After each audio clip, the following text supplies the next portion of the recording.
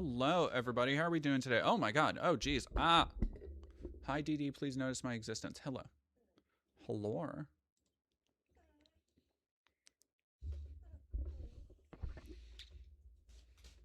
Hello, little dog. You are okay. Okay. Apparently, I need to feed lady, so I'll be right back. Yes, you're such a dog.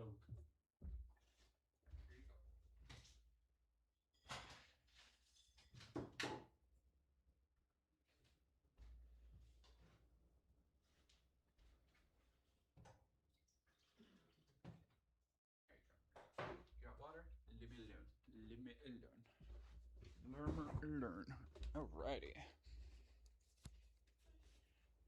Oh no, this thing is so. Yeah, it's not. You're right. It's not a DD stream if lady isn't stealing the show. Tell me about it.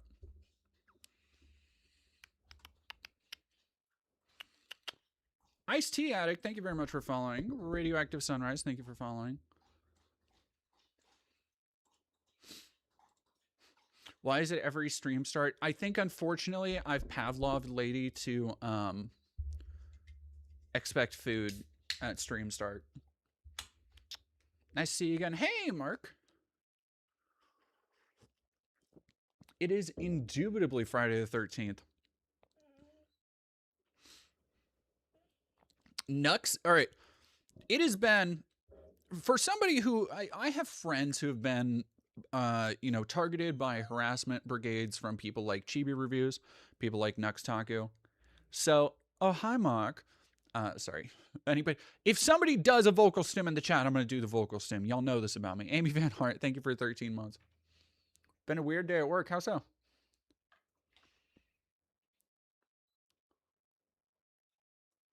Oh, awesome, Alexis Vandam. Great mood because the European Parliament, because a friend and her trans kid are officially moving to the Netherlands. That's wonderful. I hope from America. Chibi Doki, no. Chibi Reviews. And so I've had a lot of people kind of, and I think the light, I have the window open. It's a kind of golden hour right now. I would get up to change it, but my cat is basking in the sunlight. She looks too happy. So y'all are going to have to deal with some inconsistent lighting for a minute.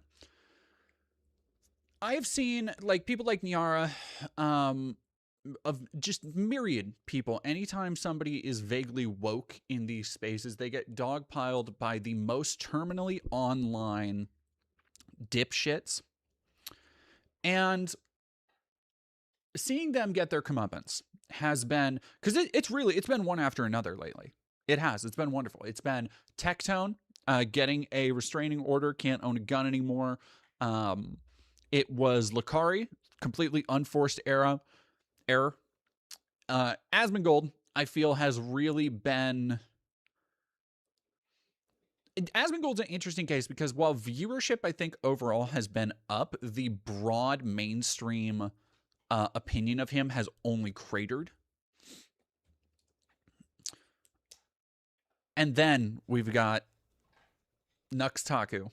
And I'm more smiling at the downfall because from what I understand, I haven't watched the video yet, but there is a deep dive somebody did on Nuxtaku and a history of grooming behavior in Discord servers. So I do, while I am, laughing at these people's misfortune because it is just deserved, I do not want to make light of anything in that. And Andy Pants might be in real life jail. Oh, speaking of which, Yorch Torch made his own game, which I was. Here's the thing. I might look at Yorch's game because LMAO, but also I don't think it doesn't have the juice that Andy Pants's bizarre pedophilic fantasy had. Like, it doesn't have the sheer batshittery of that asshole. So, like, Yorch's game just looks like a bad MS Paint, like, Galaga clone.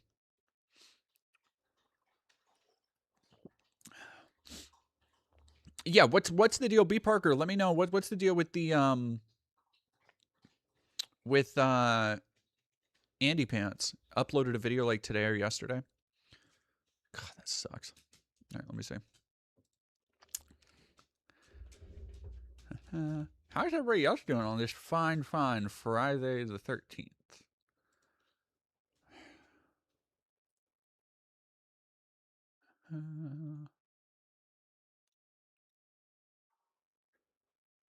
Did you just pet the cat? What did you do? I went over and went. Rude as hell. Oh, she loved you. What was I doing?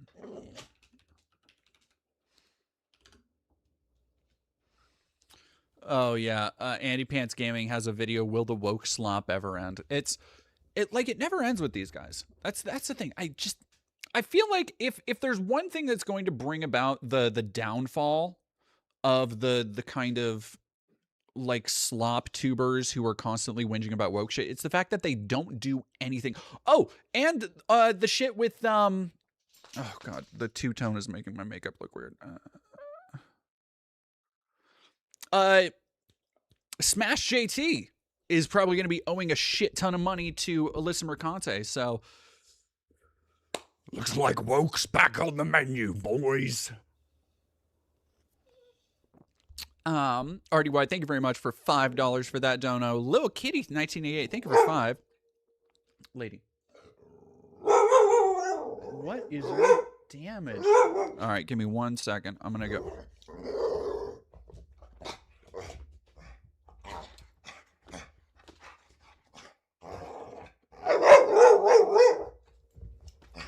She's playful. That's what it is. I just walked her. God damn it. All right, give me 1 second, chat. What? This dog is just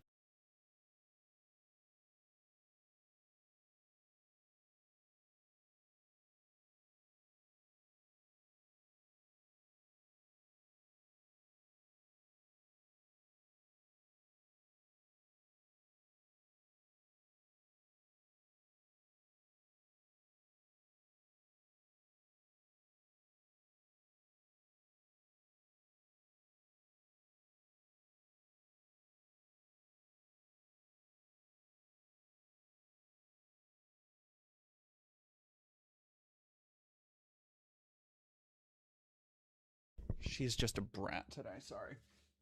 Ah. Make sure I don't knock my Buster Sword over. I keep forgetting how long and flowy this thing is, so it keeps getting stuck under me when I sit down. Anyway. Andy, yeah, I think the jail thing was speculative. Oh man, the Chibi reviews thing is so fucking funny to me. Puppy girls in chat activated. Puppy girls in chat are always activated.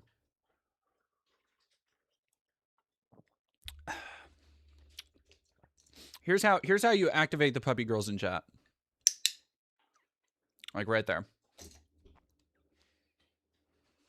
Koa just flipped me off from the bedroom. Challenge oppression. Thank you. Oh shit. Hey, Lance, Surfs TV rating. Oh my god, I did. Right as I clicked the clicker, 200 people flood in here. Hello, everybody. For those who don't know me, hello, Raiders. Thank you very much, Lance, Surfs TV, for rating us. We are actually just getting started, so it is perfect timing because I don't know if y'all have heard. 2 things. 1, woke is back, and dark woke, better than ever. Dark woke, oh, so good. We have some really good cathartic stories mixed in. Of course, we will have a bunch of bullshit. I will be taking time to talk about the ICE detention facilities, the rampant, awful, abusive behavior that continues to happen as we continue to cover it. And I also will be talking about Christine Nome and the blatant cover-up of abuses, as it also appears that ICE agents are quite literally stalking people to just shoot them. Some really scary shit out there. So if you are in the Twin Cities, if you're in Minneapolis or Chicago or anywhere else where ICE, which is fucking everywhere, where ICE is patrolling, Please stay safe. Really quick, thanks to everybody who's following. If you don't know me, I'm Dead Domain. I'm a non-binary trans YouTuber, documentarian, journalist. Kind of fit into a lot of different boxes. And I stream 4 times a week. I stream 3 times a week. Let's not be too charitable here. I stream reliably at least 3 times a week. And sometimes fun stuff happens on my streams. I do funny voices. My cat crawls on me. We cover a lot of the worst stuff in the world and just kind of try and get by. And additionally, if you would like to help me continue growing, we are almost to 10K followers on Twitch. So if you enjoy this content, you find me to be entertaining for whatever reason, check it out. Puppy owner, apparently. Yeah. Here to see how it went down. Oh, Westagoon, you're gonna love that. You're gonna love that. What's the cursed dono comment? Oh yeah, sorry. Lily Kitty, thank you for $5. Obligated to remind everyone the first time I'd ever heard or seen of Asmongold was a clip of him. No. That can't be real. Was a clip of him picking maggots off a sandwich and eating it? How have I never heard of that one? Like everybody, are you sure that wasn't AI or something? That's like, here's the thing. I'm not surprised if that's true, knowing Asmon. Alexis Vandam, speaking of which, that friend and trans kid I mentioned are both from the Twin Cities, so they're getting out of hell. Awesome. Getting the hell out of hell. Talk about an upgrade. Yes, absolutely. SSV Cloud. Do voices on stream like the classic Chud Cookie Monster. Hey, it wasn't Chud Cookie Monster. It was recovering alcoholic Cookie Monster.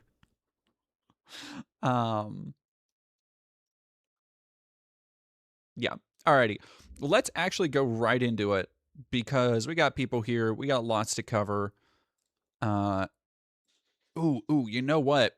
Actually, okay, give me 1 second. I'm going to, let me see if I can fucking find the video that, because I know a lot of people on here, and look, I don't fucking blame you. If you don't want to have anything to do with Elon Musk's pedophile platform, again, can't blame you. Unfortunately, some of us are tethered to this system. Like, I don't pay for Twitter Blue, but it is a big part of my engagement across all platforms. I have seen it does make a difference in the numbers it drives towards YouTube. And I'm not out here making tons of money. I got debt to pay down. I have met my partner and I are trying to move soon. And so, unfortunately, and I've talked about this, the reality is I kind of got to stay in that ecosystem. But every now and again, Twitter, there's a day like today where so many good things happen, it just becomes a celebration, really. And I can't show the whole thing because, well, I can show the whole thing. Because I didn't want to show it on stream because I had to scroll past one of my OnlyFans posts. Whoops.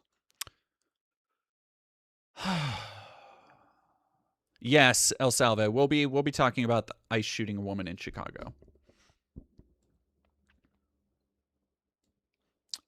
And thank you very much, Ol Al Hooten. Thank you for following. Lily Kitty again, $2. It's very real. It was on Twitch Fails years ago. That's rough. That's fucking rough. Oh my god. Can we break the tether and migrate to Blue Sky? I can't. Here's the thing. I know I'm a damn hypocrite. I will encourage anybody to do that. Go to Blue Sky. Don't be like me. But before we get to, make sure my dog's not getting anything she's not supposed to. Before we get to everything else today, I got to give it up to a new, as far as I'm concerned, American hero. A Chad. The hero we all need. And you know what? From the most unexpected of places. Right now, as Chicago is enduring, as we were talking about earlier, wave after wave of the same shit that we just saw in Minneapolis. because Trump is continuing his very blatant targeting of blue cities, and particularly anybody who doesn't agree with him very publicly.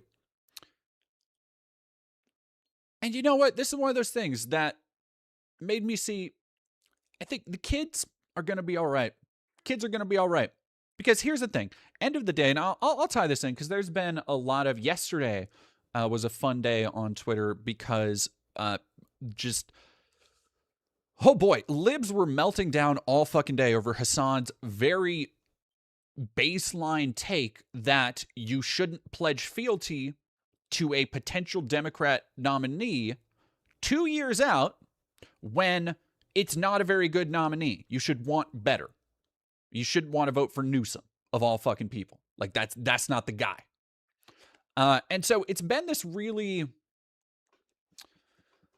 it's led me to a lot of thinking. Not about how like liberals are right or whatever, and how they, harm reduction is actually the best way forward. Because like even today, who was it? It was oh god damn it! Give me a second. I have it right here actually.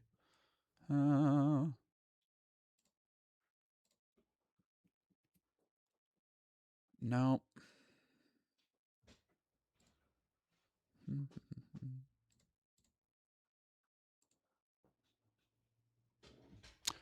It was Jamie Raskin. Yeah. Even today, Jamie Raskin talked about going to see ICE facilities.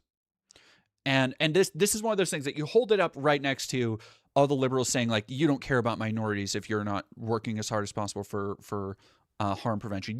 You're just doing this to grift. You don't actually care about this. Leftists are just self-serving and all this stuff. And Jamie Raskin did an impromptu tour of an ICE facility, which is what literally every representative, that should be the bare minimum of any Democrat representative. And his takeaway was, let me see if I can actually find it really quick while we're on this.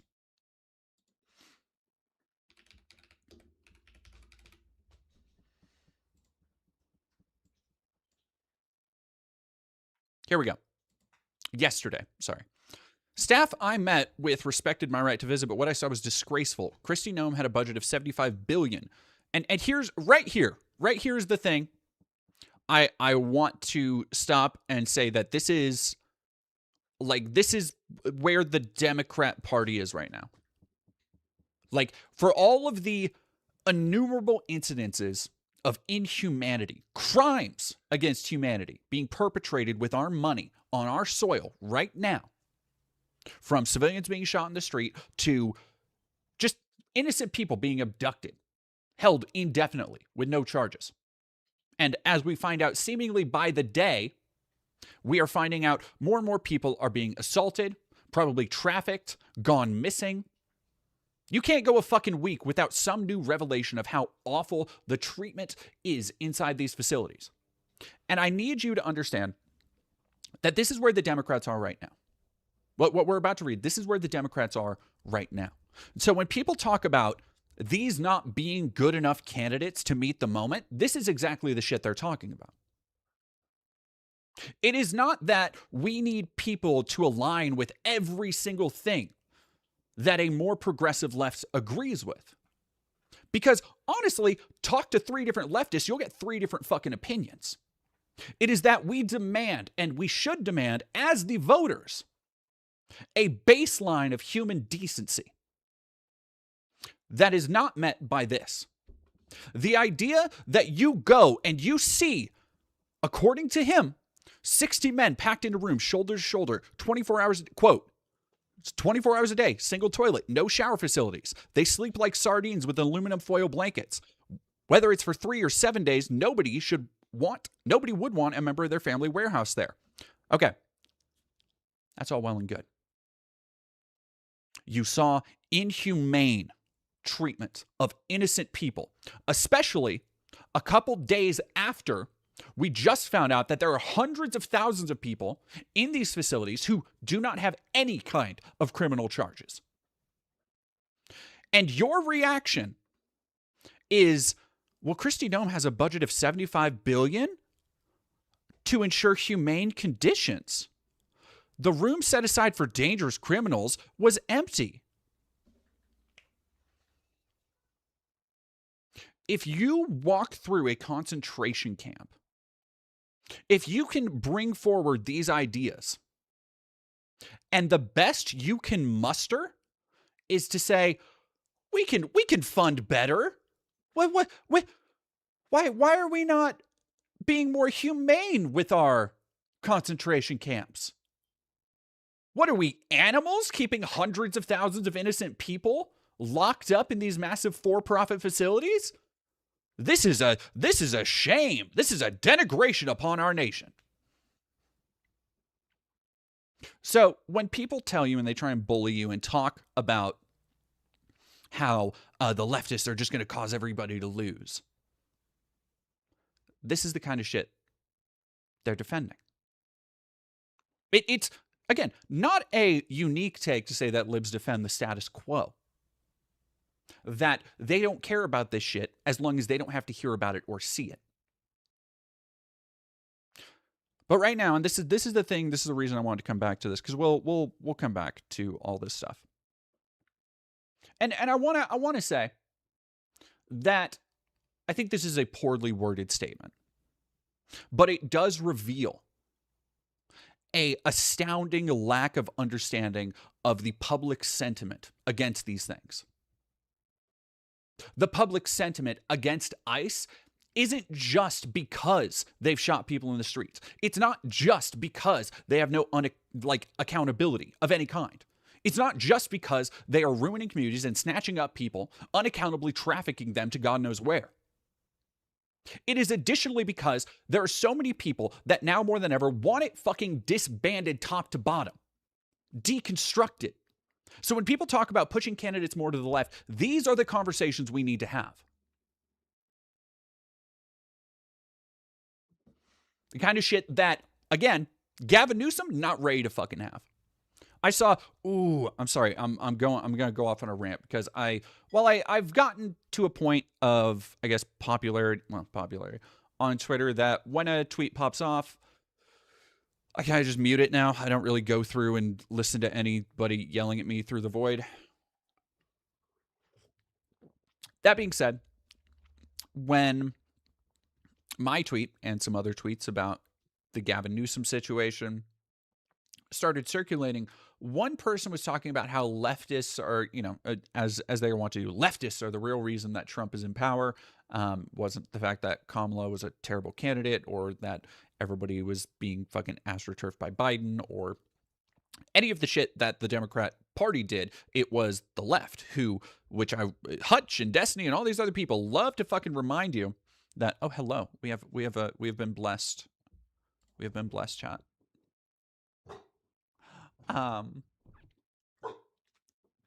Tons of people love to remind you that, we'll do this without the left. And then the second they lose because they run shit candidates, suddenly it's because of the left. So wouldn't you figure?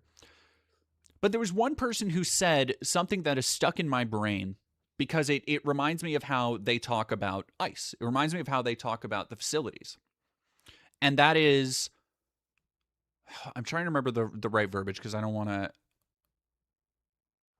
get it wrong, but they said something to the effect of, you people wasted so much progress on Gaza, and then there was a parenthetical, which nobody cares about anymore. And then they went on to say something else. And for whatever reason, that parenthetical of Gaza and then being like, nobody cares about it anymore, like it's a fucking popularity contest, just...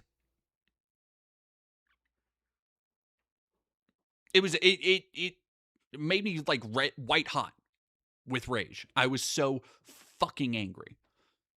Oh, hello, baby. I love you. Do you have your everything you need? Okay. Do you want to take some Cheerio for a snack? Okay, love you, bye.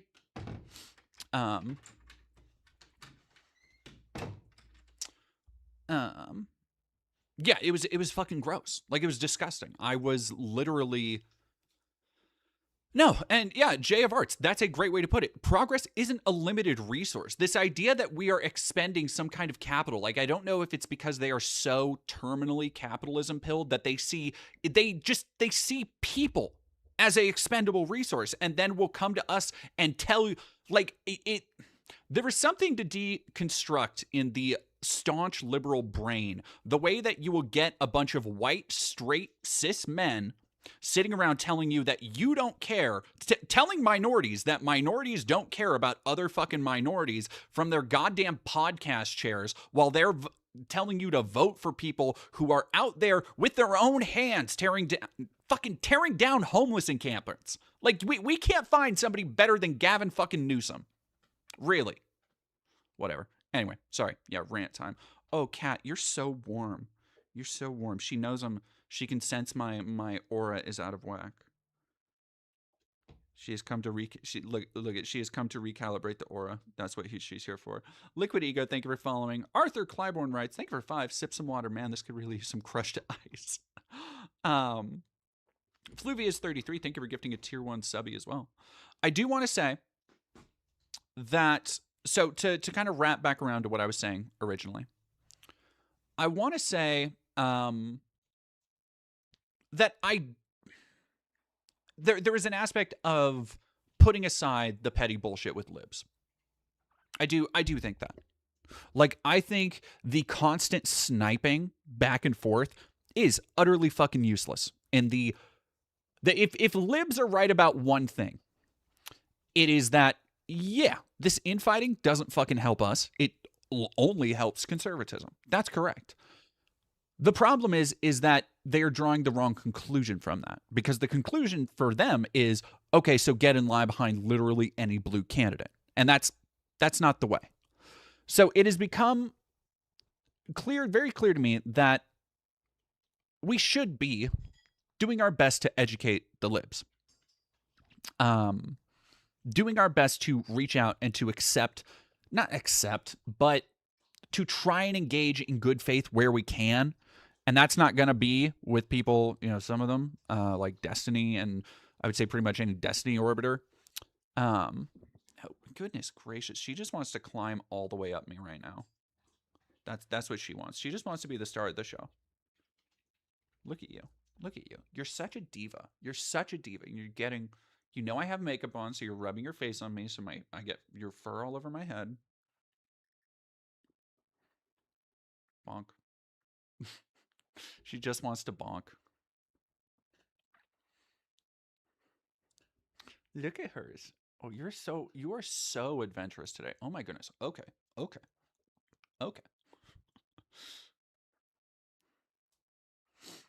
There you go. And that all of that being said, I want to go to, because we were talking about people of goodwill and good faith last time we were on a stream. Oh, thank you very much, Nehemia. Get in line behind any blue candidate, except if the donors approve of him. Parenthetical, praise be to the donors. Yeah,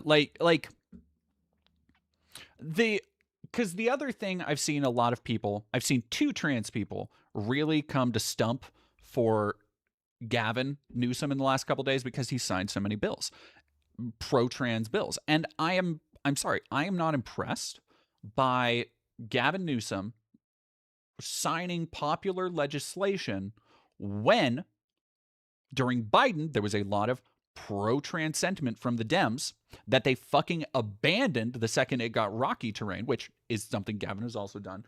I am not impressed by somebody in a blue state signing this stuff when it was politically beneficial for him. I'm just not. I think his character shows far more when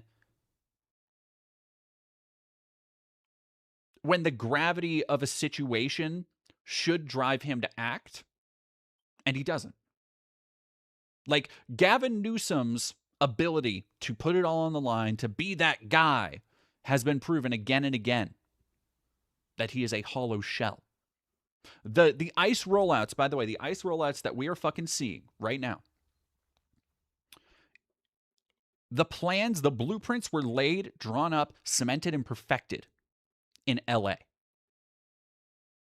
And he let it happen. And oh my God, the people in my mentions, because so many of these things, especially when you get Destiny or any of his orbiters involved, as I'm learning, So many of these things, they can't just be about libs and their candidates. It has to be about Hassan, of all fucking people. And one of the things that people were talking about is that, oh, Hassan's never been at, a protest, that he wasn't on the front lines of the ICE and out of LA protests, no kings, that wasn't dodging rubber bullets and shit. And it's so easy to disprove, but also I was just like, dog, I was there. I looked right at him. He was like 2 feet away from me when I was helping to drag somebody who had been shot in the fucking face by a rubber bullet to safety. Like, yeah, very fucking frustrating. And you know who was governor when that happened? Seeing libs in the chat, and I'm coping about this, I know. But seeing, oh God, see, the cat went her own way, and now I've got, No, Ienzo, that's what I'm fucking saying. Like, who cares about Hassan? There are more leftist influencers than goddamn Hassan. I'm so tired of hearing about Hassan.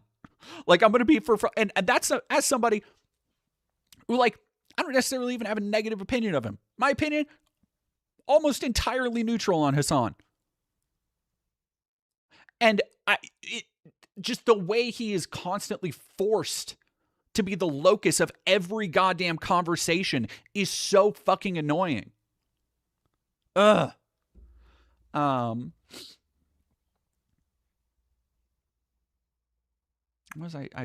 was making a point there about the. Oh no, there was somebody who they shifted the goalposts from.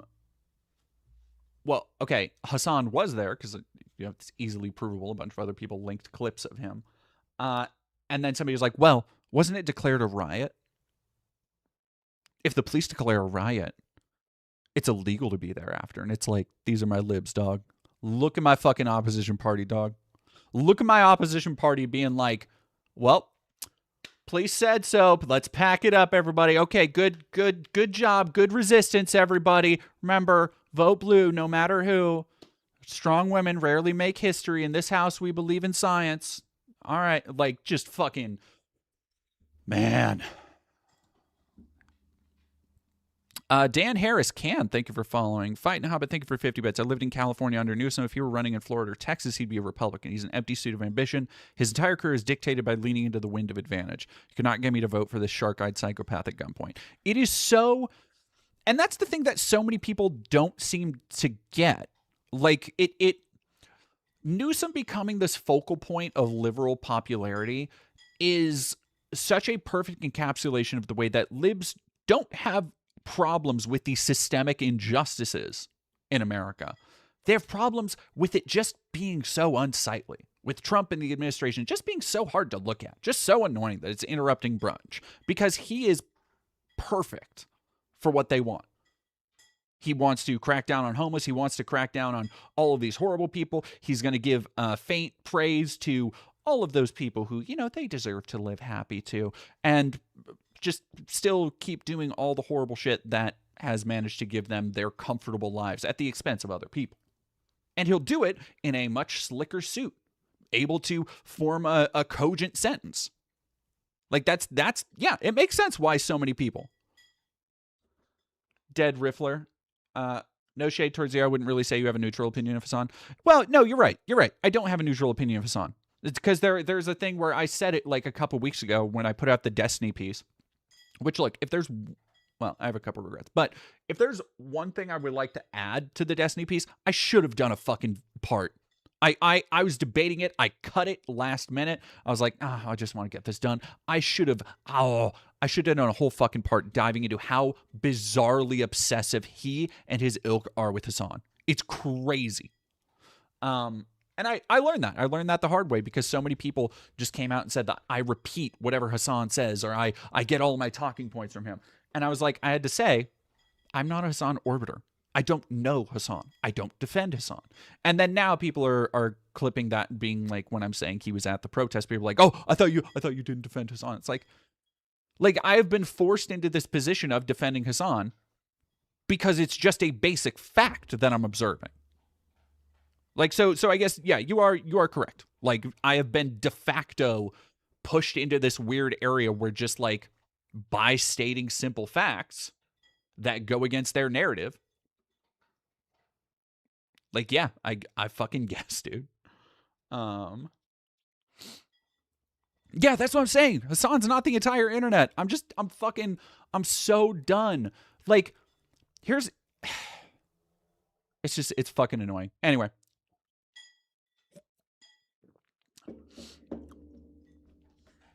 I want to get to something slightly more important.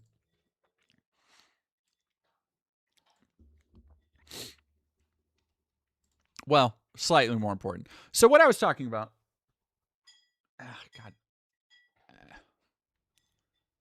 God. I can't smudge my makeup. I can feel my cat's little fur all over my face. The reason I took the long way around talking about that and the idea that, like, yeah, we shouldn't just be openly reactionarily hostile to liberals. We shouldn't. We should do our best to engage in good faith, because I think at the end of the day, the thing that frustrates me so much about this militant liberalism is that we agree on more than we don't.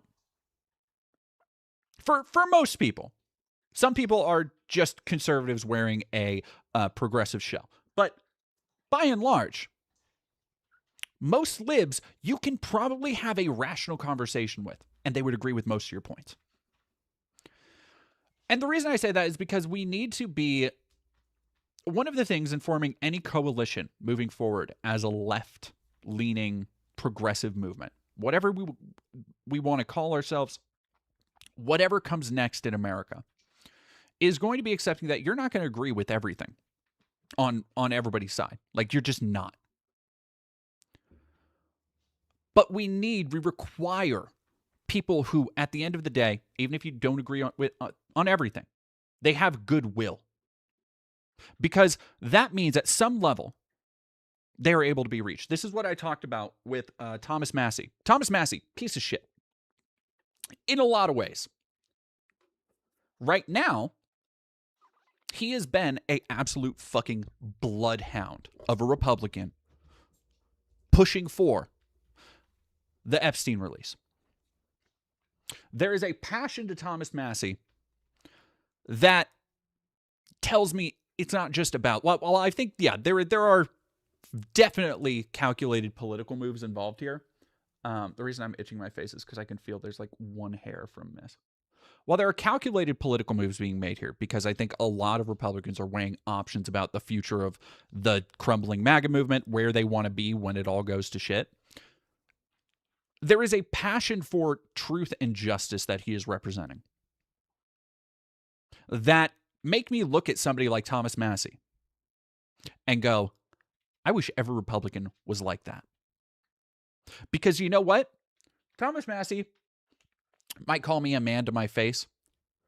Thomas Massie might talk about how Israel has a right to exist and, send funding to Gaza.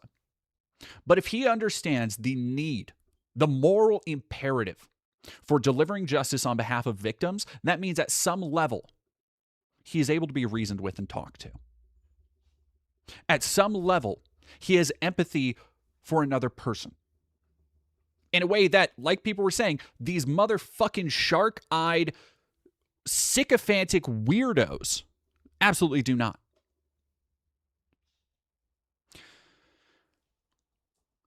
And the reason that I bring that up is that I need people of goodwill.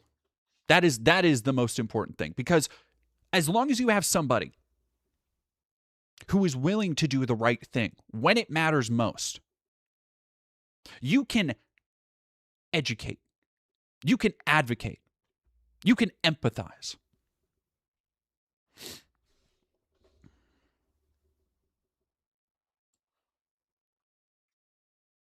Yeah, no. Yaya Kelly 7771. I disagree with 99.9% of libertarian policy, but they do stand on principle instead of party. Yeah, it's like that. That is the thing. Is that it is so.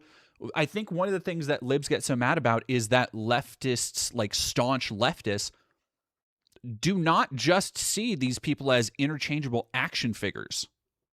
Like when we talk about people earning a vote, It is not because we sit here on our throne and deign to say, yes, we actually know because we have all this theory and we just know so much better than these liberals.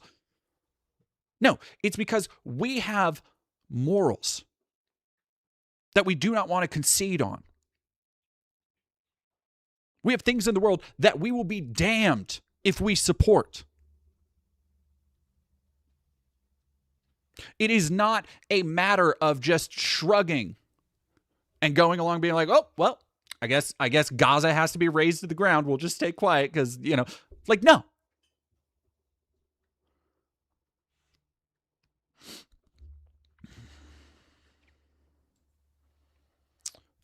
Well, yeah, some libertarians. Yeah, I would rather have, and that's the thing that gets me, I think, most about conservatives, and what a lot of Dems have become, is that people just don't fucking stand on business. That's what it's really about. When it comes down to it, are you going to stand on business? When it's hardest, do you have the fortitude to put aside all of the fucking thoughts about popularity polls and re-election campaigns and what news spot you're going to get when you're out of office and who's going to ghostwrite your next book? Are you, as a politician, able to put all of that shit aside and say, what is the right fucking thing to do?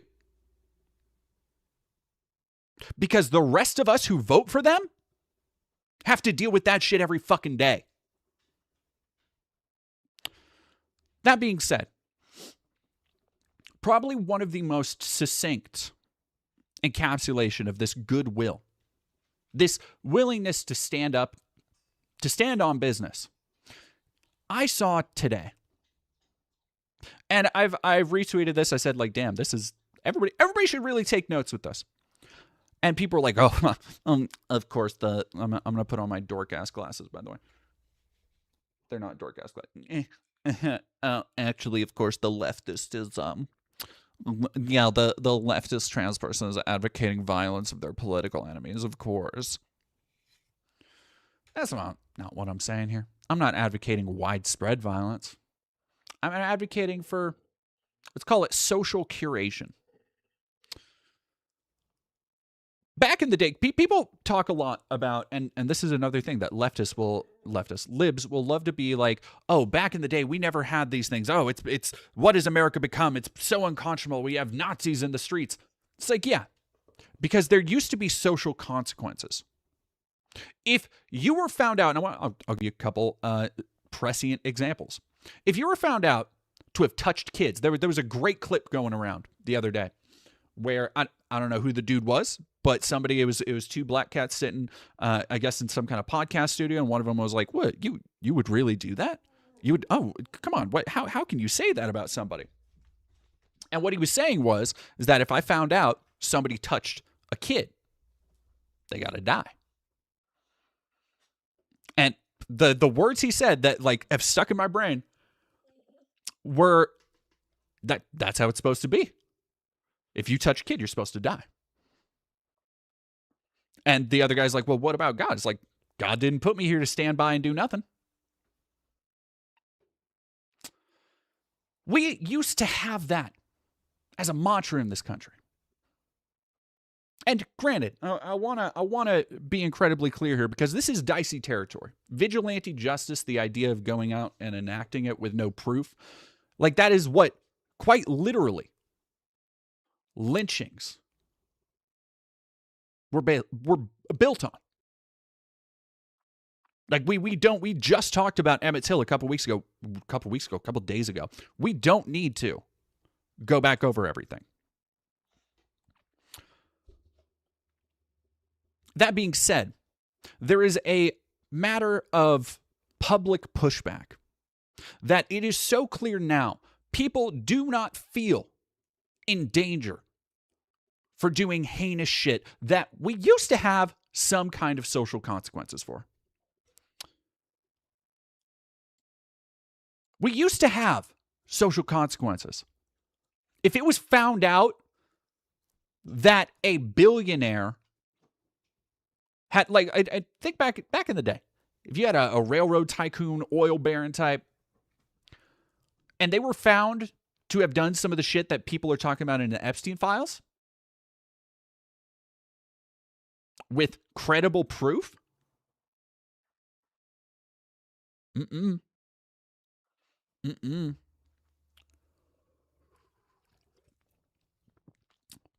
And in a way, I feel the same way about fascists. I feel the same way about open Nazis. I feel the same way about people who make it their mission to antagonize with the full expectation that nobody's going to do anything about it. Because so many people will tell you, and I have this all in my comment section right now, they'll tell you that makes you as bad as them. To engage in it, you just need to ignore them. They'll look so silly if you ignore them. Well, actually, no, if you ignore them, they get other assholes to join in. Their movement continues growing bigger and bigger. It's not just fun and games anymore. These are not things that you can just ignore. You have a moral responsibility to push back.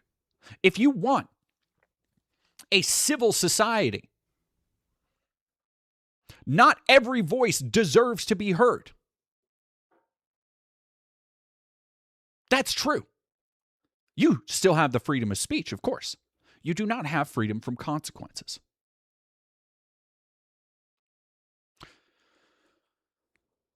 Which is where we get to through goodwill, through, I don't know. This kid, I'm willing to bet he's probably fine. He's probably a cool dude. But at the end of the day, this kind of lesson that it is better to have somebody who is willing to act on that goodwill than somebody who just stands back and says platitudes.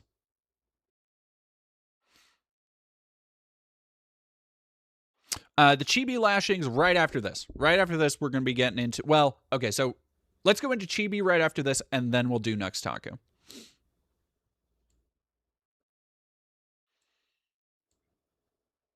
If you haven't seen this today, I'm about to make your day a little bit better. We support ICE and law enforcement. I support ICE. Thank you, Big Jerry. I don't know what's crazy about this. So, for those who don't know, this chud-ass kid decided to, I guess, have a sign that says, I love ICE and we support ICE as his community is being terrorized actively in Chicago, in the Chicago area. And there's literally no, because so many people want to try and make this, well, he wasn't doing anything. Why did he get hurt? Oh, you just advocate. It's like, no, he was intentionally being antagonistic. Like he thought he would upload this and it would make it look like, oh, look, they're trying to censor all conservative opinions. This is what he probably buys into all the same dumbass conservative chud narratives I did when I was a kid. And then they caught what I can only say is one of the greatest frames of the year. That my heart is filled with so much joy for this cherubic badass that we're about to see. We support ICE and law enforcement. I support ICE. That's crazy, bro. I don't know what's crazy about this. Yeah, I'm going to punch you. You're gonna punch me? Yes. And you're gonna get in trouble for that. Okay.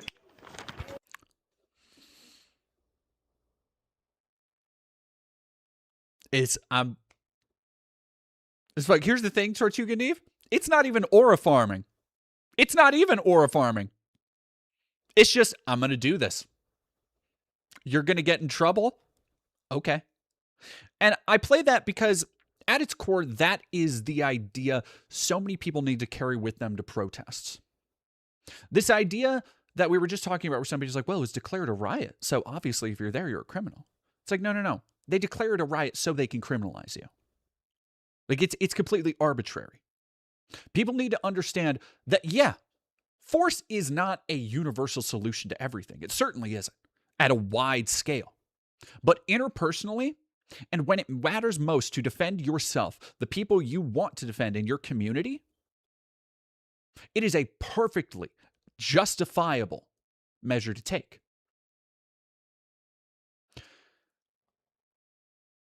And probably most importantly, the people who won't stand on business, but they feel so confident in going around spreading this hate, spreading these narratives, they don't feel the pushback they should. That's what this is.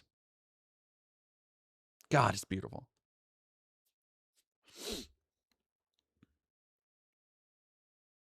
Like, this is the freeze frame that's going around. I can't, like, it's so fucking good.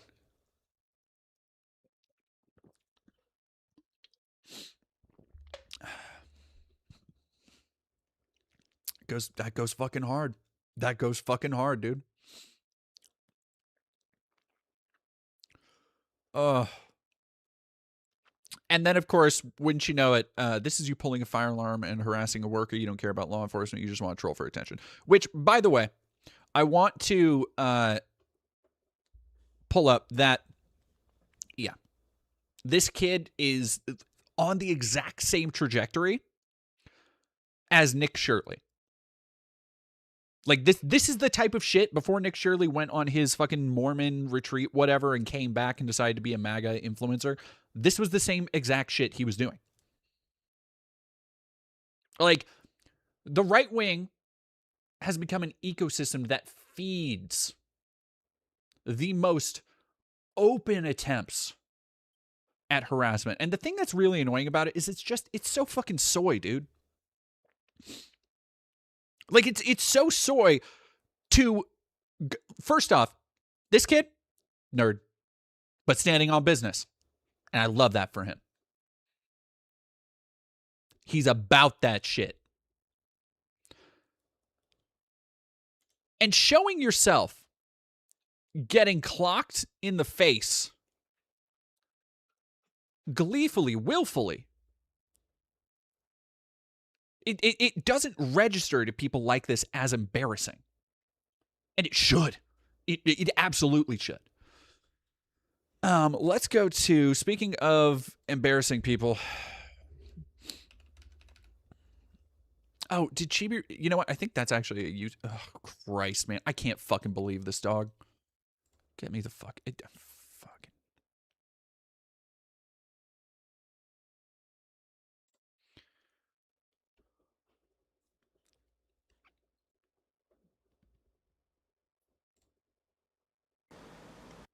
So, Nehemiah, thank you very much for $5. Tarring and feathering was something the first Americans did to people. Terrible way to go, by the way. Tarring and feathering. Also, well, so tarring and feathering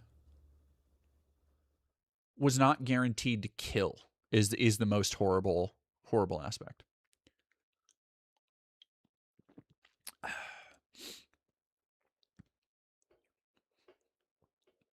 Oh, this is another episode of Fuck Around and Find Out. So if you don't know, this is Chibi Reviews. Now, I've never interacted directly with Chibi Reviews, but I am aware of who they are. Mostly because of the time that they made jokes about Charlotte Fosgate, the trans child who killed herself by jumping off a bridge last year.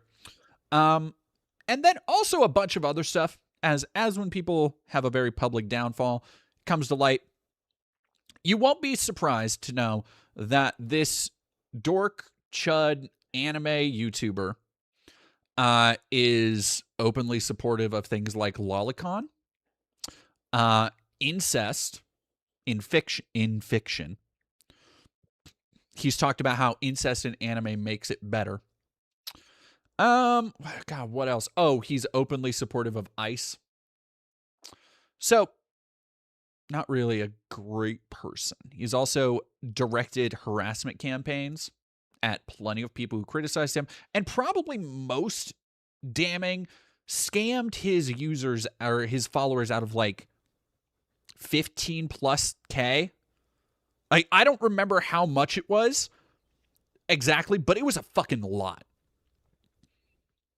And if you've been on Twitter today, you've probably seen no shortage of people gleefully taking part in his downfall. So we're gonna watch just a skosh of it. We might bully a little bit. He looks like evil Sam Collins. Don't say that to Sam. Don't say that to Sam. I'm making this video as more of a... Well, so Blow High Blast, I wanna be so fucking real with y'all. Because I know there are probably a lot of anime fans in the chat. I have a absolute I've talked about this before. I have an absolute non-negotiable zero tolerance policy for lolly. Non-negotiable. Unacceptable. If you have a single neuron firing that is trying to send the words, but they're just drawings, get out. Hit the fucking bricks. And honestly, I feel the same way about incest. Because the shit with incest is that incest is abuse. It's straight up. People romanticize it in the most horrid ways.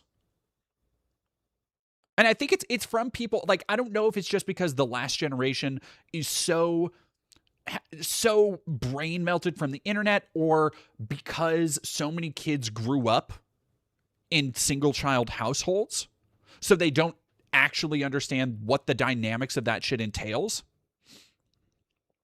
But there is literally there's no justification, because it is an inherent power imbalance. It is just family abuse. And like the people that want to try, well, it's just fiction, well, it's just stories, but no. You are normalizing attitudes that genuinely lead people to find it more acceptable. Fuck that. I'm not about it.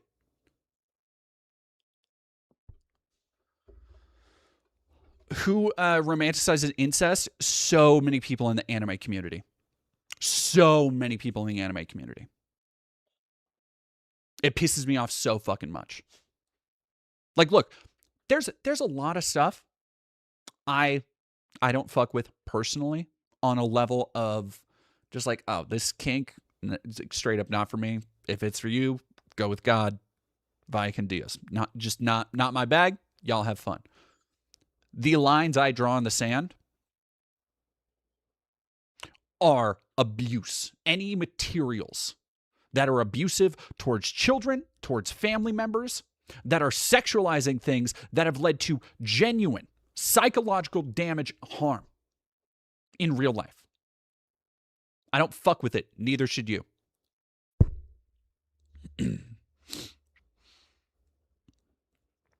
Yeah, try looking for no Green Day. You ain't lying.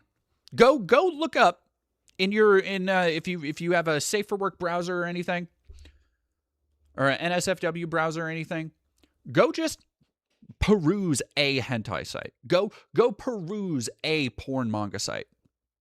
You will not get one page fucking in to, and you can look up adult. You can look up, like, make sure that all of your tags are like, oh, I want to look for just a manga about an adult having sex with another adult. You will not make it one page of browsing before some of the most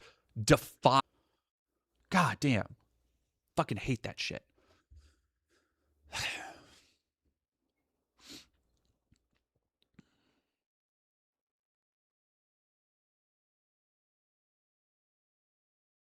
Yeah, Winter Phrase. Like, yeah, and I'm not saying you can't have, like, Winter Phrase 7504, I think you can have incest in a story, but it's got to be handled with the gravity and understanding of the harm it causes. Yeah.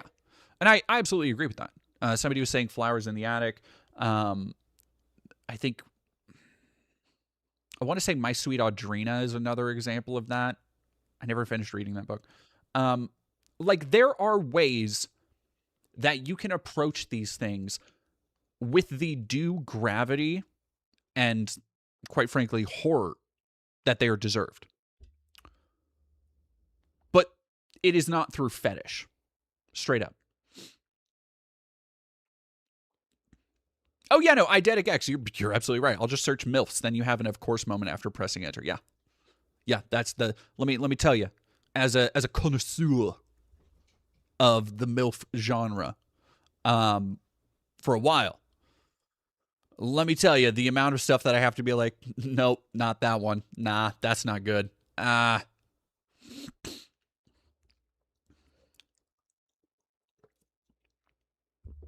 Anyway, side tangent. Ghosty 6827 and Shiny Mikachu, thank you for following. He looks unshowered. I wouldn't be surprised if he is. So,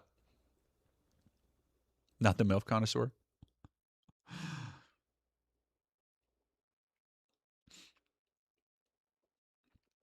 Well, and Flash Tommy, look, Flash Tommy, you're not wrong. You're not wrong. And well, you're not entirely wrong. It's been a long. Yeah. Anyway, it's a whole fucking. I could go on a tangent about like the history of pornography and shit, but I don't want to.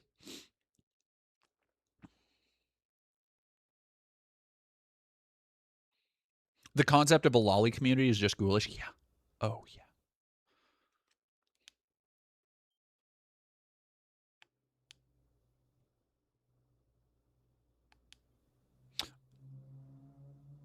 Oh yeah. Self-destructing Will. As someone who does on occasion watch anime, a lot of anime fans are weird, and I don't like interacting with them. Same, dog. I love. There's one of my favorite filmmakers of all time is Satoshi Kon.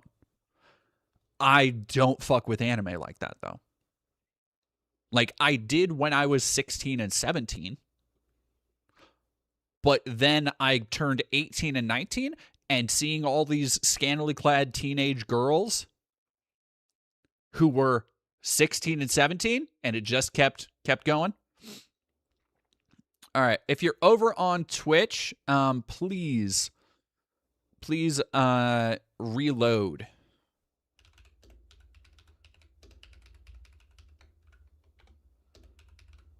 All right, you're back. We're back. All right, let's go. 6-7. K thing. Thank you very much for €5. The content was shown to me as a child to make it normalized, and led me to being a survival of CSA. It is not normal. Yeah. And I'm glad you're here, and I am sorry. I hope everybody responsible is paying the price they deserve to pay. Thank you for Ghost EA. Thank you for $10. Listen, I love anime mommy. My fave is Bleach. Unahara has been my crush since I was 19 when Bleach aired. And like, look, I get that. And I don't want to get into a whole thing about like fictional crushes and cartoon media, because that gets into this weird thing. Like I was looking the other day. It was on here where we were talking about like people I should cosplay, or characters I should cosplay, and I'm like, I'm not going to cosplay anybody who's a minor. And so it obviously and it becomes this weird question where like we were talking about fictional crushes. That's what we were talking about, sexual awakenings and fictional crushes, where people were talking about, you know, like Velma and Crystal from Star Fox and that kind of stuff. And then somebody brought up Raven from Teen Titans, which is like, for a lot of people, that was their first exposure to like a goth girl. And like, yeah, what 10-year-old didn't have a crush on Raven, right? But at a certain point, that's a child and you're not.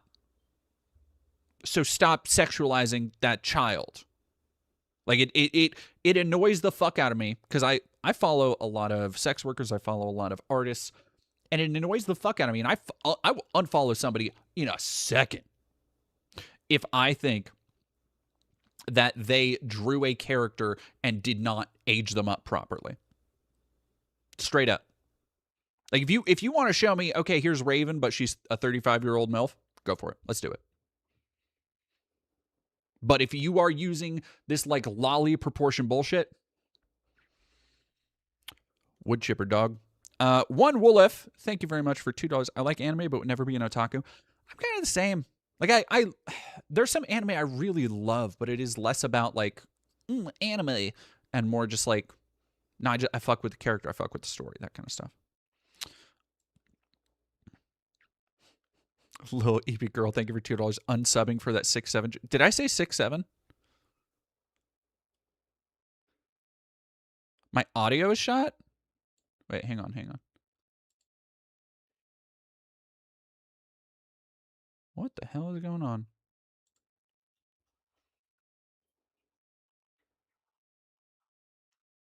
If I said it, I did not mean to.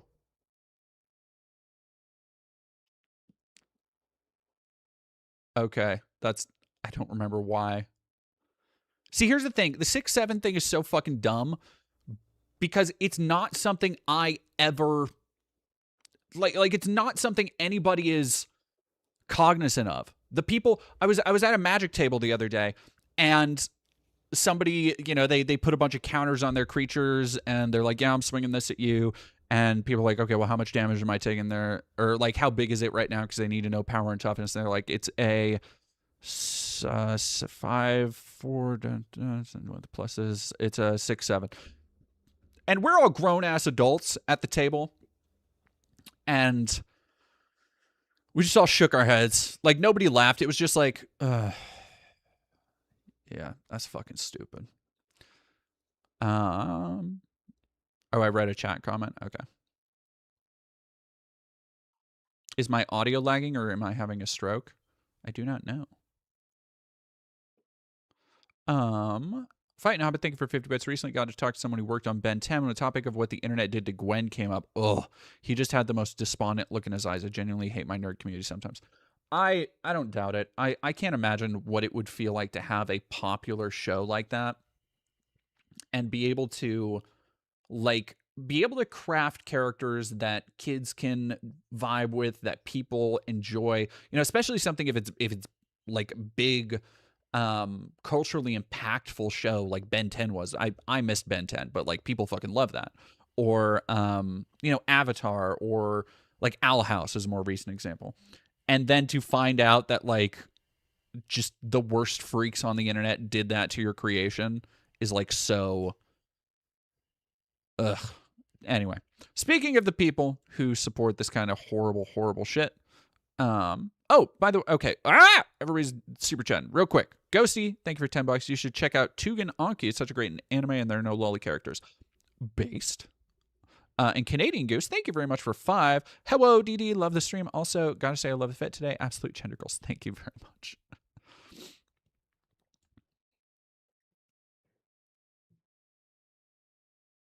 Yeah, Bruce Maxey, you know what?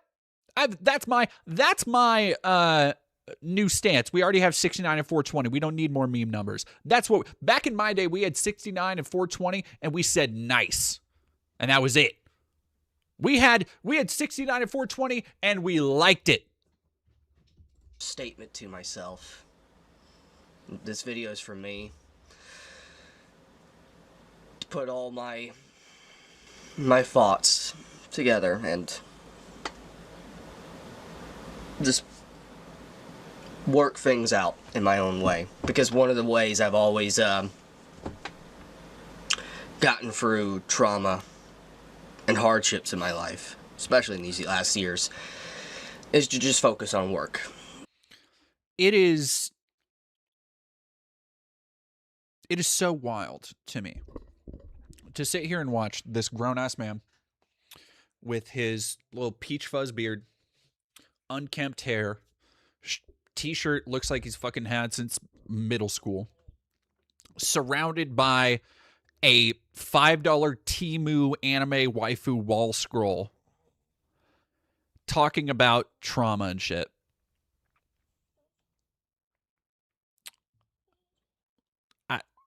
It's the perfect.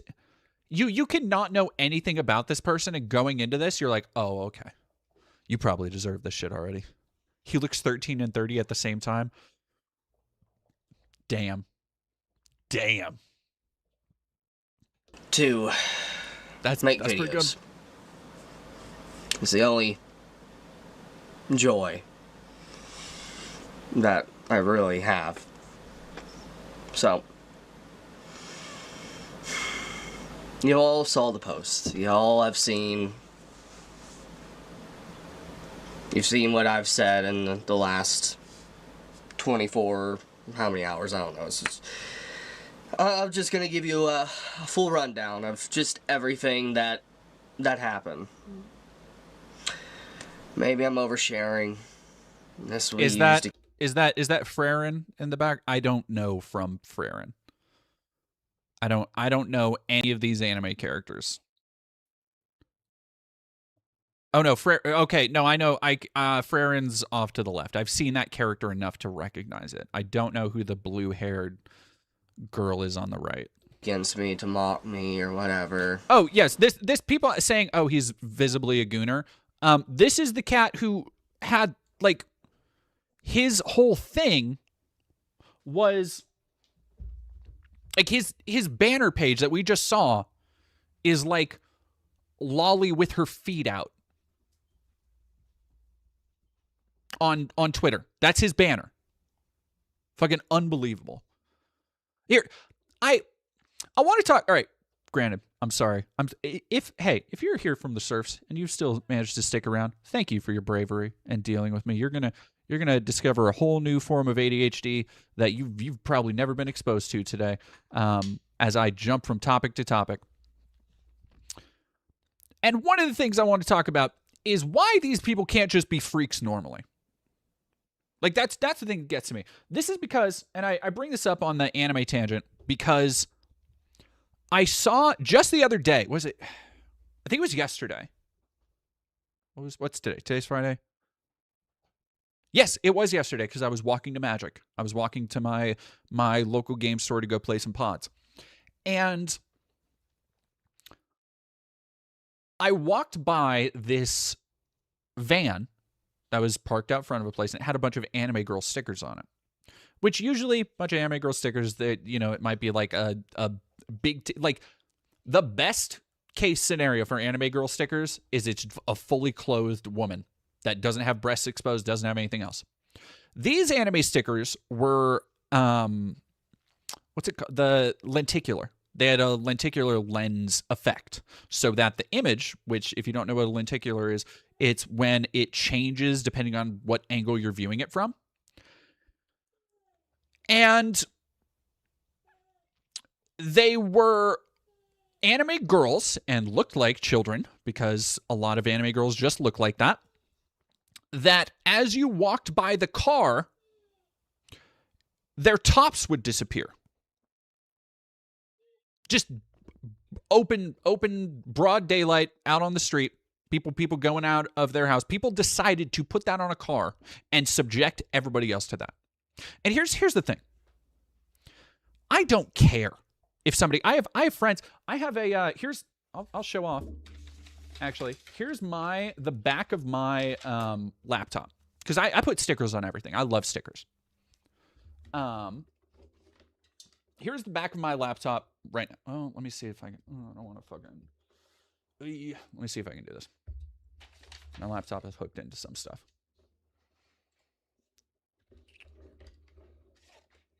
Right?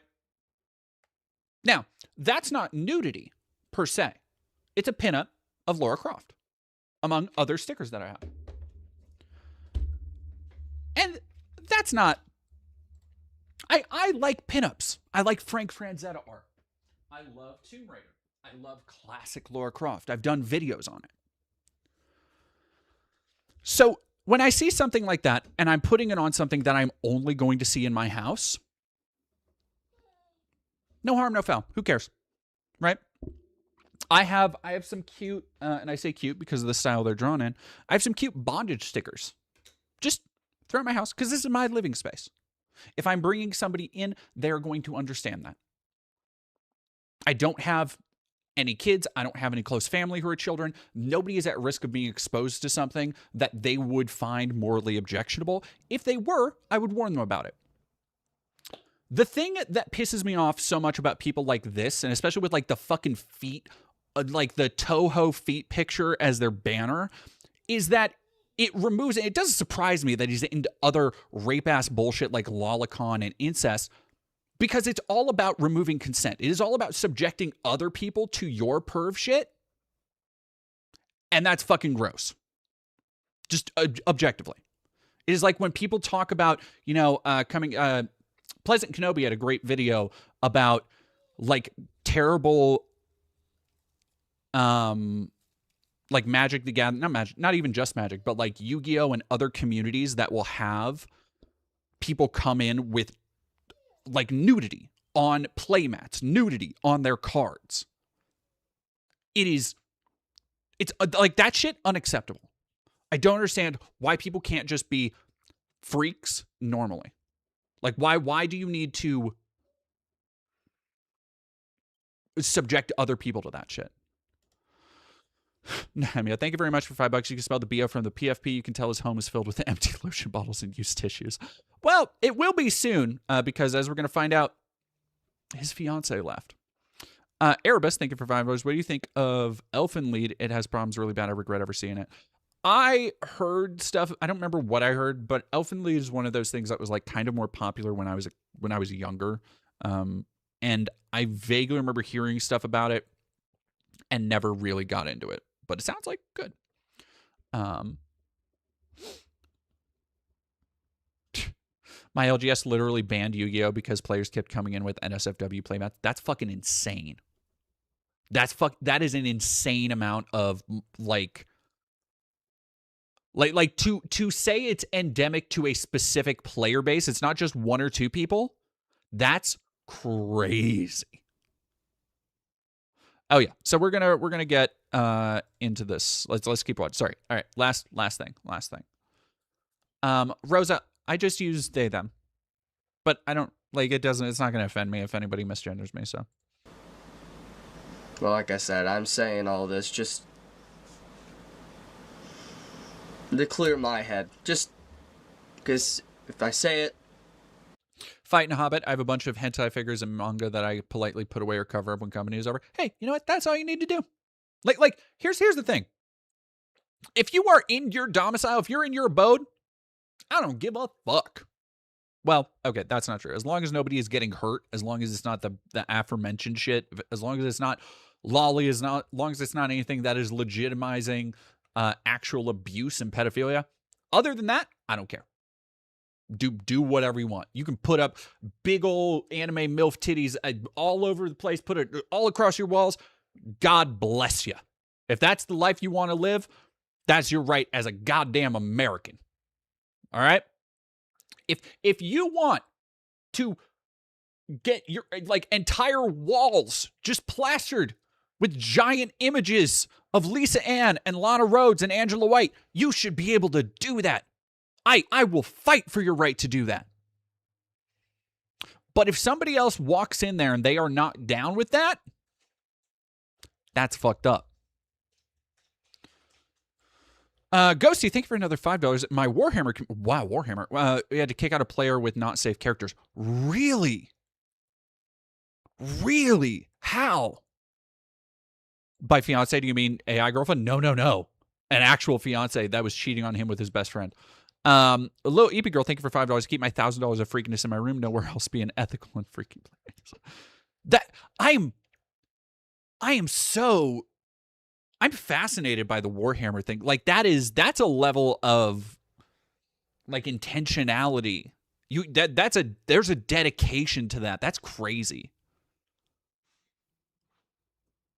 Like were they custom made miniatures or were they just painted that way? You've sororitas nude models. Oh, okay. It wasn't like the Sisters of Battle or the like Triumph of St. Catherine or anything like that. They just have like tits painted on their armor or something. It's like actual 3D print lewd minis. That's crazy. That's wild.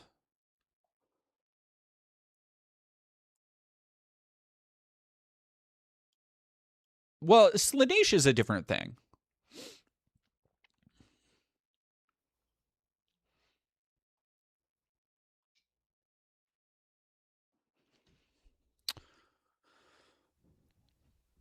Alrighty, we got to get through this. It's done. It's over. Like I'm able to just process everything at least a little bit better. I'm gonna turn up the view a little bit. So, yeah, we're talking about gooners in public. And this is the other half of it I wanted to talk about because this was after the quartering the other day, dipshit that he is.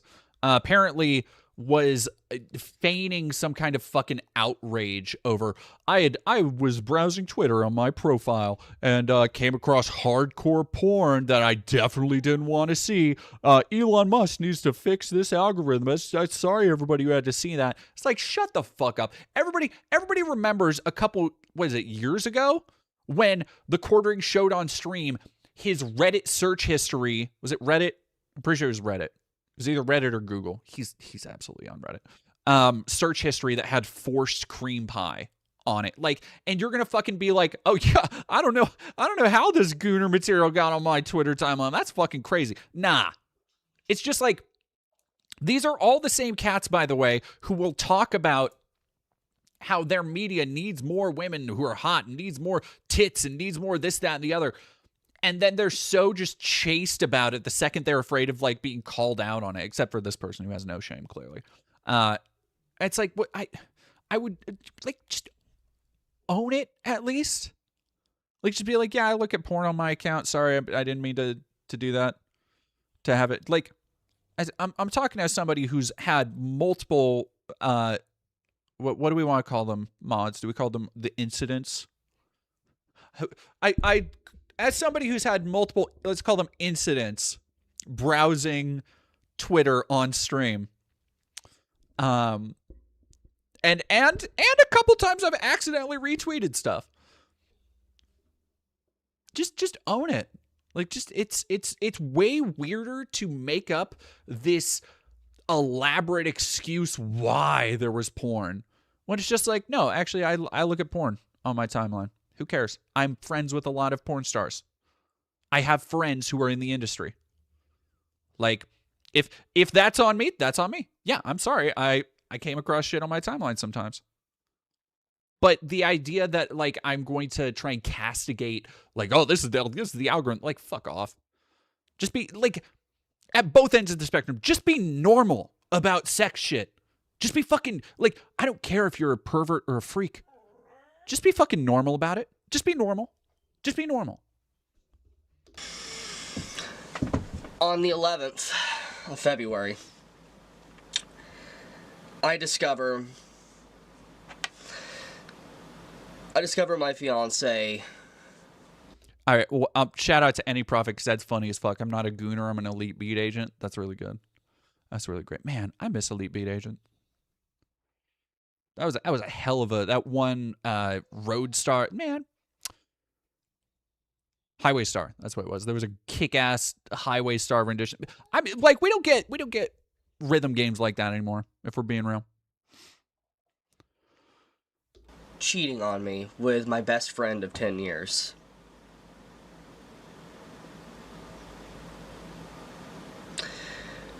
I confronted her about this, and she apologized, and I,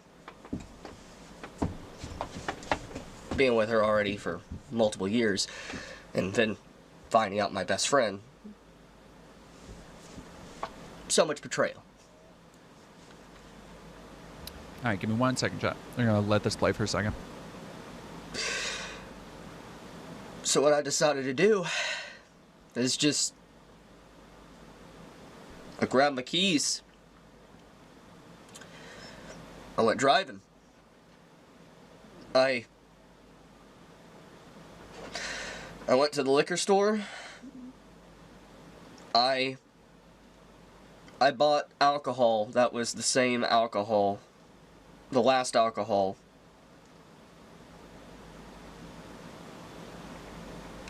that I drank with my brother.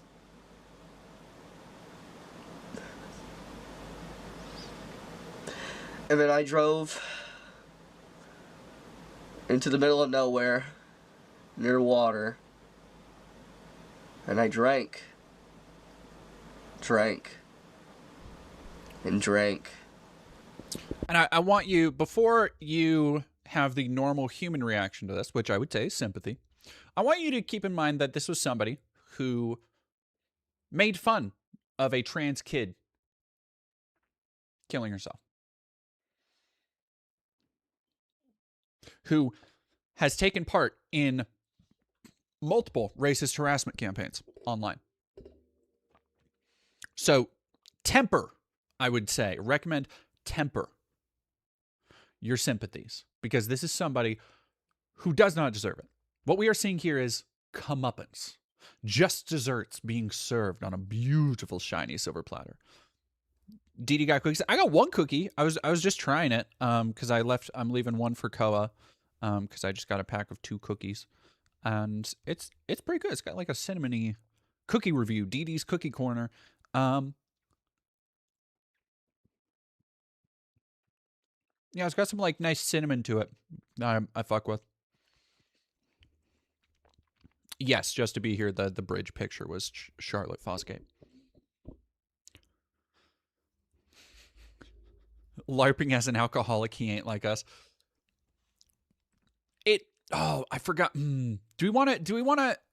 No. Well, I'll save that for another stream. I meant to go over the Nancy Mace expose, where a bunch of her former staffers were interviewed, and there was a line in there about like Nancy Mace's former staffers getting texts at like 2 a.m.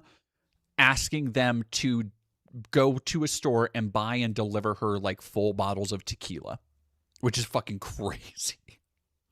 Like that, yo, I've known some alcoholics in my time. That's next level ball right there. Doomcrab, thank you for $5. Why does it look like he's filming this outside of a school? It's probably the anime characters. Someone should warn those children outside his panel van who this guy is. Just sitting there drinking. And I was inches from death. And then suddenly a police officer shows up. Don't know how I was found, but he shows up. And he saved me at the last moment. He did.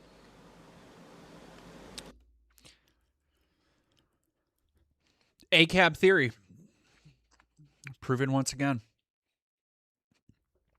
Juno Deer, Inches from Death is my porn name, actually. Honestly, probably pretty close. Pretty close. Junie the Tartarus. God damn it, I was making that joke too. Let me tell you, Juno Deer has a better claim to it. Let's say that.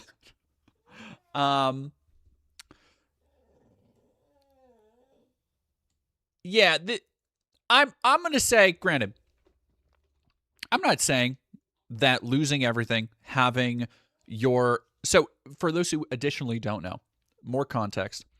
He lost his girlfriend to his best friend, and then his entire friend group sided against him. When his girlfriend and his best friend left, they took the friend group in the divorce. So, yeah, like, I think a lot of people would probably think of taking the quick way out. That being said, I'm going to say press X to doubt on this shit. Press X to doubt.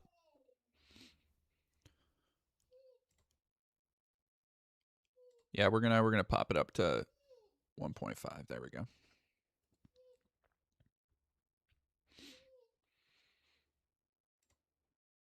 And I come to find out, after all this, it was Nicholas Light that was the one that apparently called a wellness check on me.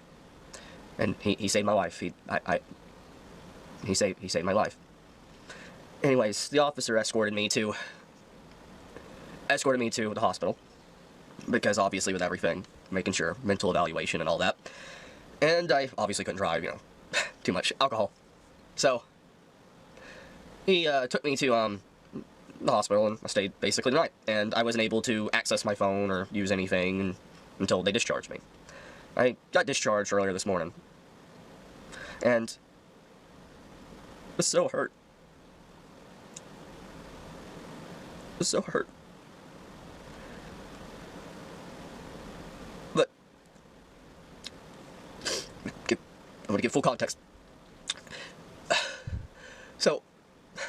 I'm getting messaged somehow. Nicholas Light has my number. He saved me. It's fine. And then Tectone, apparently, he gives me a call as well. And Dog. So that's one of the other things. Tectone, sexual assaulter, pervert, freak. Maybe micropenis. I'm not sure if that's a Michael Crichton thing, or a Michael Crichton type thing that came out during the legal proceedings. If Tectone is one of the dudes you have in your one of the two dudes you have in your corner, Lord, I would pray to take me now. Like, that's the type of shit that makes you commit suicide. I'm sorry, the suicide jokes aren't funny. They aren't. That one's a little bit funny though. Sorry. I mean, thank you for $5. As an Eastern European, our culture is not your prom dress fake alcoholic. I have a friend who grew up in Eastern Europe who would find that fucking hilarious. Yeah, that's crazy. That's crazy. they're worried about me. And so many others reached out that I didn't.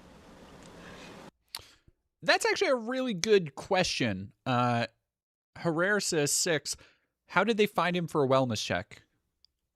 Well, okay, so he did say that he drove out to a place that I think he said. I don't want to roll back at it, but I know he mentioned that it was the last drink he had was his brother, so I'm assuming maybe they knew where he would be. Giving the best, most charitable interpretation I could. Micropenis is a matter of court record. Let's go.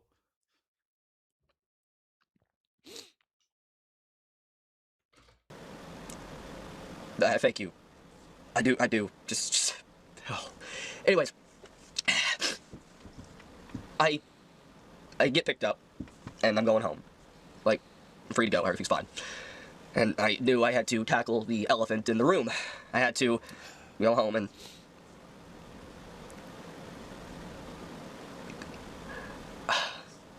more or less, I confronted her about everything, trying to talk, and she left. Yeah, homeless feline, they'd hold him longer than that. It's like a 24-hour minimum for suicide watching. That has been my understanding as well. The idea that, like, I don't know. I've known people who've had to have wellness holds, who like multiple days wellness holds. Yeah, it's crazy. Again, another thing that I look at and I'm like, maybe, but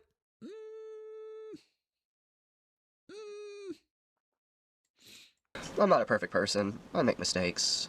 I know. I piss people off. I annoy them. you don't get to, I'm sorry, dog. You don't get to admit your flaws when they are this numerous, and most importantly, you have spent so long doubling, tripling, quadrupling, quintupling down on each and every one of them. Like, every single one of these people, and we're going to get to Nux in a second, but whether it's this person or Tectone or Nuxtaku, they all do the same shit where they will dig in their heels and they have their legion of anime fans and otakus and gooners and weebs and everybody armed with their own personal body pillows, backing them up. Like I think it's that one Rev Says Desu tweet that goes around. It's like, you are not terrible. You are not a Nazi. You want, like, all that shit. But then when push comes to shove, like people are saying, fake demons. Like, the veneer of soy, it's so thin. It's like a fragile eggshell. You flick it and it fucking disintegrates. Spellbreaker, thank you for $10 Canadian. Can't believe I used to watch both Chibi reviews and Nux once upon a time. So glad I stopped watching them years ago. I used to watch some of Tyrone Magnus's stuff. Like sometimes, here's the thing about like chud content creators or people who have especially gotten more radical over time, is that sometimes you'll come across one of their videos, you'll be looking up a review or something that one of their reviews will hit, and you don't pick up on any of the shit with, like, maybe it won't be a review, maybe it'll be an older one, and it won't be one where they talk about something being woke or call something a Mary Sue. And so it's like, oh, okay, you know what, this is actually not that bad, like, kind of entertaining. And that was kind of me years ago with Tyrone Magnus, where I was like, you know, I liked his takes on some stuff. And then over time you see him again and you're just like, fuck, god damn, oh, why did I ever?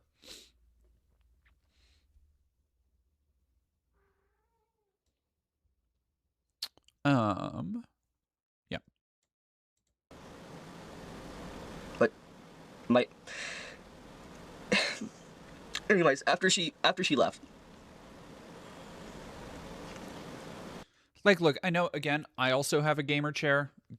I also have a new office chair that has, like, the insignia and shit on the back. And, like, my background is, you know, you got a fucking bunch of toys. People are talking about the Raiden figure. I got a Destroya down there, Godzilla over there, a fucking Alice plushie right there. Like, I got toys and shit behind me too, so I'm not one to really talk. That being said, it does make it so much fucking funnier that there are just the anime goon bait behind them. Real shit. Nahemia, thank you very much for $5. This is Timu critical drinker, lenient drinker. Oh man, no, he needs a really dog shit accent. He needs a forced critical drinker's accent. Like, I don't have a lot of things that, like, instantly get under my skin, because I have a pretty good fortitude to a lot of outside what's the word I'm looking for? Stimuli. Critical drinker's voice sends me over the fucking edge, like, immediately. It's crazy. I know, I can't take this seriously with, like, the anime goon bait in the background. Did what anyone probably would reasonably do. I wanted to confide in someone.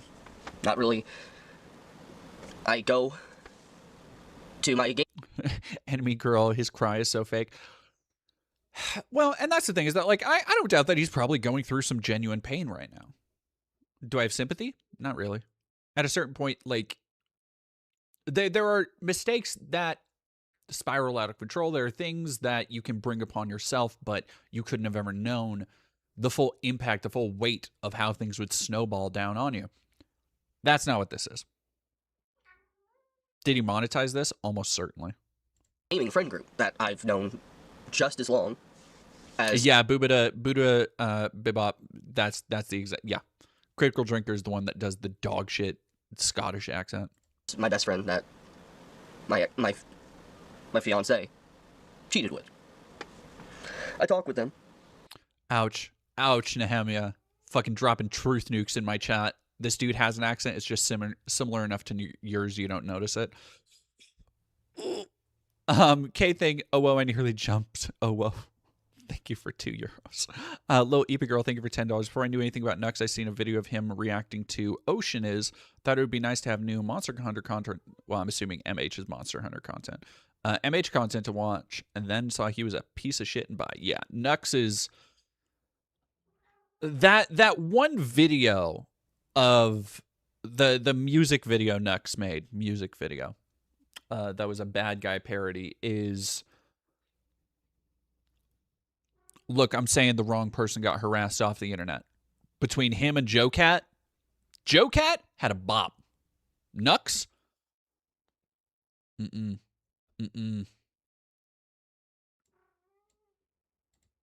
And they straight up, they admit to me, they don't care, basically, what my used-to-be best friend did. They prefer gaming with him, and I thought these guys were my friends. I did. And they, more or less, they just cared about gaming with him, and they didn't care about everything. They're completely okay with everything. And so, more or less, I lost my whole friend group. My best friend, that I basically called a brother. There was moments where he was hurting years ago with COVID. And I gave him money for he could have bills paid and his family wouldn't have to worry. I cared for him. He said he was moving down here in a few months. And I now know why. He wanted to. What I will say, I lost a lot.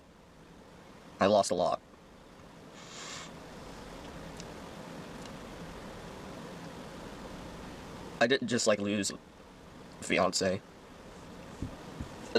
I lost my whole social circle, basically, just gone.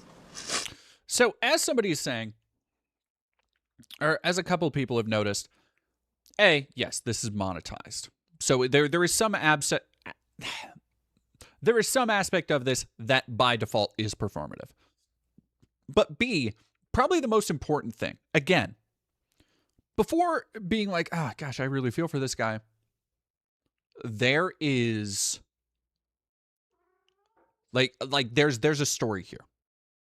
The idea that, oh yeah, a bunch of my friends, people that I love for a long time, they just decided to break ties with me over nothing. I don't know what I did wrong. If you've ever been around people who are completely duplicitous, who always and here's the thing, this is the way a lot of cats in this space are. They don't like to take accountability for their own actions. It's always somebody else's fucking fault. And it comes back to, well, I don't know why people did it. I don't know why people don't like me. I don't know why they just left me behind. You know, you just don't want to admit it. The idea that an entire friend group, your fiance, your best friend, who are like stooping behind your back, and then the whole Discord, the whole group chat, like you had a whole Destiny raid party that were like, nah, we're good, we're out, later. There's more of a story there. There's more of a story.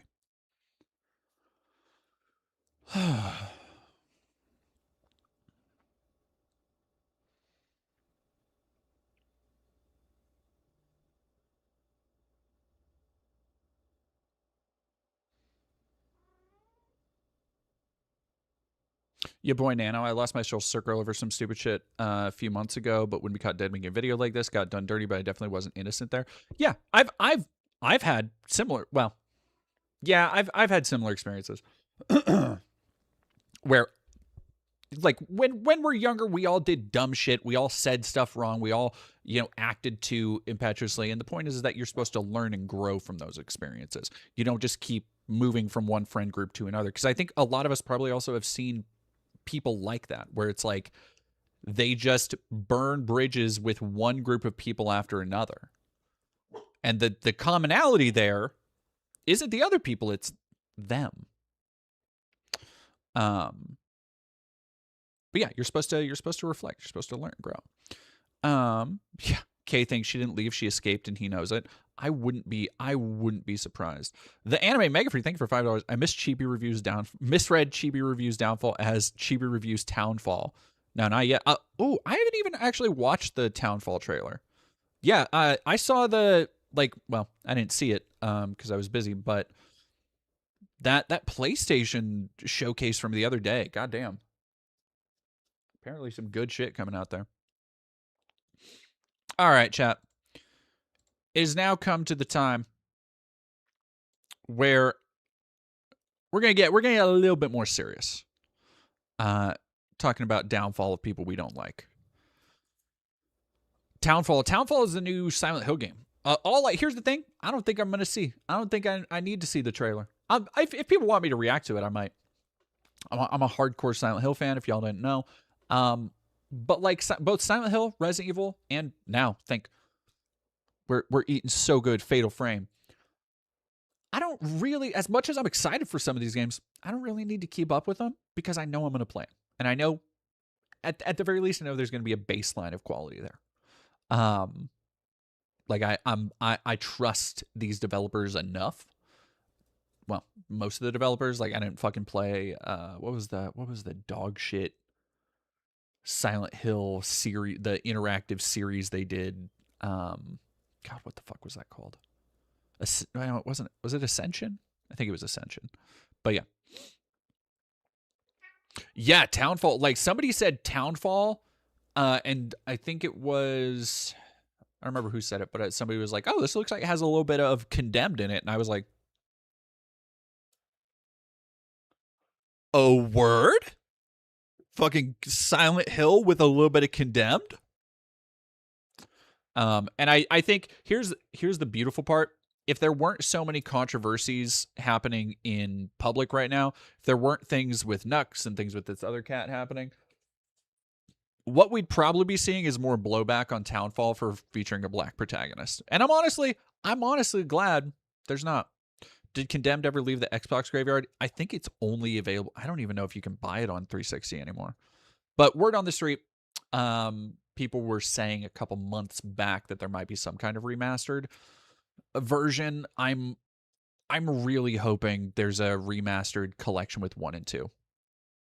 Because that second game it's not as good as the first, but it's so fucking weird. And I have a whole documentary on it on the channel where I interviewed the developers. It's such a weird game. It's such a cool game. It's so unique. Like, there's literally no other game like it for all of its fucking flaws. That I would love to see. I'm excited Metal Gear Solid 4 is getting played or getting ported, because I do want to see more of these games that people should just have a chance to experience. But anyway. Welcome, I'm Nicandros. This is Tectone, a guy who used to follow 900 hentai accounts on Twitter. When likes were still public, people found out that Tectone had liked an animation depicting a Genshin Impact character called Venti getting their back door blown wide open by a BB Hilichurl C. For context,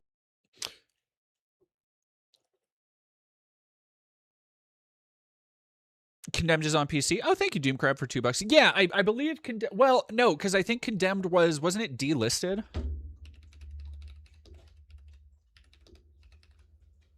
I'm pretty sure. Oh, no. Yeah, delisted from Steam and Xbox. October 30. God, on Halloween? Are you fucking kidding? Ugh.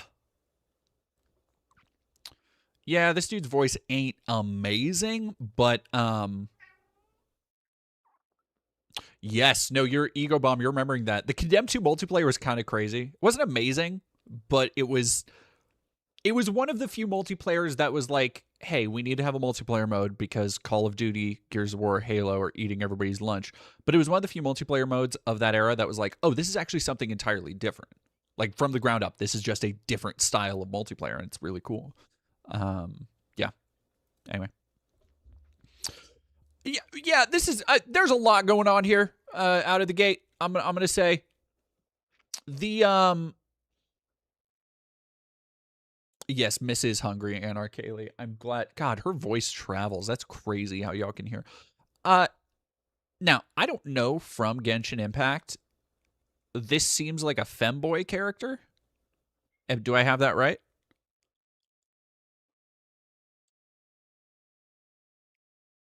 Because if there's Tectone is like a gotcha guy, like that's his thing, right? Oh, there you go, G Papa Zhao. Thank you very much. Condemned is $3 on gray market sites. There you go. That's the way to do it.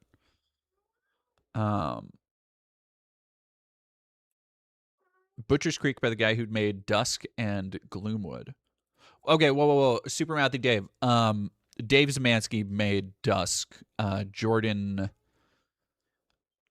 I forgot who made Gloomwood. I believe it was Jordan something. Though two different people, but they were both put out by New Blood. So yeah, I do understand the confusion.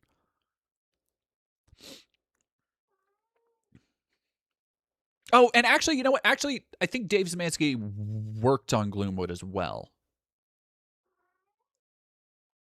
Pretty sure. I'm sure they're a 5,000-year-old vampire dragon. Terrible.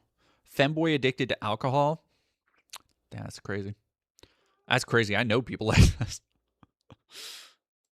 Venti is an effeminate male character with the body of a 15-year-old boy. So Tectone has a history of joining it to gay porn involving 15-year-old boys. This is more... I need to... again, just speaking from... Sorry to pause so early. Speaking from experience, you don't need to send... Like, I understand why people do this.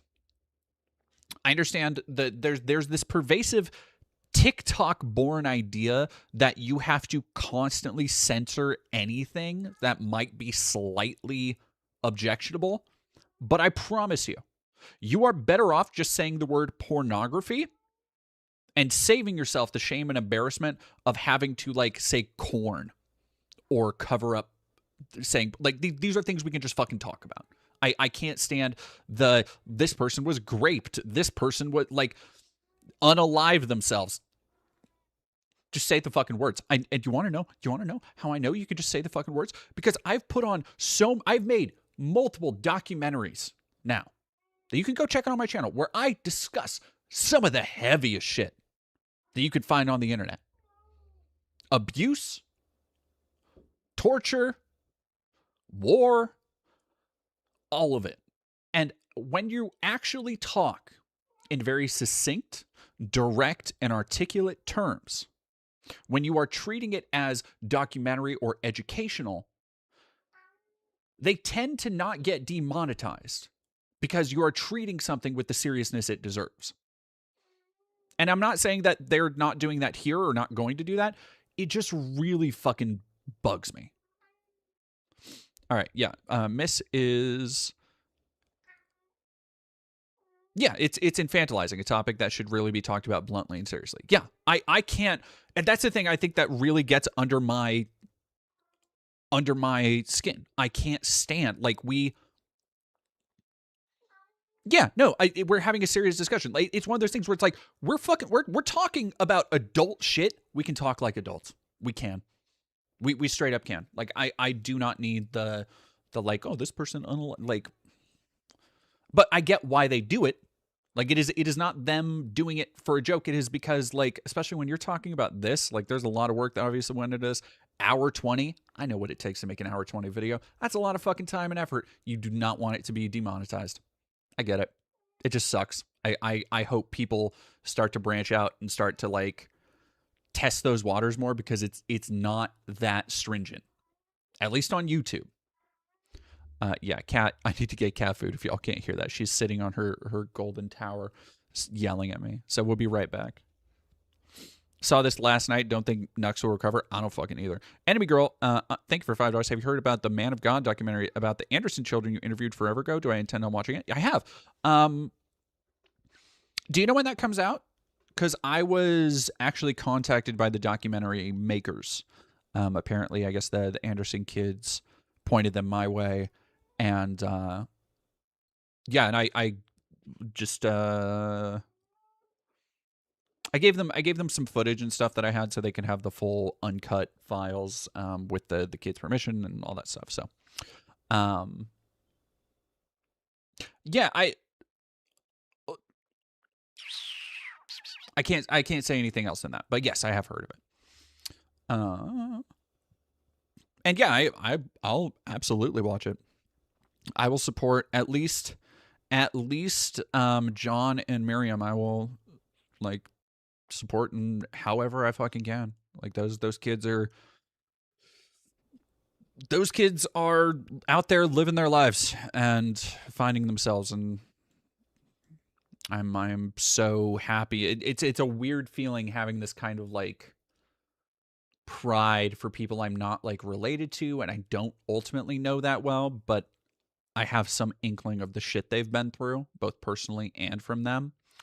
And being able to see them, because I follow both of them on Instagram, being able to see them grow and flourish has been just wonderful.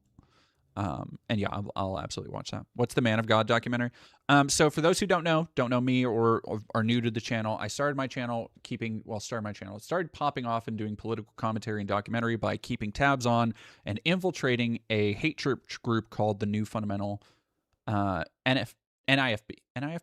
New Independent, yeah, NIFB, New Independent Fundamental Baptists, who are led by Steven Anderson. And long story short, not last year, but the year before, I helped some of his children come forward publicly with stories of the abuse they suffered from him and his wife.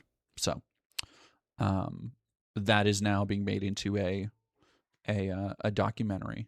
It's been in the works for a couple months. So that is what that is. Okay. I'm going to do this, press play, and then I'm going to go feed Cat and be right back. Speculative, but photographic evidence suggests that Tectone lives by the slogan, "He who beats it, eats it." In case you don't know what that means... Now you might be disgusted by this, but given Tectone's physiology, that's actually a very impressive feat. Is that all? Me when I show her my penis. I'm 6'8". I don't know why I would lie about that. My penis isn't that small where I feel the need to lie about my height. But I'm 6'8". I'm 6'8". I'm 6'8". Are you 6'8"? I'm 6'8". 6'7". I'm 6'6". I'm 6'7". I'm 6'7". 6'6" men BMI. Now, for reference, I'm 6'7". I can't fucking believe, but we just talked about this shit. I can't believe he's doing this to me. That's crazy. That's fucking crazy. I've sometimes claimed to be 200 and sometimes 201 centimeters, but I've never claimed to be 2 whole inches taller. You might say that lying about 2 inches is not a big deal. Juno, do you have some expertise in this? How do you feel about the difference 2 inches makes? Is it a lot? Look, okay. Hey, ladies, let me ask you a question. Let's be. Hey, can we be honest? Can I be genuine? I need you to hold my heart, hold space for me. 2 inches can make quite a big difference. Quite a big difference. You might not think so, but let me tell you, the difference between, let's say, 4.5 and 6.5 to 7 inches. God damn it! I didn't mean to do it that time. I didn't mean to do I didn't mean to do the meme. I'm sorry. Yeah, the difference. Look, you can. Hey, the proof is in the product. Sometimes that difference can really impress people. I'm just saying. But to some people, that's all they've got. Thankfully, I have a very small cock.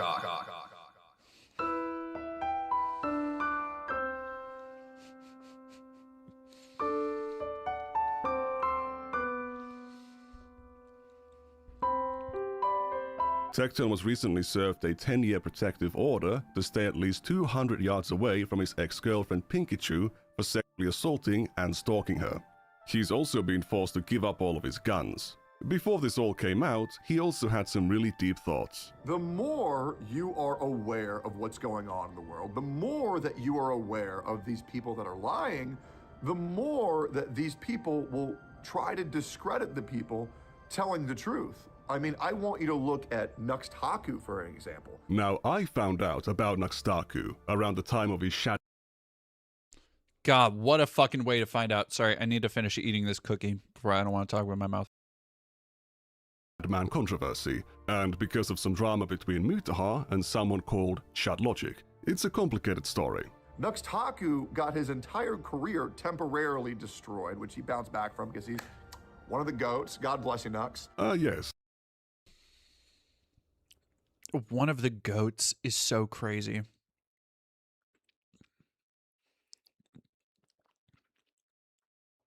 Cookie was okay. Cookie was all right. It was fine.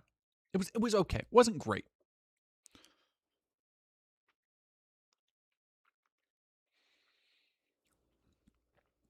Shad Taku.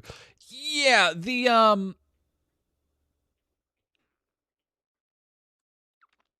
literally anybody who associates with Shad ever to the fucking Hague. One of the things I forgot because I didn't want to I brought up in the Destiny deep dive I did, I brought up Nathan a little bit, but because he's a minor and that kid has enough fucking problems on his plate with Destiny as a father, I didn't want to do more than I needed to. But like Destiny basically dared Shadman to make content of his son when his son was a child. Like Shad is somebody who has been treated like, and you want to talk about how these attitudes pervade and persist and why these things are so normalized in society is because people like Shad are treated as a meme, as a joke for way too fucking long. It's unacceptable.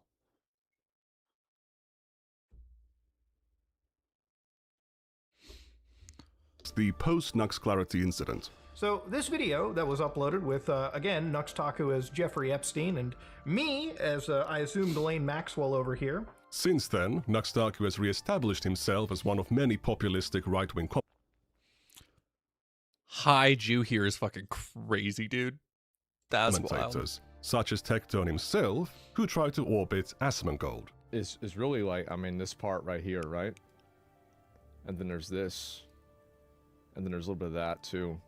I was apparently recently hired as Asmongold's thumbnail editor. Why wasn't Asmongold nominated at the Streamer Awards? And it's me holding up a fucking thing of I'm white, you're black, and I'm pointing a gun at somebody? Damn, bro, like, that's what it was. This is a top tier thumbnail. Oh, God. I usually watching Asmon, he's not this big on my screen, but he's fucking... Like, watching in higher definition is rough. He's hard to look at, dude. I think it is. Honestly, like, we should have just used this one.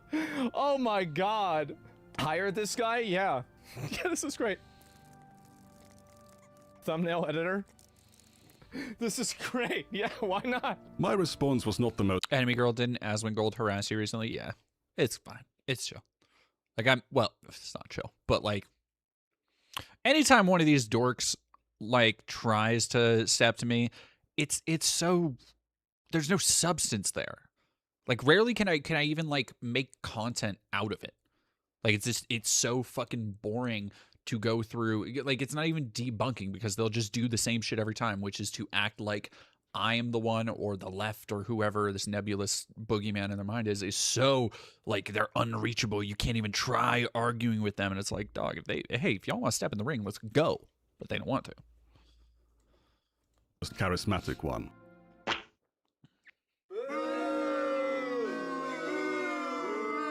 He never actually intended to hire me. That was merely a stunt he did for his livestream. Given his recent defending of Tectone, it was probably for the best. As a Forbes magazine featured commentator, I can't be associating with people like this. However, this video isn't about Asmongold or Tectone. It's about the rumors circulating Nuxtaku. I want to also say, I understand VTubers, and I understand that, you know, making a rig takes a lot of time and effort. There's something, and I do understand the appeal of making your own character and being represented by that. That said, I understand this is a personal preference. There are so many points where people who take on VTubers do not just want to be a person behind an anime avatar, and they start behaving like a cartoon, behaving like their idea of a cartoon, behaving like an anime character. And it's the cringiest thing in the world to me. I'm sorry. There's that fox who I don't think is a bad person, by the way, to my knowledge, but there's this fox, I think it's a fox, furry VTuber who has like a full body rig. And the tracking and everything involved with it, I'm sure, is technically very impressive. But watching him, they do these like extravagant, like it was the thing. All right, you remember a couple years ago when the big thing was there was this meme trend that like everybody would start and slow down and speed up frames of animation so it looked like really smooth, almost like Don Bluth animated, where it's like like that shit.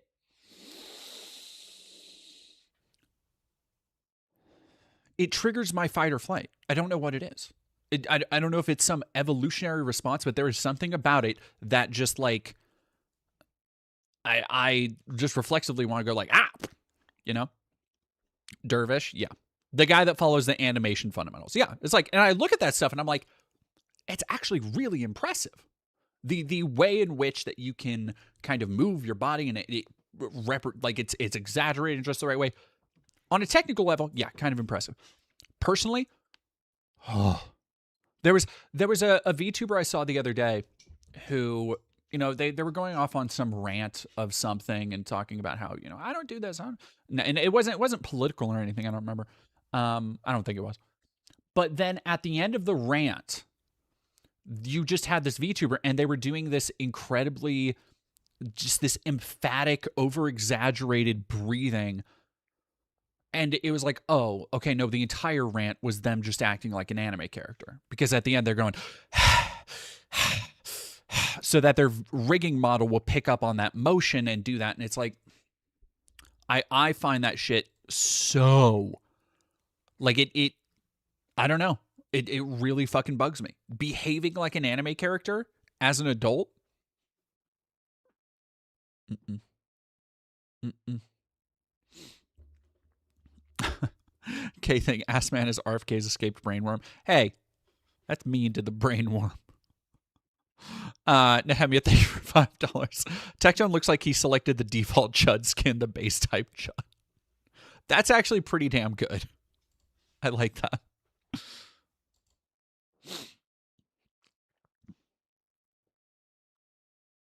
You do have to exaggerate movement sometimes for the model to pick it up. Yeah, and that's the thing that I look at it and I'm like if that's the thing you're doing, I get it.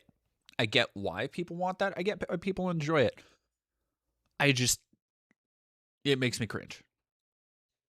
I just wanted to say that before going into Nux, because I'm going to be, if you see an unpleasant look on my face, it's because I'm looking at Nux's performative dumbass VTuber bullshit. The amount of misinformation put out on this guy is insane. I mean, dude, I get told that Nux is a pedophile daily. And I'm like, brother, what the fuck are you talking about? Nux has always been good to me, and I'm a guy who's always... I don't know what was clipped from that, like, because there was a cut there, so I'm assuming not much, but the idea of going from, what, who's a pedophile? What are you talking about? He's always been nice to me. My dude. This guy, this is, by the way, if y'all want to put names to faces, this is the dude. The last guy we were looking at, this is the guy in his corner. This is the guy who's his support network. So, consider that. Always going to have the back of my friends. However, I will also be the first guy to hold my friends accountable. We'll see about that. But why would anyone say that Nuxtaku lusts after children? I have my own criticisms of the guy, but he's a very religious man. We got to stand up and fight for God. We were living in a world of like unbelievable hedonism that just kept ramping up higher and higher and higher, you know? Higher and higher. Nobody told me Nux sounds like young Patton Oswalt. Why? Why did nobody tell me that until now? I have to discover it on my own? K Black, thank you for $5. Every time I see Asmongold, it makes me want to take a shower. Good. It's like, good. That's keep that going. Because you know what? Any day that you see that and feel that, you can be like, you know what? Damn, at least I'm better than Asmongold. Mando Shoujo, thank you for following. More and more hedonism and secularism, and it completely took over, and this is an unbelievable conversation that's being had right now. He speaks out against hedonism and degeneracy. It's not surprising that people that are based purely on hedonism, that they think you could fuck everything that moves, they think that sex should be publicized and taught. Again, these are the cats. When I was talking about the quartering earlier, it's like, why? I don't care if you're a pervert or a freak. As long as nobody's being abused, as long as everybody's of age and no abuse material is being disseminated or normalized, I don't care. What I care about is why you got to act like you're against these things. And then on the other hand, you just, no, I want all my, like they made Laura Croft's boobs smaller so I can't honk off anymore to the games. They made these characters, all these female characters have short hair and smaller boobs, so I cannot nut anymore. And it's like, come on, man. Just be fucking normal about it. To little babies and children, teaching them to change their genders and shit like that. He's against sex being taught to young children and little babies. He hasn't always... I do also, credit where it's due, ball recognizes ball. The editing, layering this in the beginning, I understand it's burying the lead a little bit, but as an artistic choice, I gotta respect it. He's been open about his religious beliefs, but he has a long history of criticizing the Twitch platform for making adult content available to minors. Twitch can't decide whether they want to be a 13 plus gaming website or an 18 plus porn website. Twitch wants to rake in all that advertiser bucks for being a 13 plus gaming website. They want to be on every single freaking smart television in America because that's how they get so many of their little young impressionable viewers. They are trying to be a 13 plus gaming website as well as a porn site at the same exact fucking time. Just recently, you had the implied nudity meta on Twitch where they allowed artistic nudity, which is, again, still mind-blowing to me that they even thought this was a good idea on a 13 plus gaming website, by the way. Making adult content available to children is totally inappropriate, and Nuxtaku has known this for a while. Hentai ain't for kids under 18, let alone under 13. Some insist that it is solely the parents' responsibility to stop their children from seeing that stuff. End of story. I think that's a very dumb perspective, so I'm going to back up Nuxtaku on this one. Parents do have the primary responsibility to protect their children. But that responsibility isn't on them alone. If you're publishing content on a 13 plus website, the creators, the parents, and the platform have a shared responsibility to protect the children using that site from being exposed to harmful content. In the case of Twitch, the creators are knowingly streaming inappropriate content, and Twitch isn't cracking down on it. As Nuxtaku clearly understands, it is supposed to be a 13 plus platform. If you're allowing or uploading adult content onto that platform, you're clearly doing something wrong, and should be held responsible if kids come across that content. Parents can easily block actual adult websites, and some even teach you how to do it. But when adult content is hidden on a 13 plus website, the parents might not even suspect it to be there. Take for example, Mutahar's aunt. Here's the fucking wildest thing about her, okay? So she has every fucking parental filter. If you walk into her house, it's like fucking North Korea. However, she hasn't done anything for YouTube. She hasn't looked at parental controls. So in her mind, she's like, I'm a good parent. I'm making sure they don't watch porn. And then their kids are watching like Andrew Tate and shit. So she's blocked this one possibly dangerous avenue of like, you know, psych infiltrating shit. But she hasn't locked the other one out. Instead of telling his aunt to set up parental controls on YouTube, Mutahar decided to shit-talk her parenting on his massive podcast. Very normal behavior. So when adult content is on an adult website, it's easily blocked. When it's on Twitch or YouTube, it can go unnoticed and in the worst cases, subvert those parental controls. That's why it's important for creators on these platforms to keep in mind that their content is going to be available to and be seen by children. As an example, you shouldn't have a hentai reviewer on your podcast and then shout them out by pitching their content as a method to circumvent parental controls. Ladies and gentlemen, please check out our friend Hartweigen, friend of the show, absolutely amazing creator. If you're into hentai and you I was unaware of that. Like, look, I figured that, yeah, of course, there are people out there who care about hentai and who like any other thing, but we're good. Okay, I'll address that in a second. Canadian Gears, thank you for another 20 Canadian. I really hate how when they refer to cis men, they refer to their gender men, but when they refer to cis women, suddenly they refer to them as sex females, like there's some sort of science experiment. Well, it's because they don't see them as equally human. Like, that's straight up. Brutus Magnuson, thank you for $10. These guys get made when real women wear skimpy clothes, but get mad when sorry. When real women wear skimpy clothes, get mad when fictional women don't wear. Guess don't know what. Yeah. Dragon Cabin Overload, thank you for $2. Hope this video talks about the Jade and Annie thing. I think it might. And Dragon001, thank you for $2. Can't be bad because they're nice to me. And then Max's Animates, goodness gracious, thank y'all so much. Max's Animates, thank you another 5. Hey, DD and pals, here's a 5 penance for my cartoon drawing cringe career choice. Ooh, woo. you want to, and you got parental filters all over your web browser, this is a channel for you because no, there's not a fucking video.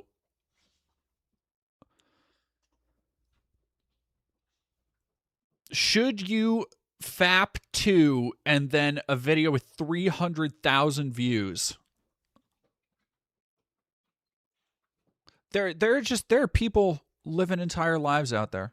There's people you'd never expect. That's fucking crazy, dog. YouTube is not blocked by parental filters, so wink wink on that one. Before you run off calling Mutahar some early porn introduction mogul, this is just a single, irresponsible one-off comment from years ago. It was a dumb thing to say, but there is no broad pattern of Mutahar engaging in this behavior. To return to Nux's critique of Twitch, another problem with adult content being on a 13+ website is its potential to funnel children to adult websites and services. Every single freaking ASMR streamer on Twitch is linking their OnlyFans because ultimately Twitch is a massive funnel to that stuff, and Twitch knows that. Most of Twitch these days is a literal funnel to OnlyFans. Remember, this is a 13+ gaming gaming website where 90% of just chatting streams are boobs, funneling people to the OnlyFans of the streamers, because it's not like there's any discoverability on OnlyFans. And the recommended page and every thumbnail on the just chatting. First off, there is discoverability on OnlyFans. That's why a lot of other models do that. Second off, it's Twitch is only boobs. It's under just chat.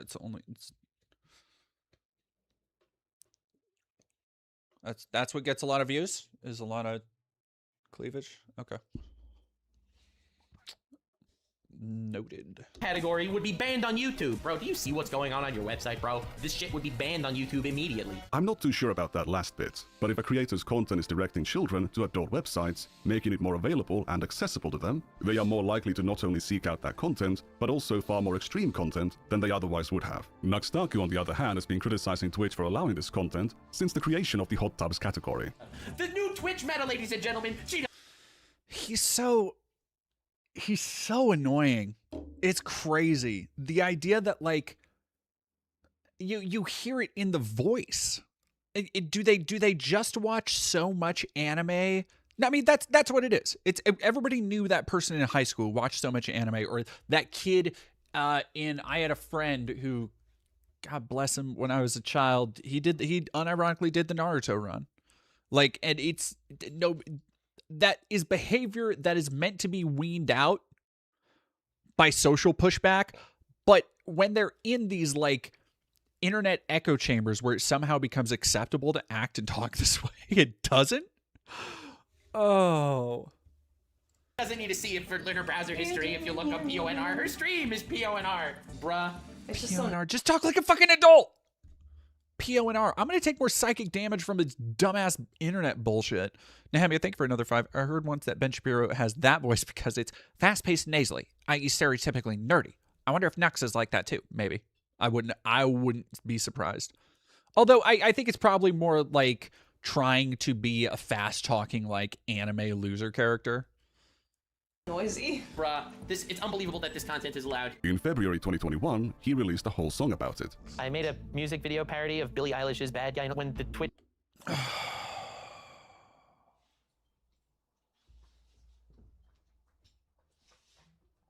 Terrible. Awful for me. This is hot tub meta was going on. All the top streamers were female streamers in hot tubs wearing nothing. And I made a music video parody. Twitch is hentai. Twitch is hentai. Twitch thoughts giving teens bloody no sleep. Damn, a great message and a banger tune. There is just one... Oh, come on. You got it. Nick Andros, you can't fucking... You can't... A big problem I have with Nux's critique here. He left out the most dangerous elements of this kind of content. I will say, this guy's approach to filling, because this is a problem if you want to make videos. Figuring out what do you do when, what do you put on screen when there's no footage that you're talking about, like that you are directly addressing. I like this like 80s establishing shot Bob Ross stock footage thing he's doing. That's good for me. I fuck with it. I fuck with it. Any child can see bikini ladies on the beach or at the pool, but they're not going to see bikini ladies doing erotic dances while surrounded by adult strangers who are touching themselves while chatting with them. They are also not going to receive private messages or invitations to join a private group chat where a much older person showers them with attention and makes them feel special. Creators don't just put out content, they have a community, whether it's in their comments or on other platforms. If the creator's content is explicit in nature, then so will their community. If children are allowed into these spaces, the creator is facilitating a space where adults and minors are talking about explicit matters with each other. Even if there are no predators in those spaces, if minors are allowed access, they are still being normalized to the idea that it's okay for them to be talking about these things with random adults, making them much more vulnerable. See, and it's the thing I fuck with is it's like, it's not all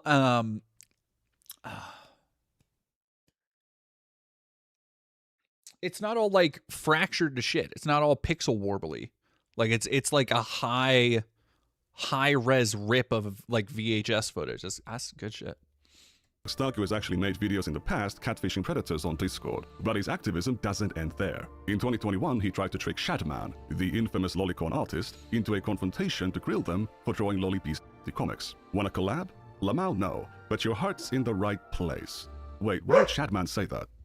Anyway, These statements and instances where Nuxtaku actually mocked messages he received from Shadman have been misconstrued by bad faith actors to claim that Nuxtaku had some connection with Shadman or a desire to work with him. I mean, look at the timeline. We're supposed to believe that 3 days after catfishing Predators, Nuxtaku was trying to get on Shadman's good side. It is such easily debunkable nonsense. This whole controversy was just an offshoot of the early Mr. Beast drama, when Ava Chris Tyson's fandom of Shadman was exposed. Nuxtaku was among the people calling her out on it, but also for running a Discord server where NSFW content was available to minors. Despite his consistent, long-term opposition to children being exposed to adult content, and criticism of multiple creators who have blurred the line between adults and children, Nuxtaku continues to be smeared as some kind of pedophile because of his old videos. My videos were showing people weird shit that came out of Japan to get funny reactions, and I to this day do not think that they were harmful videos. I don't. It really isn't necessary, but let's take a look at one of those examples. If we go to May of 2021, a couple months after releasing the song about Twitch, and a few months before the Shadman collab request, he released this video. It's about Nuxtaku reviewing the old comics made by the author of the Nagatoro manga. It's a romantic comedy about the titular Nagatoro, a high school junior. I know a little trick for looking up the old thumbnails of videos on the Internet Archive, and the thumbnail of this video used to look like this. Nagatoro taking off her panties. This isn't the second version. This is the third version. Here is the second version. Nagatoro completely naked, and there's some kind of a chimpanzee behind her. But she's sitting here in the forest, and all of a sudden Monkey comes out and starts. That's a lot of monkey hands. Jesus Christ. There's a lot here.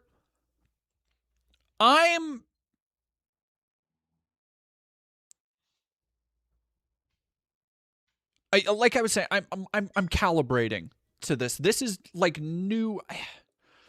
I understand. I go through the world day to day understanding that there are people out there living entirely separate lives than me. But then when you see it, sometimes you're like, oh, you know, you get reminded that our votes are technically worth the same. Like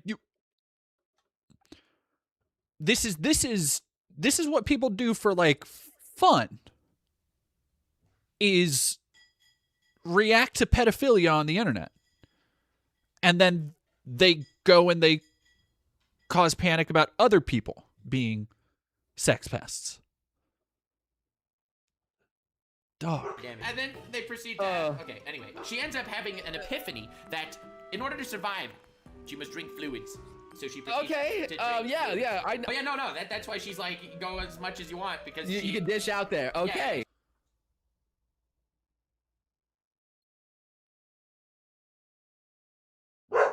She needs to drink it to survive. This is survival instincts. Boom! They were in fact not in the forest. She was in fact with the monkeys in a zoo in front of a whole bunch of people. Out of people? No, an audience? Is this a zoo? So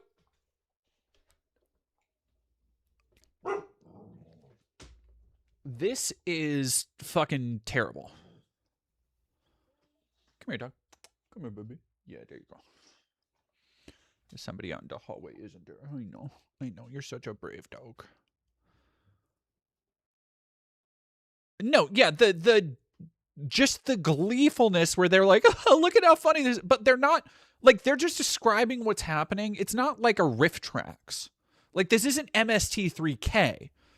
Like, him trying to cover this up as being like, oh, I was just making videos about content from wacky Japan is such disingenuous horseshit. All right, sorry, give me a second.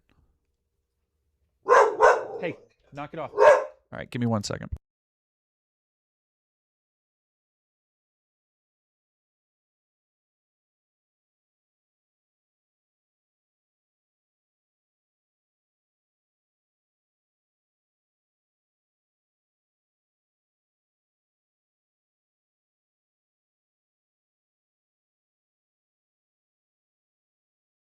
Fucking people out in my hallway. Come on now. Yeah, no, they're just looking at like CP and being like, oh, look at how like it's not fucking funny. Fucking freaks, God. I saw all of it. The mating act. This is so cursed. This is the worst image in the history of. Why would the monkey bring it up? That's so weird. So she pushes the shock collar that she happens to be wearing. Oh, they put her on a shock. What the fuck? To force her to do the friendship show. So she's a slave. Yeah, it's pretty messed up. And then she has to dance like monkey. Oh yeah, it's pretty messed up. You're a fucking freak, dude. You want to go and talk about other people being degenerate? Like, you're a fucking freak. If you can look at this stuff and be like, oh, look at how fucking funny this is. Look at this child getting raped by animals that I found drawings of on the internet, and I'm trying to. You're not even riffing on it. Like, there's no defense for this. You fucking freak. Like, absolute degenerate. God.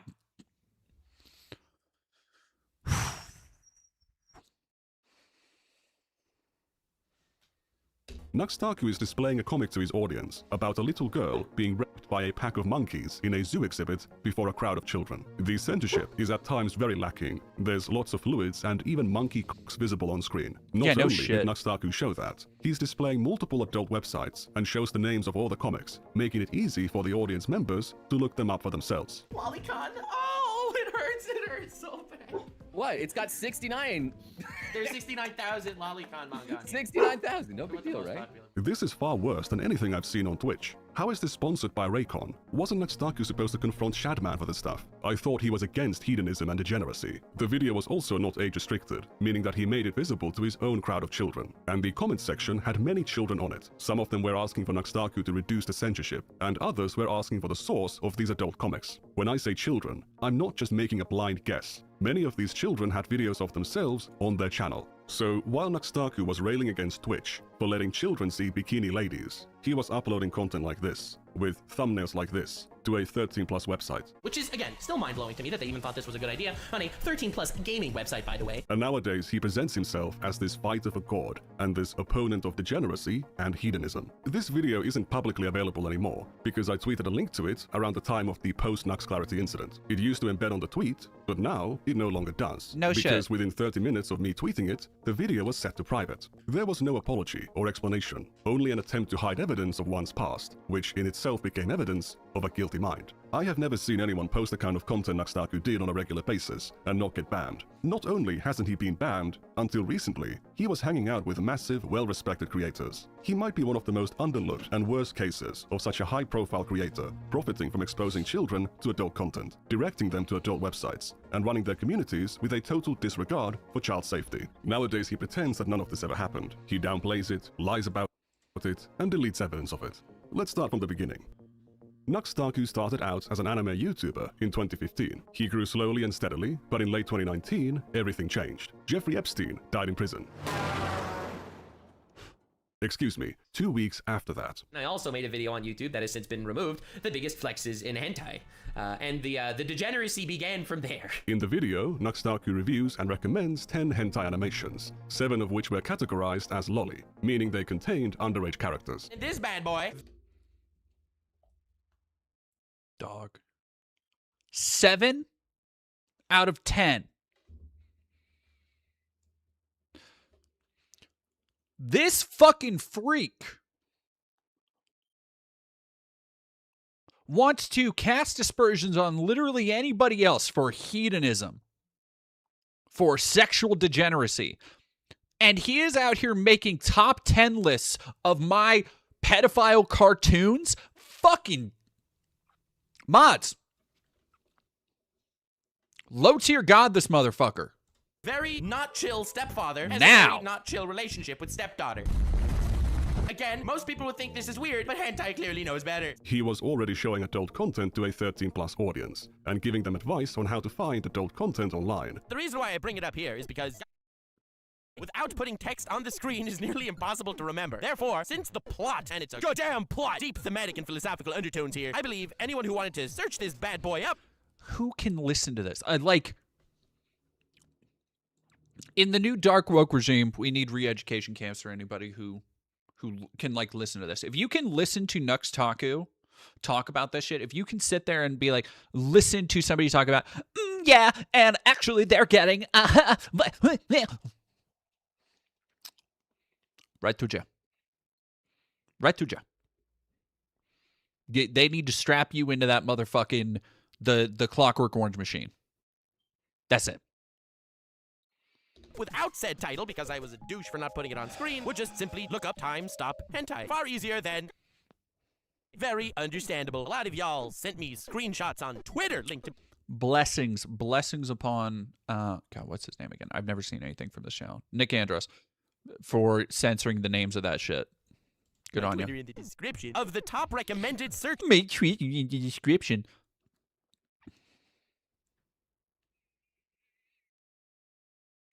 Hell ain't deep enough. is on the hub of prawn. And lo and behold, much to my... The hub of prawn. Yeah, no, this guy, like, you go right to Gulag. Right to Gulag, do not come back. Right to Gulag. For your degenerate crimes. Right to Gulag. Surprise! WTF, fanbase! One of the top hits is Time Stop Hentai. And it stayed like that for 3 goddamn days immediately after me uploading my biggest flex as an hentai video. Now that is the biggest flex in hentai. At the time, these videos earned him a massive amount of attention. So, if I'm understanding what that's talking about, Time Stop Hentai, I am assuming that is just rape content, is what I'm hearing, right?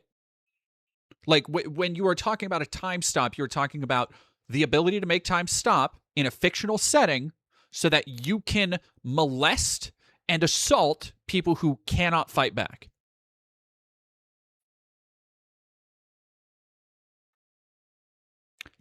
I can't fed post. I can't fed post. I want to. Oh, chat. I'm sending out my psychic vibrations to all of you right now, and I hope you understand. Ooh, I'm on some shit in my brain. I'm on some Tarantino shit. I'm on some motherfucking Lady Snowblood. I'm on some Ichi the Killer shit up here. Some opening of that one Wu-Tang, the Method Man track.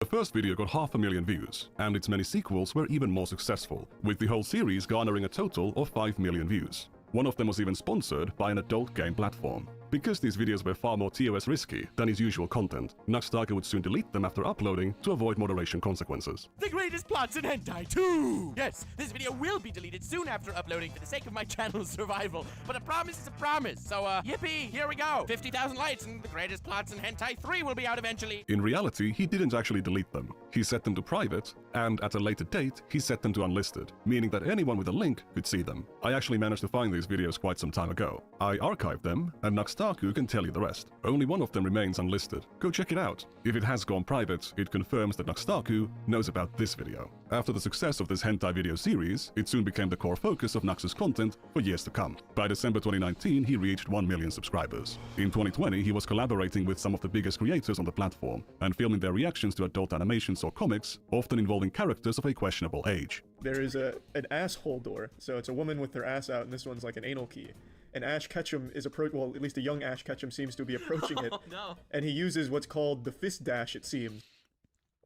So again, on paper, and I think the concepts of these pieces of content, I'll call it loosely, on paper, I understand why people think that, like, okay, like, let's show the most freaky, fucked up, twisted shit to somebody, get their reaction to it, right? This is something, like, people have been doing this for decades.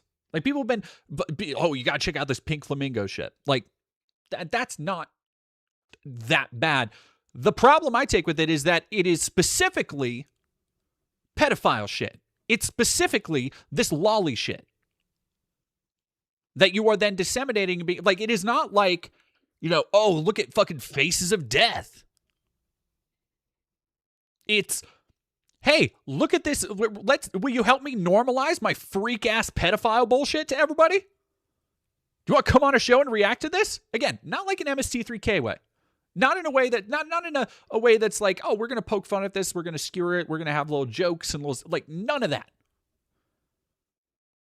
To the point where it can only be called platforming.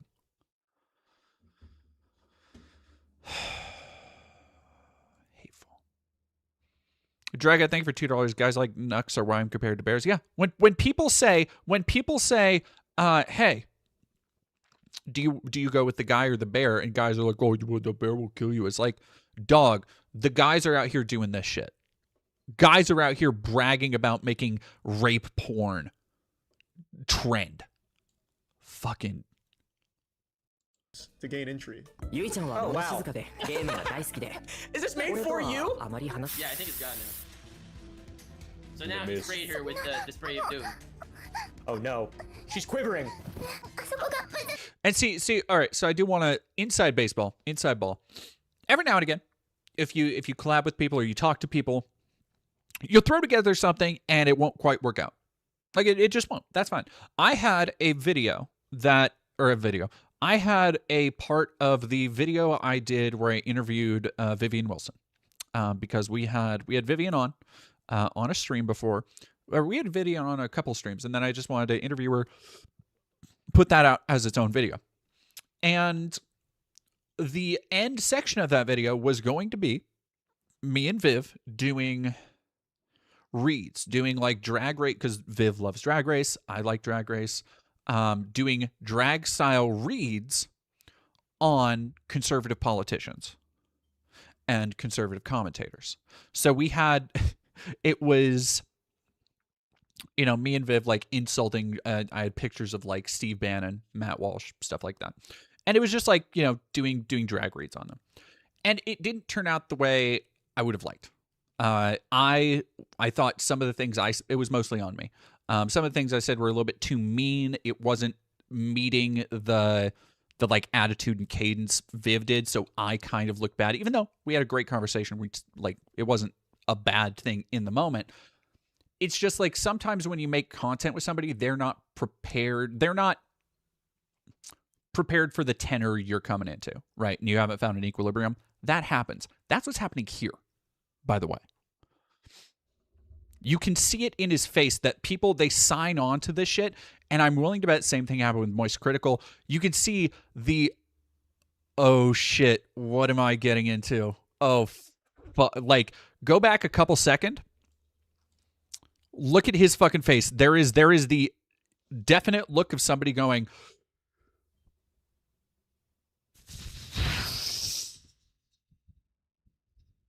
rough.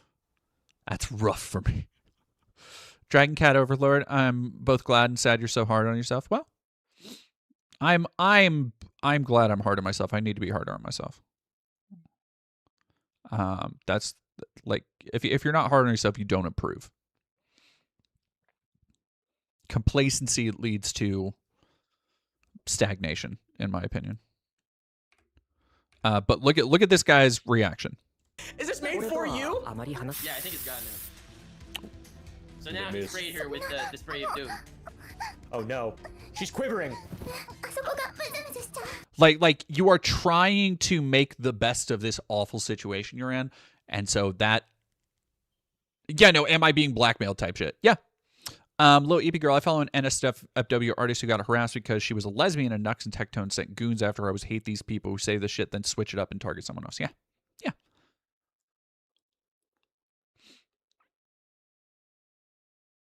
I'm experiencing swag nation, actually. Yeah. Yeah.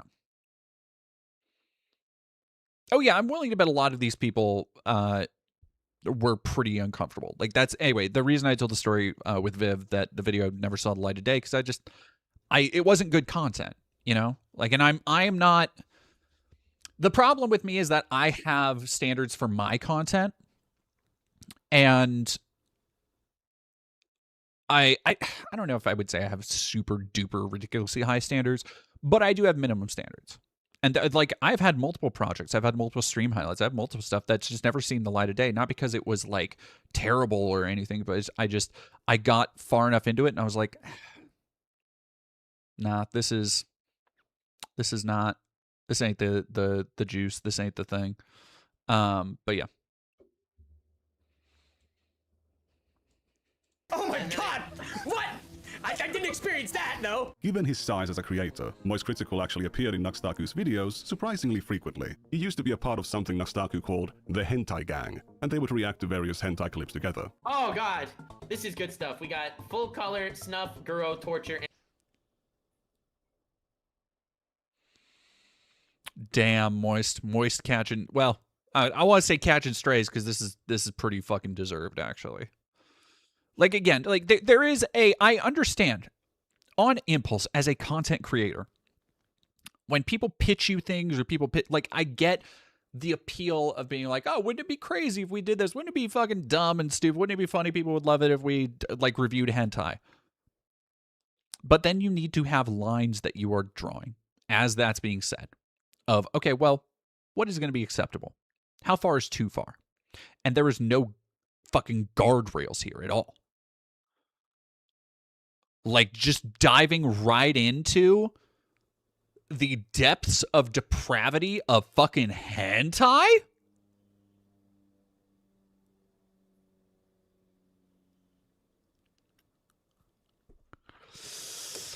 Rough. Yeah, I am also glad. And it should, like, it does deserve to be pointed out that, like, by all accounts, Moist doesn't really fuck with these people anymore. And this is not somebody I know at all. But from what it seems like, this is not his fucking scene at all anymore. And fucking good on him for leaving these people in the dust. Amputee, all the wholesome tank. Sounds good, let me see that shit. Nuxtaku also deployed a very aggressive clickbait strategy. Showing some bikini ladies wasn't enough. He needed cropped hentai, bestiality, and lolly. Despite having displayed this content in his videos and thumbnails for years, Nuxtaku has consistently denied being into it, but he also claims he doesn't believe enjoying it makes you a pedophile. There are 3. Then you're into it. That's it. There is no middle ground there. If you say you're not a pedophile for liking sexual images of children, yeah, you are. You are. No, you are. If you are able to make that connection, if you are able to make that excuse, you're a fucking pedophile. Freak shit. Get the fuck out of here. Levels here, okay? There's lollies, which I have absolutely nothing against. I don't think anyone has anything against lollies, okay? Like Chibi or... Oh, buddy. Oh, buddy, don't we? I got some shit against you, motherfucker.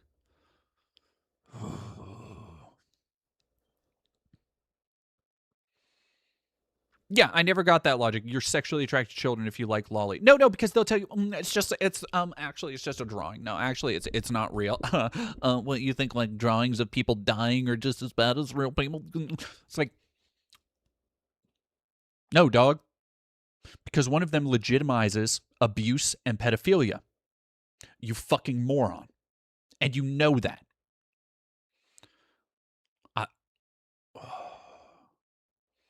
Megumin from Konosuba or Gura. Nothing has anything against lollies. It's lolly that's the gray zone. Nuxtaku would begin to signal. Also, not a gray zone. Straight up not a gray zone. It's like, well, when you really get into the moral dilemma of lolly, no. There is none. Like when I talk about how there are some arguments you don't need to have. Like there are some things, literally, just don't argue them. They are not worth arguing. That's that. Short stacks are fine. Fluffy Ray, I can't believe you made me read the word short stacks. I mean, if you're just saying short people, then yes. Like short, of course, there are short people out there who are adults and deserve to have sex. Like, yeah, whatever. But the idea of like, oh, this character is just short if it looks like a child. Nuh-uh. Don't be. I'm not fucking falling for the short stack goblin line. I didn't fucking fall on it the first time. Tell this goblin to keep Toki's name out of his mouth. Thank you, Fighting Hobbit. Depends. Midna is fine. Midna's in a weird fucking area because Midna's not even like Midna's proportions are weird. Like Midna has like the original Midna has like the body of a baby, not even a child. Like the original Midna is like this little sprite creature thing. Ugh.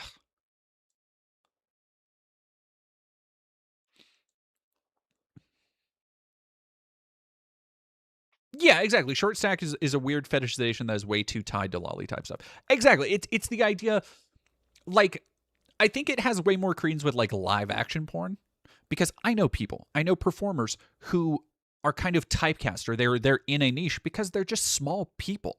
Like, they're as old as I am. They're completely consenting adults, but they have small frames, and that can be rough. I don't honestly like wanting to willfully go into sex work, being good at it, enjoying it, and then people will accuse you of being like a pedophile baiter or something. That's rough. That's fucked up. I get that though. But like, that doesn't apply when you're making somebody from scratch. Non-amp idna though. Non-amp midna.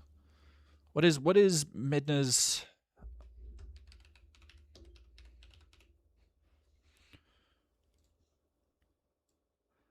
Oh yeah, she bad. Okay, Midna's true form. Look at that. Her bad, baddie. All right. Now I see the vision. I see it. Oh, damn. That person fucking sees the vision too. Okay, I see the vision with grown up Milda.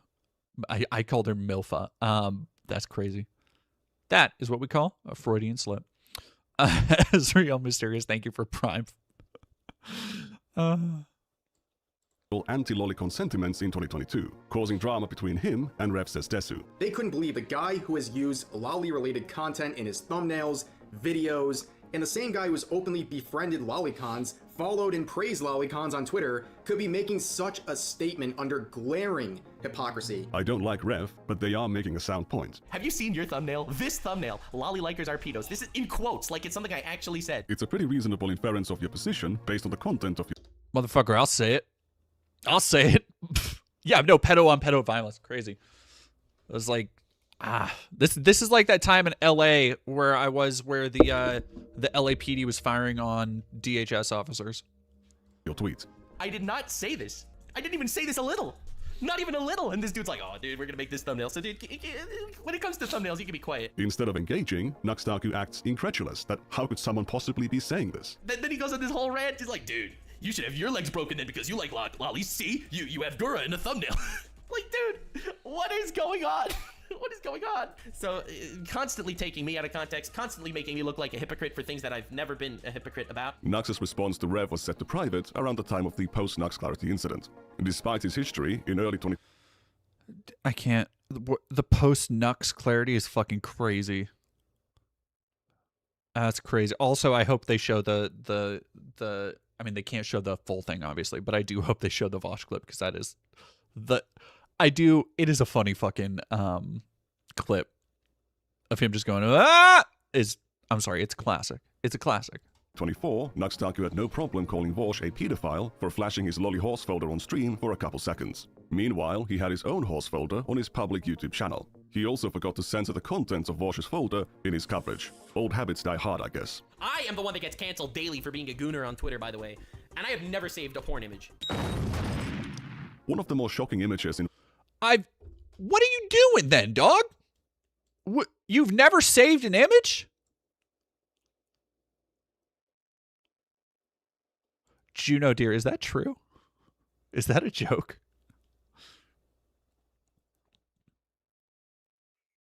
Or is that true? Because if that's true, DM me. That.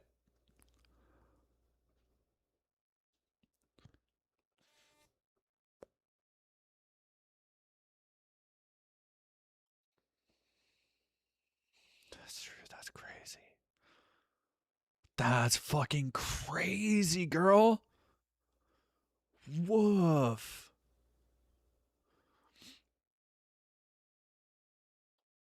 The fight is broken out on Epstein Island. Nux versus Rev. Thank you, Nat. Yeah, we should ban gooners. What do we say? No. Like, here's the thing. Gooning. All right. I'm gonna say something. Chat. I need you to hold space for me. Hold space in your hearts. I'm gonna say something as controversial as it is brave.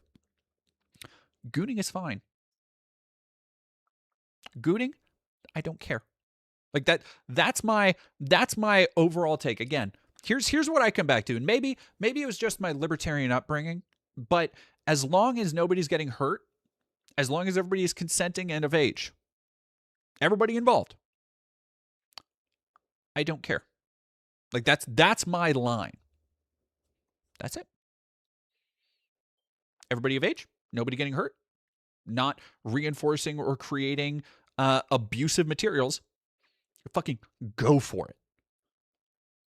Like, because there's so many weird, and well, weird is a harsh term. I'm going to say weird from my perspective, right? There's so many things that I'm not into. Like, anytime I see anything having to do with like, and people usually do it as a joke, but then I see it and I'm like, you know, there's like Bowser gifs out there that's like fart fetish stuff, and I'm like, and I get people are putting it out there and using it as reaction images as a joke, but the origins you look at and you're like, oh, that's for people to jerk off to. And I have to, because it's like, you know what? Ultimately, I don't give a shit. I don't care. Like, it's not worth my time or anybody else's to get mad at. If that is what floats your boat, nobody's getting hurt. Nobody's fucking, like, I don't have to take part in it anyway. I don't have to be exposed to it. Whatever. I can pretend it doesn't exist because nobody's getting hurt. Nobody's getting hurt. Everybody's consenting. Everybody's of age. Whatever. Do not care. Just do it away from me. We're good. I usually think of gooners as people who are obsessed with porn. They see everything through the lens of porn. Okay, so here's the thing: is gooning is an actual like thing. Like, it is an actual. How would you even describe it? Like a hobby for some people. I know people who are into gooning. And it is a like. I think people way overdo it. By the way, I think people get way too into it to the exclusion of stuff around them. But again, that's their choice, and as long as everybody's consenting, all that shit, fucking go crazy. Have your goon cave. Have your get as many monitors as you want and be playing compilations and I don't give a shit. Don't care. Yeah, I will stand up for your right to goon. I will defend it to the death. Don't have to agree with it. Isn't it like edging? Edging is included. So okay.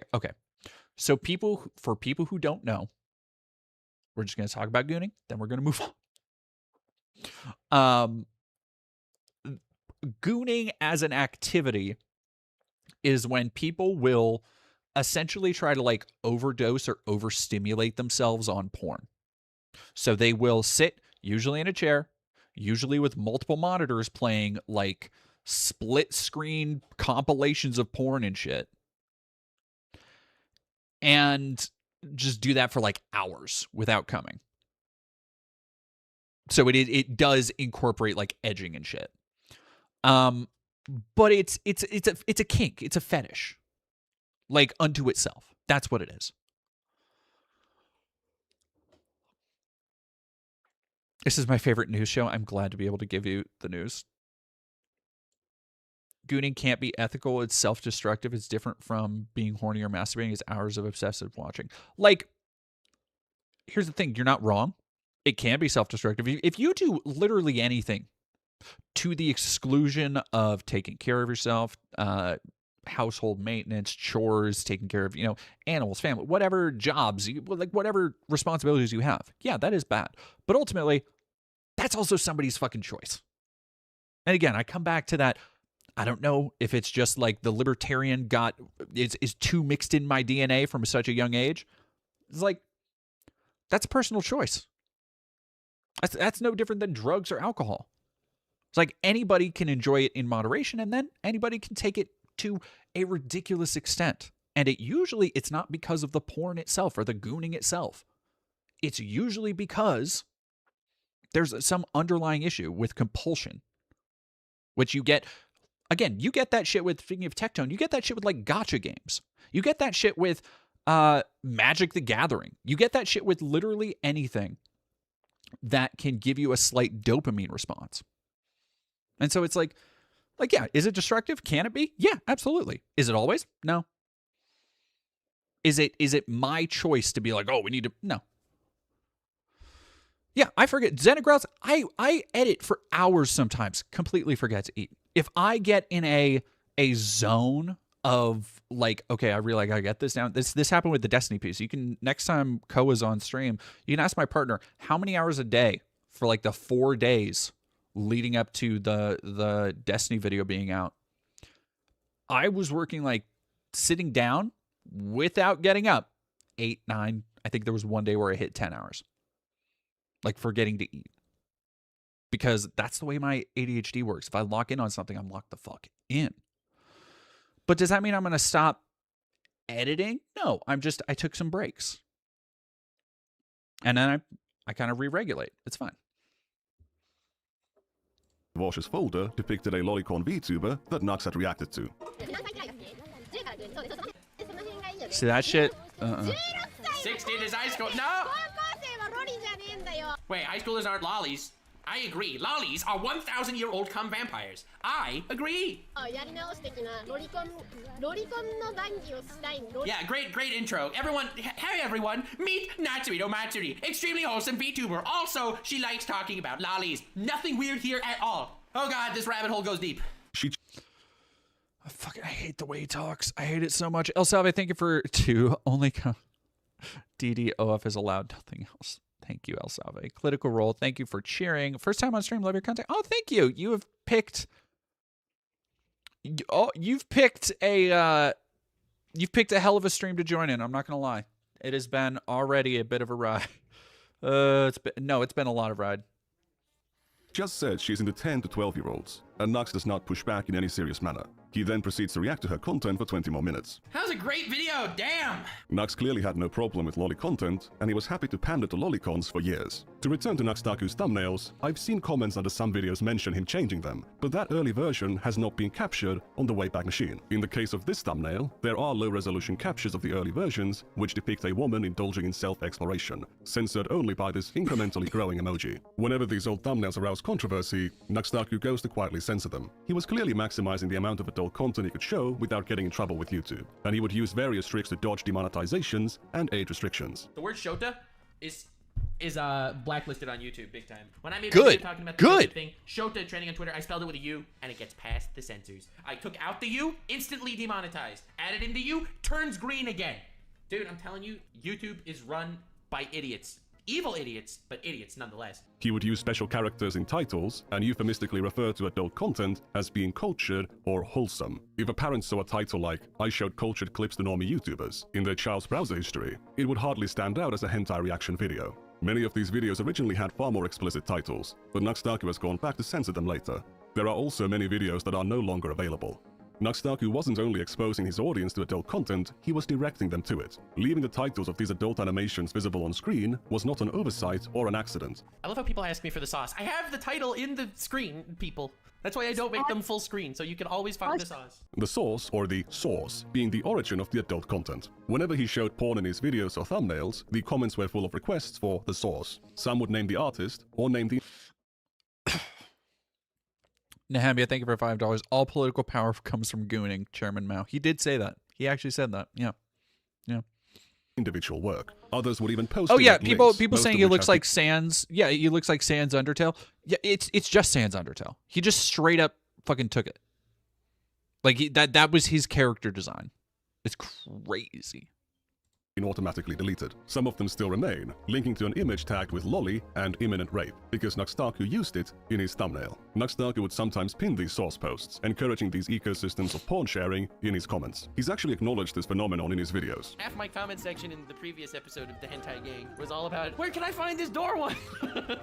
Alright, so... It really isn't hard to find. Okay, Charlie. Yeah, it's super easy to find if you just type in, like... Very cool, Charlie. Comes up almost immediately, because I didn't remember the name during the episode. That's all I typed in and found it in almost instantly. Thanks for the instructions on how to find that hentai comic online. As you can see, talking about, exhibiting, and directing people to a goon or goon not. There's no try. That was somebody else's. Thank you for whoever said that in my chat. Adult media was a core part of Nux's content and the community around it. Now, YouTube is again a 13+ website, just like Twitch, So Nuxtaku was making this content available to minors. But did it appeal to them? You've seen enough of his presentation to know that his audience was hardly above the age of 18. If you're putting on this kind of PewDiePie voice, you're not looking for an adult audience. Given his previous focus on anime, Nuxtaku's audience would already trend towards being pretty young, but it wasn't young enough. He would imitate the thumbnail style of channels like Game Theory, which is very popular with children, and make lots of other content trying to attract MatPat's attention. He eventually succeeded and collaborated with not just MatPat, but also PewDiePie and Markiplier. Except he didn't. These are just misleading clickbait thumbnails. However, if you were a fan of one of these massive channels with very young audiences, and you were tricked into clicking on one of these videos, your recommendations would fill up with stuff like this. This combo of factors that would drive this content to a young audience would not be complete without Nuxtaku's favorite rule, that being Rule 34. And if you're not familiar with the term Rule 34, it's a term and website talking about how if anything exists, there is porn of it. Nuxtaku being obsessed with it is a meme by itself. He was making videos about Pokemon, anime, and other children's IPs while using Rule 34 of them as clickbait, or as the subject of the entire video. The most popular video on his second channel was a reaction to a viral Animal Crossing adult animation with very minimal censorship. There are small blurs around the genital areas, but you could still make out what's going on.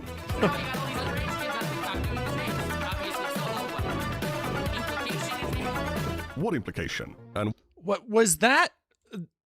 I can only imagine that was the way the video was actually fucking edited. If that was the way the video is edited, that is insane. What the fuck?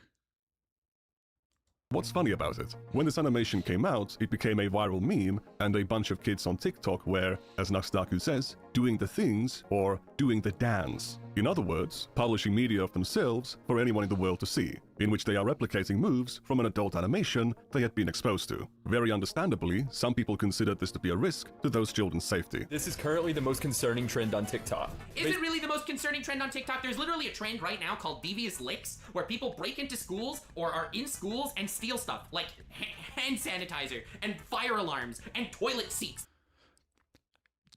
Dude, if you... Yeah, no, that's not as bad. That's actually not as bad as children sexualizing. Like, yeah, that's not as bad, dude. I don't know what. They just rip them off the toilets. That is a trend on TikTok right now. No, this is the most disturbing trend on TikTok. All right, dude. What's worse, children being at risk of being exploited, or children stealing? Like, do you think? There's no way you actually there's no way somebody says that and actually believes it. Like, there's no way somebody has ostensibly gone through high school and came out the other side being like, actually, you shouldn't steal the school's hand sanitizer. Yeah, who gave a fuck? God, this guy had, I guarantee this dude had no friends in high school. Toilet seats. More and more TikTokers have started to recreate that dance, and it's got people concerned. Basically, a lot of people are afraid that the dance is going to get really popular, and kids are going to start coming on the app and doing it and get targeted by predators. No one's afraid of that. All right, maybe I'm not around TikTok enough, and I don't understand the ecosystem, but I don't think that people are afraid of kids being targeted by predators because they're doing a dance. I'm gonna let it play. I'm gonna let it play because I feel we're building to something, right? I can feel a little bit. You know, we're coming to a climax eventually, let's say. But I wanted to pause and just react to that because that kind of... Yeah, I'm going to say you don't know. You don't know. You don't know.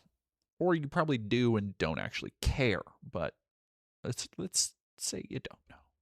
Taco Face Fart, thank you for $2 sub. Okay, kids are targeted by predators on TikTok for freaking breathing crooked. I don't think this dance is gonna push anyone over the edge, but that's just me. A child that is publicly self-reporting as having been exposed to adult content is absolutely more likely to be targeted. It means that their internet access is unrestricted and likely unsupervised. They're an easy target. So if you happen to see any kids on your For You page doing this dance, please nicely encourage them to stop. Nicely encourage them to stop is just sending hate mobs in nicer words. This guy could be a total grifter in his own right, but nothing about what he's saying here should should be controversial. It's basic, common sense, internet child safety, but Nuxtaku takes it as some existential threat, which makes sense when you think about what he's doing for 2 seconds. He's regularly uploading content sexualizing children's cartoon characters onto a 13+ platform, characters designed to appeal to children, and more likely to be recommended to children. If you look at this video's comments, you see dozens of children explicitly reporting their ages, many of them being under 13. These are not adults pretending to be children as a joke. I've seen what's on their channels. They are uploading videos of themselves onto their channels, and then leaving public comments under Nuxtaku's videos for anyone in the world to see. There are thousands of comments like this scattered all over Nuxtaku's backlog, some new, some old, but many of them are from children who are still minors. Nuxtaku obviously doesn't directly control who watches his videos, or what they upload onto their channels, but he was choosing to upload this content onto a 13+ platform where it was available to children. If you make content about sex and porn available to children, you're gonna receive comments about sex and porn from children. If you look at the audience retention graph, you can see that barely anyone is watching this video for Nuxtaku's commentary. All of the attention is hyper-focused on the segment where the adult animation is shown. Who do you think is watching it over and over again? Any adult could just go and watch the uncensored animation elsewhere. However, to the children who cannot access adult websites, this is the most easily available and the least censored version of the animation that they can find. Here is a comment from a child saying that they can't access the uncensored animation because of parental controls. This child's parents did not want them to be exposed to this kind of media, but Nuxtaku's content enabled it to happen anyway. Nuxtaku knows that YouTube doesn't want that content on its platform, and he was actively reverse engineering the site's moderation in order to continue uploading this content without getting age restricted. I need people to keep in mind, again, these are the people who will constantly cry foul at literally anything about trans people, about queer people, about wanting to educate and keep kids safe. And this is the shit they're doing. This is how they're moving. Unfucking believable. All of those thumbnails are fucking crazy. God, what a shit stain. I don't know if you probably can't hear, but lady she brought a pile of blankets next to me and she is now snoring right next to me. Echo Boz, what happened with Chibi reviews? Chibi reviews apparently almost killed himself after his fiance, who was fucking his best friend behind his back, left them, and then their entire like gaming friend group also left, so he has nothing left. But that's Chibi reviews.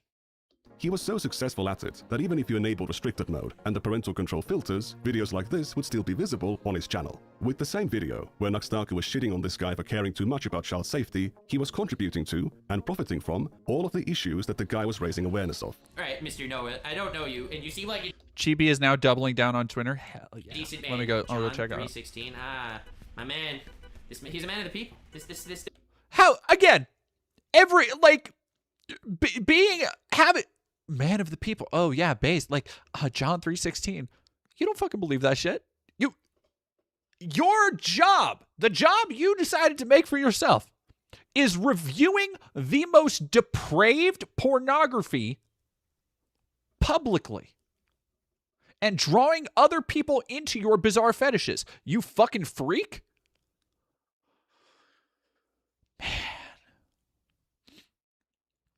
Dude, this absolute legend. I didn't even notice that before. Absolutely. Don't quote Bible verses in your bio, dude. What? John 3:16 is, "For God so loved the world that he gave his own forgotten son, that whoever believeth..." Oh, fake ass Bible fan. Fake ass Bible fan. You ain't never cracked the fucking book. Get the fuck out of here. The one, the singular, the most well-known. No, yeah, you already got it, Cal, 1699. The most well-known Bible verse. For God so loved the world that he gave his only begotten son, that whosoever believeth in him shall have eternal life. Begotten. And he's saying forgot. Get the fuck out of here. Get the fuck out of here. ...in him should not perish, but have everlasting life. All right, gamers. Yeah, all right. If I see that in the bio, I'm gonna... All right, dude. Fighting for gold was not the moneymaker for Nuxtaku at the time. The real moneymaker was running Rule 34 tournaments and networking with massive creators. What I did today is I gathered 8 YouTubers, put them in a tournament bracket format, and had them battle it out, where they each select different fictional characters, and based on the amount of entries they have on Rule 34, they are stronger choices. Not only are these videos just flagrant celebrations of degeneracy and hedonism, You know what makes me really uncomfortable about this? Is the fact that we know that Nux is making this video while having a massive erection. Yes! I mean, no. they are entirely based around the promotion of an explicit adult website full of adult content. So here's the thing. To switch on back over to Chibi reviews real quick. Again, I need you to remember, these are the people who will call you a degenerate. These are the people who will say that you don't want to protect children as they're doing this shit. And these are the people who then will do all of this horrendous grooming bullshit, protect each other, hang out with each other, go to bat for each other. And then, so I want to go back over to Chibi reviews really quick. This fucking absolute freak. I don't know what this anime is. Somebody said Toho. Is this an underage character? Is this an underage character? A chat, somebody has to know Toho. Robin's Aviary, yes.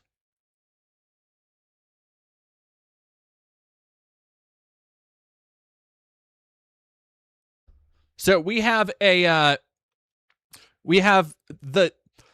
look, there are 2 ways you can go after you do a public breakdown on the level of Chibi reviews.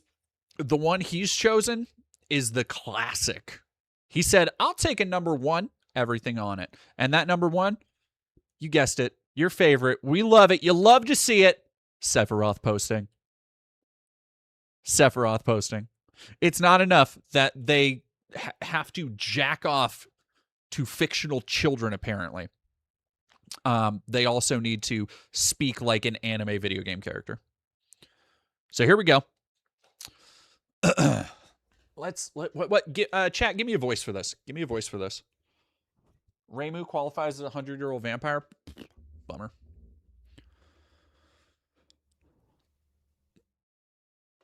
I don't know if I could do a Sephiroth. Sephiroth is just very like, how happy it would be. How happy it would make my haters if I died. Yeah, it's not enough. Tucker, Alex Jones. Okay. Alex Jones or Kermit. I could do Batman. Do we want to do, like, do I do Christopher Nolan Batman or do I try and do I don't know how much I could do Kevin Conroy. Seeing how happy it would make my haters if I died. I live out of spite. No, I can't. It's too iconic of an intonation. I fuck it up. Megatron.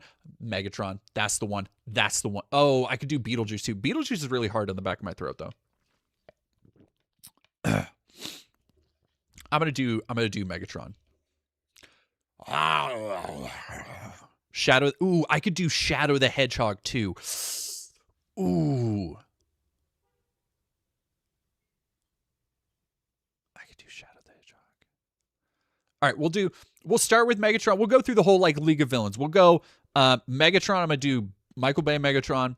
Go to Shadow the Hedgehog, and then I think we'll end it on give me another villain. I need another villain. Who do we got?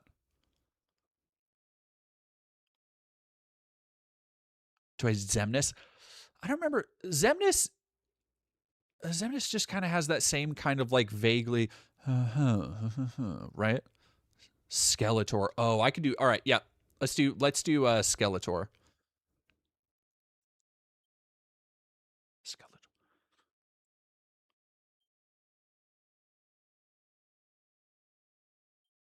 What is now I'm trying to think of like what is the original why am I blanking on the original Skeletor?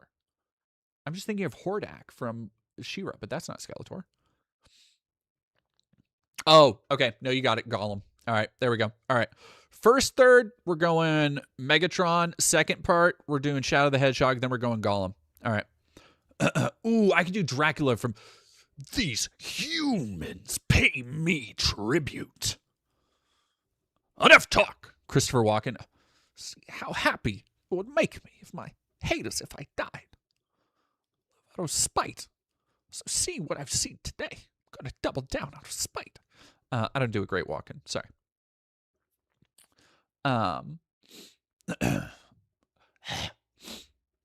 Seeing how happy it would make my haters if I died.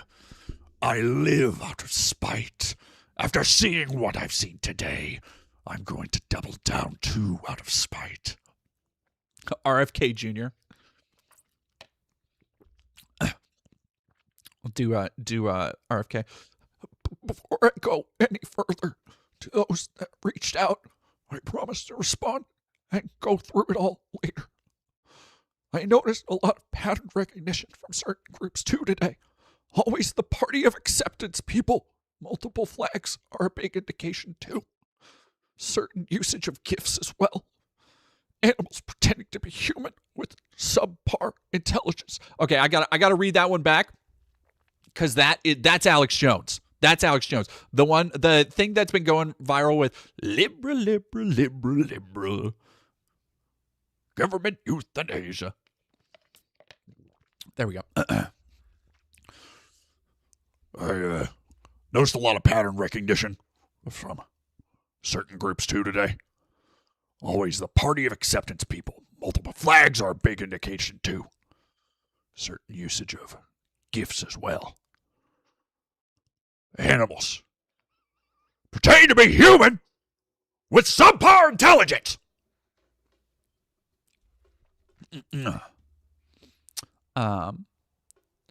Shadow. Let me give me a Shadow the Hedgehog line. I gotta get in key. You're the fake hedgehog around here. I am also pro-ICE, and I think illegal immigrants should not be in my country. I, however, do not think they are perfect. If you hate me and want me dead for that stance, I won't. That won't change my mind.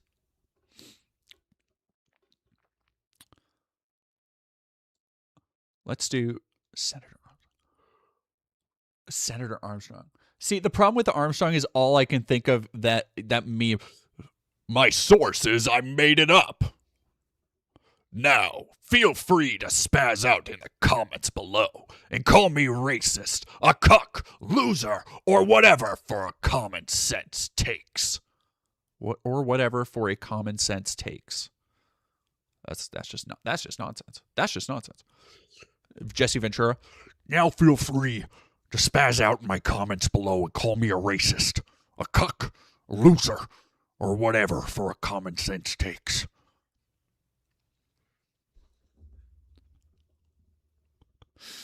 Armstrong is kind of there is some Alex Jones in there. Oh goddamn my why is it doing that? Stop it, use. Come here, use. Your loose bowels, thank you for following. Trega, thank you for $2. Bro, I'm screaming. Damn you, thank you for another 5. I live out of spite. Mom, get out of my room. Solid Snake. Oh, I can do Solid Snake. Yeah, I can do Snake. Now, feel free to spaz out in my comments below and call me a racist, a cuck, loser, or whatever for a common sense takes. All your interactions have made me tremendous amounts of money, spreading my name around. So hope that pisses you all off so much. All of your interactions have made me tremendous amounts of money, spreading my name around. So hope that pisses you all off so much.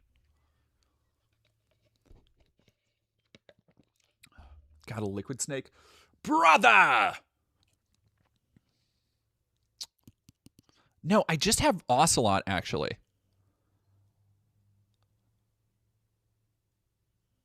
Because I'm trying to think, because it's Master Miller's voice, isn't it? This Robin Atkin Downs, I think. Patrick Warburton. I can do Patrick. Let's do. I'm gonna go back up to the top. Because this is pretty good shit. This is pretty good shit, actually. Seeing how happy it would make my haters if I died. I live out of spite. Also, seeing what I've seen today, I'm going to double down too out of spite. Before I go any further, to those that reached out, I promise to respond and go through it all later. James Sunderland. Guy Seehee. No, see, Guy Seehee didn't have like he has a really iconic delivery, but there's not enough like intonation to like latch onto. Jar Jar? Ooh, I can do Jar Jar. Misa, however, do not think they are perfect fitting. If Yusa hates me and wants Misa dead for that stance, this in wouldn't change in my mind. Now, Yusa feeling free to spazzing out in my comments below and calling Misa racist, a cuckin', losing, or whatever else for common sense takens. Nixon, I can do. All your interactions have made me tremendous amounts of money, spreading my name around, so hope that pisses you all off so much. With that, I bid thee farewell for tonight. Geralt, I can do Geralt. Oh, Geralt is kind of just Snake, actually. I live out of winds howling. Yeah, there's a little bit more raspiness there. Before I go any... No, I can't. Before I go any further, to those that reached out, I promise to respond. Go through it all later. No, see, that's... It's so similar to Snake for me. Boy, I noticed a lot of pattern. No, I started... It slipped. That was weird. I tried to do... I tried to do Kratos, but I slipped into Nixon. Noticed a lot of pattern recognition from certain groups too today. Always the party of acceptable people. Multiple flags are a big indication too. Certain usage of gifts as well. Animals pretending to be human with subpar intelligence. Boy! Optimus Prime? Oh, I can do Optimus. Let's do... All right, let me get a...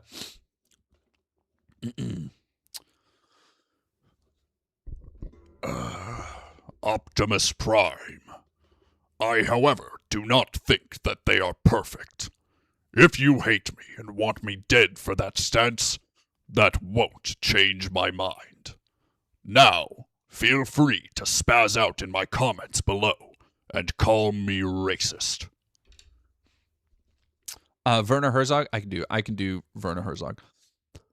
Now feel free to spaz out in my comments below and call me racist, a cock, loser, or whatever for a common sense takes.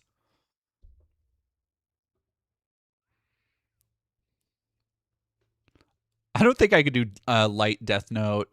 Could I do... Who asked? Shao Kahn.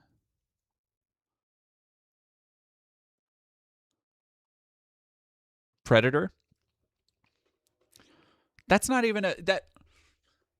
All right, I can do a Predator noise. All right. I have to loosen up my jaw.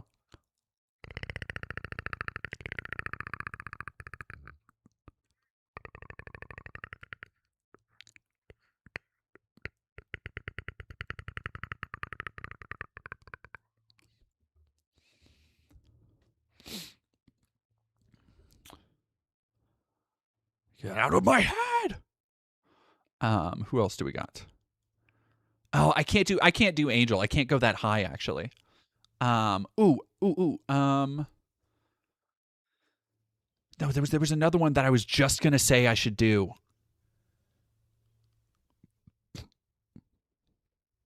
It was a deep one. Christopher Lee. I gotta do from the diaphragm. From the diaphragm. I noticed a lot of pattern recognition from certain groups too today. Always the party of acceptable people. Multiple flags are a big indication, too. Certain usage of gifts as well. Animals pretending to be human with subpar intelligence. Husker? Okay, I could do... no, Keith David. Keith David is another one that is so... Were it so easy. No, I guess I could. I could. I am also pro-ICE. I think that illegal immigrants... No, I can't. I can't do it. And now, see, my problem is that all my deeper intonations are getting mixed up now. Because this is, by the way, this is all off the top of the dome. None of this I've had time to plan. So if I fuck it up, that's why. Asterion, darling. I live out of spite. Also, seeing what I've seen today, I'm going to double down too out of spite. Before I go any further, to those that reached out, I promise to respond and go through it all later. Why am I so... Oh, I guess I could do Albert Wesker. Chris, what does he say? Found you. What the fuck? I'm trying to remember any Wesker lines from Resident Evil 5, but all I can think of are the lines in that boss fight, because I played that final boss fight on professional so many fucking times. John Oliver. There you are. Yeah. What higher voice pitch can you do? I don't even really... I can just start. 5 minutes. No, there it is. Complete global saturation.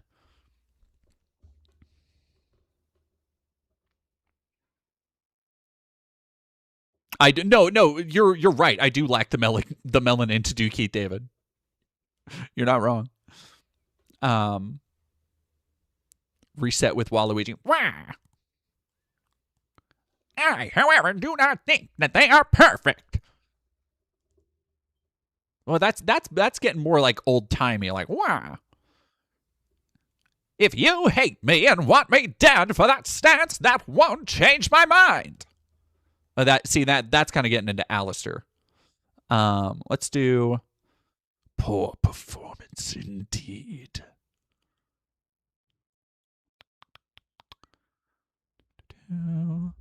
Do Beavis and or Butthead.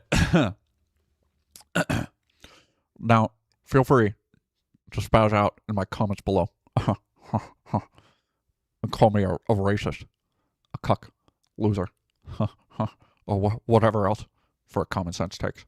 Do Meatwad or Master Shave? All your interactions have made me tremendous amounts of money, spreading my name around. So hope that pisses your wildlife so much.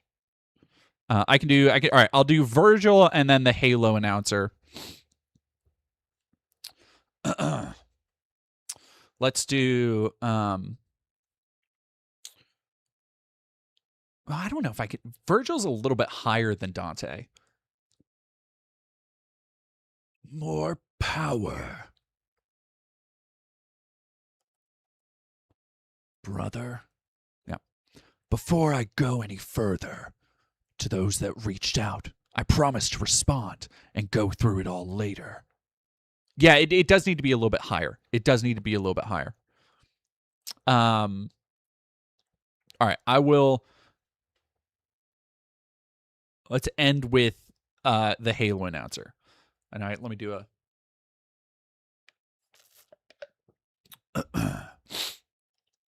Slayer. Double kill. I, however, do not think they are perfect. If you hate me and want me dead for that stance, that won't change my mind. Now feel free to spaz out in my comments below and call me a racist, a cuck, loser, or whatever else for a common sense takes. Bane? All your interactions. I can only do Harley Quinn Bane because I'm stuck in that now. All your interactions have made me tremendous amounts of money, spreading my name around. So, hope that pisses you all off so much. Jimmy Stewart. Well, before I go any further, to those that reached out, I promise to respond and go through it all later, see? I noticed a lot of pattern recognition from certain groups too today. Always the party of acceptance people, multiple flags are a big indication too. Certain usage of gifts as well. Animals pretending to be human with subpar intelligence.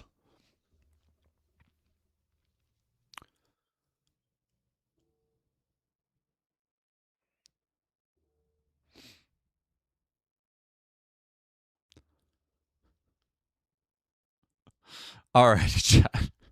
I think that's the end. I think pretty much everybody did Christopher Nolan's Bane, or one more. They expect someone with the plane. I, however, do not think they are perfect. If you hate me and want me dead for that stance, that won't change my mind. Now feel free to spaz out in my comments below and call me racist, cuck, loser, or whatever. Do the second line as Palpatine. I live out of spite. Also, seeing what I've seen today, I'm going to double down too, out of spite.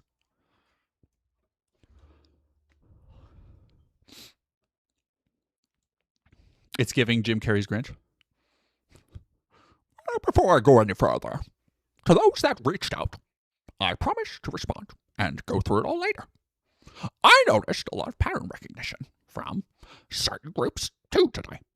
Always the party of acceptance people. Multiple flags are a big indication too.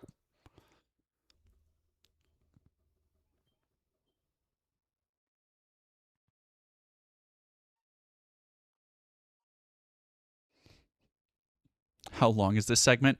Joey Staley, I don't know.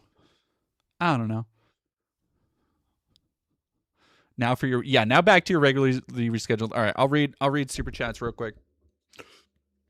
Neckany, thank you for following. Fan Neck, thank you for following. Taco Face Fire, I cannot do Gilbert Gottfried. I was just talking to Koa because we were doing. I don't remember why we were doing voices. Yeah, Joey Staley. I was going for Jim Carrey's Grinch there. Gilbert Gottfried, Nehemiah, Bibi Netanyahu. I don't know if I could do a Bibi. I don't know if I've heard enough of his voice. Cuz he doesn't have like I don't think he has enough of a for my head to like latch onto that. There has to be a lot of is the thing that gets me into like a voice and being able to do it is the mannerisms. It's like Jim Carrey stuff is actually pretty easy, not easy to do, but it's a lot more to latch on to. You know, it's like Tucker Carlson, for example. Tucker Carlson is another one that is like I could read in this voice because it's like, I, however, do not think they are perfect. If you hate me and want me dead for that stance, then I won't change my mind. Now feel free, spaz out my comments below. Call me a racist, cuck, loser, or whatever else. Like that's because so much of it is based in like his like actual mannerisms. Same with like Stallone. Before I go any further, those that reached out, and that's getting away from me. Promise to respect and go through it all later. BB, is it bit James Stewarty? I don't know Griffith from Berserk, actually.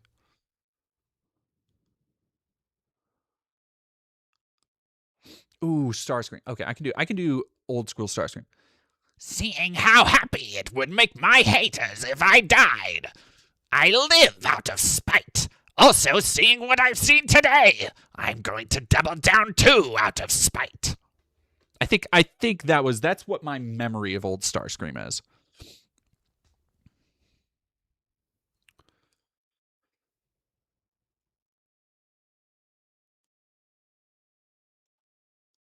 Cattail, wait.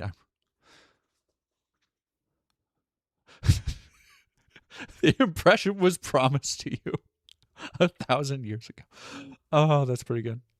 That's pretty good. All right, Fight Hobbit. Thank y'all. Fight and Hobbit, thank you for another 25 bits. We released these back on the back foot. Twitter crash outs had an editor. If Chibi is going to be castigated, be coherent in the process.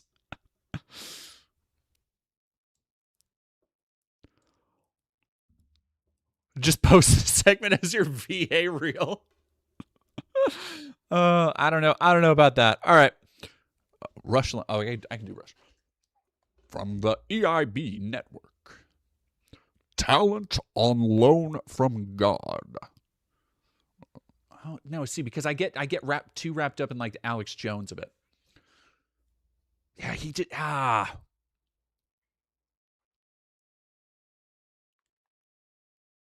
Yeah, I don't know if I could do Rush, actually. I don't think I can do Rush. Kissinger? No, Kissinger's another one. I don't know if I have... I don't know if I've heard enough actual Kissinger. It's like Dick Cheney. It's like, I don't know. It's like, I've read plenty of stuff about him. But, like, I was too young to be paying attention to... Paul Joseph Watson. I noticed a lot of pattern recognition from certain groups too today. Always the party of acceptance people. Multiple flags are a big indication too. That's my Paul Joseph Watson. Bob Dylan. No, I can't. Oh, I never did Gollum. Jesus Christ. Okay. I completely skipped past that.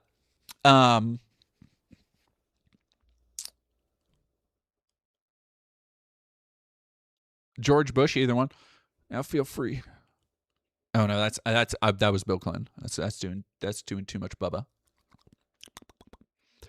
Now feel free. Spaz out in my comments below. Call me a racist, a cuck, a loser, or whatever.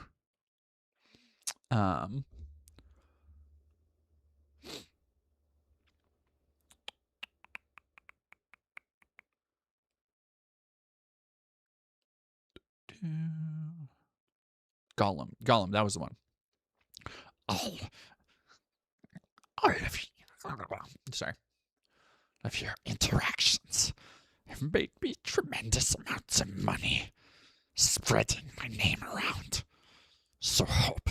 No, I went Stitch there. No, I've lost it. I've done too many voices. I've hit a voice nexus. I've hit a voice nexus. I can't do it.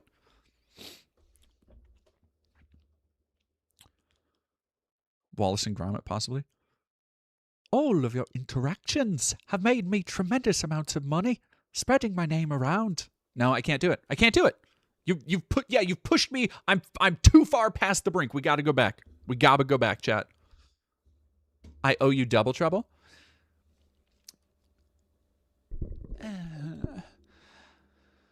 Okay. Now, feel free to spaz out in my comments below and call me racist, a cuck, loser, or whatever. All your interactions have made me tremendous amounts of money, spreading my name around, darling. So hope that pisses you all off so much. Mike Cernovich, Schwarzenegger. All of your interactions have made me tremendous amounts of money, spreading my name around. So hope that pisses you all off so much.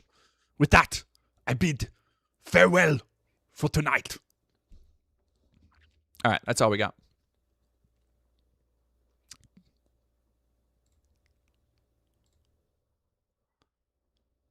Of children's characters. Oh no. I was doing that so long my headset turned off. Oh my god. The website appreciated the Jeez. Okay, so shout out to whoever told me to go in the chat. I don't remember who it was. Shout out to whoever said go look at his dumb bullshit. attention and promoted Nuxtaku's videos in exchange. My last video that I used Rule 34, they actually posted my video on the homepage of the website, so in their honor, you know. If you want to do these competitions with your adult friends, that's totally fine. What isn't fine is uploading these competitions onto a 13+ platform in which you're promoting an adult website full of thousands. It's so crazy that I could just see even the mosaic censored version of Tectone's dumbass head, and I can recognize him in that. Thank God. I'm sorry, Plastics Cats. I'm sorry. Of images sexualizing children's cartoon characters. Because of its animated nature, hentai is already much less intimidating to children than photographic adult content. If you're also using characters that are designed to appeal to children, are already familiar to children, and are attached to brands that the algorithm will push to children, you are basically maximizing the potential of your content to introduce children to adult media at even younger age. Yeah, I don't know. I don't find anything wrong with the idea of just guessing which character, but it's 10, 15 minutes behind. Jesus Christ. I completely forgot about the video. I have already shown that this was undeniably a function of Nux's content, but I can't say that it was his intent. However, I can demonstrate that it was absolutely undeniable that Nuxtaku knew that children were watching his content. The descriptions of his videos used to explicitly label them as PG-13. This disclaimer can even be found on the Monkey Comic video. That is an explicit admission that Nuxtaku was fine with 13-year-olds seeing this stuff. But we can do better. Months before the Monkey Comic video and the Animal Crossing video, Nuxtaku saw one of his child fans with his own eyes. On October 31st of 2020, he requested his audience to email him the most cursed NSFW videos or memes for a chance to win $1,000. No limit on how horrible it is. Despite requesting NSFW content, the announcement does not list a minimum age, so Nuxtaku was giving a financial incentive to minors to find the worst NSFW content they could. After a day, he'd already received thousands of submissions. He would review these submissions a month later in a video with Oompaville and Iron Mouse. I've never even pondered the thought that we could have Lolly and Guro and Bondage all in one thing. That's amazing. Oh my God. Among those submissions was a video that one of Nuxtaku's child fans had recorded of themselves. Oh, what? Bro. I don't even know what that was. That was some kid just sent you a video of them shitting and then shooting a dog with a Nerf gun. It would be really funny not to provide the full context. Oh, what? Bro. If you're scared of getting sued, this ain't the move.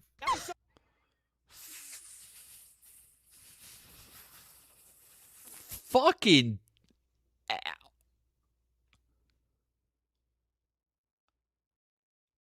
Hey, Nux, buddy. End it. Nehemia, thank you for $10. Also off topic, Hungarian elections coming up. The front runner said that his rival / current PM has footage of him from 2024 when he got caught in a honey trap. Yeah, I bet. That's a wild admission to make. It's just hey, just so everybody knows, I know we're going through an election, but just so you know, do they know what the honey trap was? I haven't heard this yet. That's crazy ball. Some kid just sent you a video of them shitting and then shooting a dog with a Nerf gun. Wait, what the fuck? But I'll do so anyway. It's not CSAM. It's some little boy farting into their phone camera. Then they shoot at their dog with a Nerf gun. There's no nudity, and you can't even see their face. However, they are clearly a child, and based on the size of their hand, a very young one at that. There's also no sign of Nuxtaku getting parental consent to publish this video. So he's published a video of someone's child without consent and mixed it in with a bunch of reactions to Lolly Bondage Guro comics. Oh my God. This competition was not a one-time thing. It was a whole series, and the total number of emails they received in the end was around 10,000. Whether he intends it or not, by showing this video, Nuxtaku is signaling to the children in his audience that they are welcome to participate. In the rest of the series, Nuxtaku shows lots of adult websites and links to them fully uncensored. Not only that, there are many instances in these videos where Nuxtaku fails to hide the names. Well, and Nehemia, it's a sex tape, so probably something NSFW. Well, I was just reading the Jakarta method again, because I talked about it on stream the other day, and before I wanted to go into the Fort Bragg cartel, and it reminded me of all the fake dumb bullshit the CIA's tried to do over the years, where they would try and film fake porn tapes and leak them out for leftist leaders, and people just didn't give a shit. And so it could just be consensual sex among adults, and if they're married or whatever, that could really tank their chances. But if not, It could really be some really fucking... of the people sending these emails. So he has solicited children to send him porn, and now he's doxing them to his audience. But that's besides the point here. Nuxtaku absolutely knew that children were not only watching, but engaging with his content and his community. Did that cause him to reconsider his content decisions? No. A couple months later, he released a Twitch song, then the monkey comic video, and Johnson Brothers Limited, you disgusting pigs. Are you talking to me or these people we're talking to? Or these people we're talking about?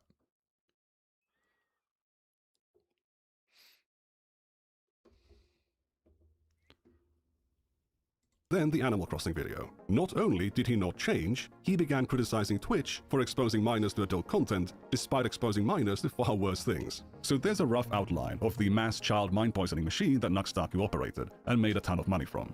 We have already seen some of the community interactions in the comments of his videos, but that's only scratching the surface. Let's go back to 2019. So the announcement portion of this video is as... Johnson Brothers Limited, again, how sadistic evil can you get? Are you talking about me? Or somebody else? Because we're talking about a sadistic evil fuck right now on stream. You gotta clarify. I hate, one of the things I hate the most is vague posting in a chat. Because people just pop in, say some shit, and peace out, and it's like, okay, thanks for nothing, girl. Fucking tuxedo mask motherfucker. Follows. My favorite of PewDiePie's videos are his Luai videos, where he gets to see how his community memes around his own content. I personally love that style video. How the community itself can come together, because it's not just the YouTuber or the YouTuber's content that's enjoyable, but it's the idea of this little community forming. So I am creating a Nuxtaku subreddit, which will not be called Lame as shit, dude. Making your own subreddit. Nehemia, thank you very much for $5. Also, the front runner's name is Magyar, which is the Hungarian word for Hungarian. So it'd be like if we had a candidate named George American. That's fucking awesome. That's fucking awesome. Nuxtaku because someone already made r/. In another effort to imitate PewDiePie, in 2019, Nuxtaku founded his own subreddit, r/Nuxtaku submissions. Nowadays, it's a hentai dumping ground, but back then, it was full of memes about anime and children's cartoons. Hey, stop touching weird places. Don't worry about it. It's flat anyway. Destruction 100. Ho ho ho. Huge roast there. That's like the ultimate hentai logic as well. But this is Nuxtaku we're talking about. So there were also posts about hentai. For several years, the look, we've underlined it a lot, and I shouldn't be surprised anymore. But it's so like this is a grown ass man talking like this. And not even in a like dark, edgy humor. Like, it's a grown ass man. The fuck? That had no moderation other than Nuxtaku. And on one occasion in 2020, the Reddit was spammed full of hentai. There were thousands, nay, tens of thousands of posts of Sakura hentai. The Reddit was also not marked as 18+, and there was no minimum age listed in the rules. Forgive me, Lord, but I did it. Please forgive me. Stop sending hentai. Why? I already lost. No, not November. Half of my class saw Aqua's butthole on my screen. To be fair, mad respect for sending Aqua's butthole. And your class should be thankful. The OP of this post was 12 years old. To be fair, mad respect for sending Aqua's butthole. And your class should be thankful. They are literally talking about a class in that post. There is no reason not to assume they might be a minor. And had Nuxtaku checked their profile when the screenshot was taken, he would have seen this comment. This child was not a one-time poster. Between October 2019 and August 2020, they made 160 posts to the Reddit. Many of them appear in Nuxtaku's videos, sometimes back-to-back. 30. So Nuxtaku was profiting from their presence on the Reddit. And this is a 30-year-old ass man. 30. 30-year-old ass man. Mm-mm. Mm-mm.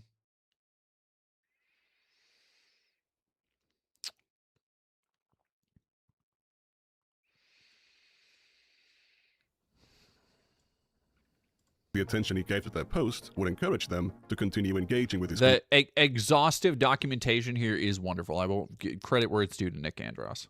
Community. Some of their posts on the Reddit mention depression, some include hentai, and sometimes they would be sharing and requesting the source. In one of their earliest posts, they mentioned having gotten into weird kinky shit. In the comments of that post, they shared a story about having been molested. Quick reminder, Nuxtaku made money from allowing this person to be present in his community. They had multiple very highly upvoted posts that made it into Nux's videos, and he would sometimes show multiple of them back to back in the same video. The only reason I'm comfortable drawing attention to this user is because the account has been abandoned for years. As far as I know, it was never banned. After going through all of their comments... Homeless feline, thank you very much. Have a good rest of your night, too. And posts, I was unable to find any connections to other social medias, so they should be anonymous. This was also not the only child present in the community. By doing a couple searches, you can find many others openly stating their age. Content creators exploiting the volunteer labor of their audience for content is nothing new, but those spaces have teams of moderators to keep the content age appropriate. When you have a community that includes minors, you would ideally be proactive and lean on the side of caution. As we can see from this announcement on Nuxtaku's Discord from January 2022, moderation-wise, the Reddit was totally unattended for years. It doesn't matter whether Nuxtaku knew that dozens of minors were openly posting, sharing, and talking about adult content on his Reddit with adult strangers. As the head of that community, he bears ultimate responsibility for what he allows to happen in it. It was his responsibility to establish rules against this behavior and to enforce them. Even the most basic, common-sense rule for an NSFW community was too much to ask. On December 30th of 2021, Nuxtaku would launch his Discord server. That's right, I opened a public Discord server. I swore to myself I would never do it because the degeneracy would be too much and the degeneracy is already too much. So join that Discord server. It's a public server. It's open. 16 or older though, please. I am happy that 16 or older though, please. Again, adult-ass man, late 20s, knowing, fully admitting, being like, oh, the degeneracy will be too much. 16 or older, though. Better never go to cell block 1.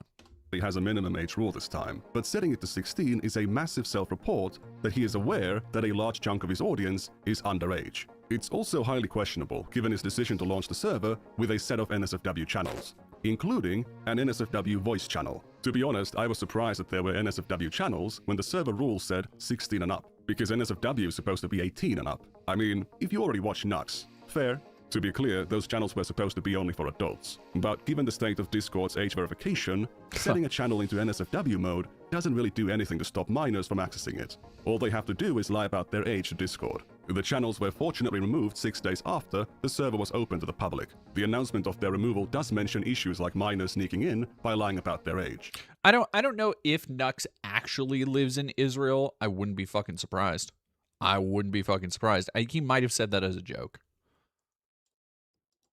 However, the main reason was that having NSFW channels disqualified the server from Discord partnership. Some users protested. Nux's content already involved a lot of NSFW media, so why not allow people to post it in his community? A staff member responded that the age group of the Billies, that being the name of Nuxtaku's fandom, wasn't appropriate for it. So even Nuxtaku's Discord staff members knew that a large chunk of his audience were minors. The decision to have NSFW channels on the server was already questionable in the first place, but it becomes even more questionable when you remember that Nuxtaku made that predator catfishing video months earlier. I wanted to make this sort of an educational topic and bring light to an issue that's really big. There's a lot of predators on Discord, like a lot. There's a lot of predators on Discord, like a lot. How do you make a video raising awareness of Discord predators, but then set up a Discord server which will facilitate adult conversations between adults and minors? But hey, they deleted the NSFW channels quickly, so the problem is solved, right? Not necessarily. Nuxtaku shouted out to Discord on December 28th on his Twitch, and December 30th on YouTube. His audience floods in, there's problems with minors showing up in the NSFW channels, and then they find out that having them at all would disqualify them from Discord partnership. Instead of wiping them out instantly, they announce they'll be deleted in 2 days. Why?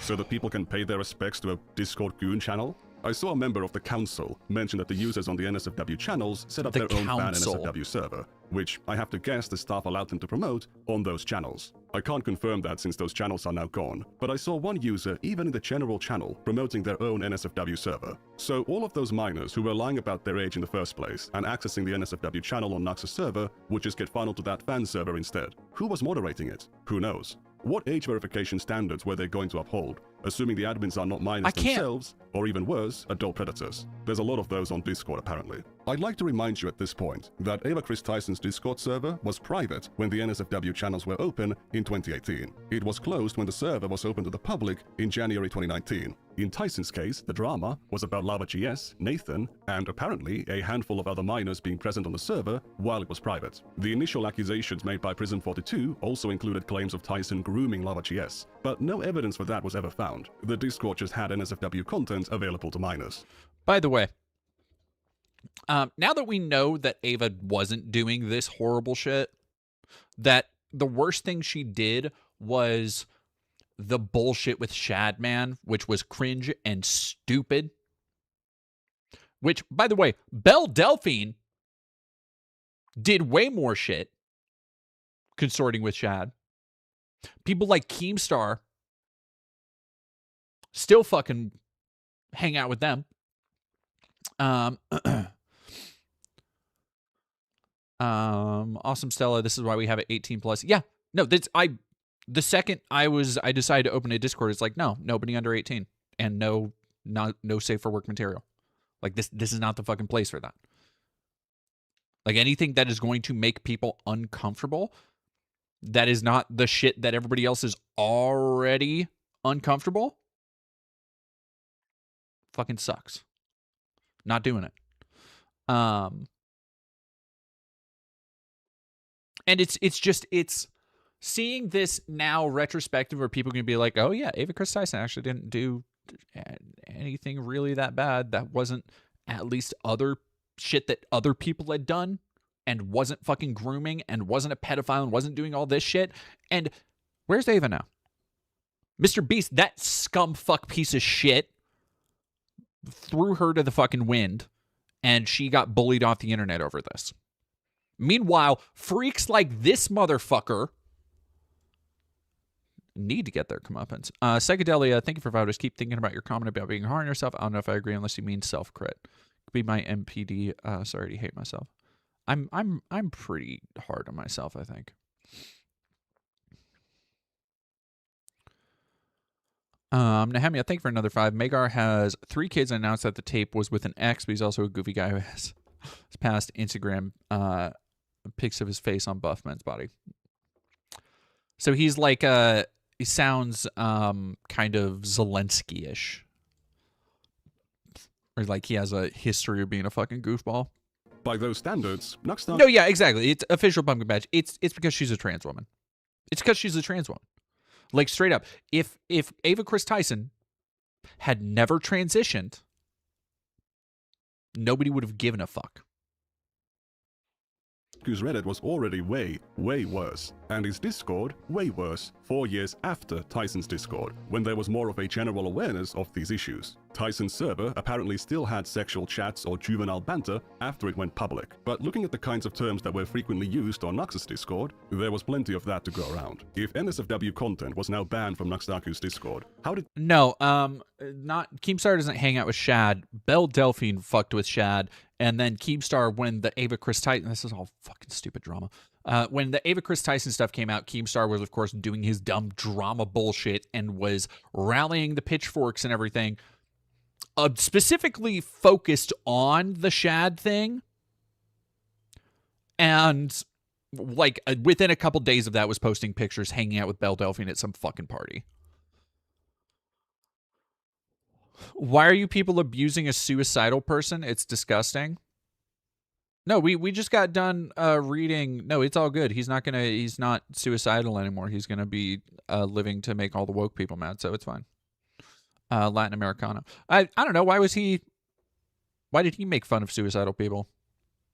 Why is he racist? Why is he pro-incest? Why is he pro-lolly? This is talking about Chibi reviews, not this other fucking asshole Nuxtaku. I don't know. There's questions everywhere for those with eyes to see. They handle Nuxtaku. Xenegrels, who's Belle Delphine? You want to know. Trust me, you don't want to know. Shouldn't have told me, but you did. Now I'm telling you, you don't want to know. NSFW content. If the thumbnails contained NSFW content, the start... Please have some human... Oh, I do have human empathy. I don't have sympathy. There's a difference there. members would remove their embeds. Darn Nux using blatantly NSFW thumbnails that stay in the Discord cache after he censors them. Some users would still post NSFW images from Nux's content or the content of his friends, and the staff, despite reacting to them, wouldn't delete them. God damn it, Nux. We're trying to keep the order. In a recent one, he used a thumbnail from an actual porn video. Ah, okay, so Nux again with the nip slip, I see. Jesus fucking Christ, dude. What is fucking wrong with these goddamn freaks? Like, every single one of these motherfuckers will talk about degeneracy and all this shit, and this is the stuff that gets them off. This is the shit they're honking it to, dog. Like, yeah, no wonder. Chibi reviews. You're hanging out with these motherfuckers. No fucking wonder your fiance left you. Like, how could anybody with self-respect, if you're into lolly, you're into this pedo bullshit, yeah, you deserve to be alone, dog. All these motherfuckers do.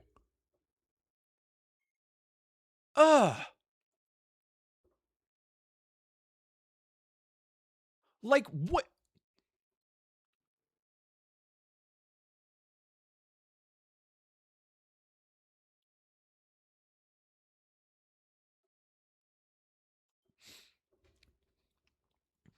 Yeah, we've talked about, look, we talked about the fucking bestiality thing. We talked about the lolly shit. Combining it is just like, it's the hat on a hat of the most degenerate shit that shouldn't fucking exist.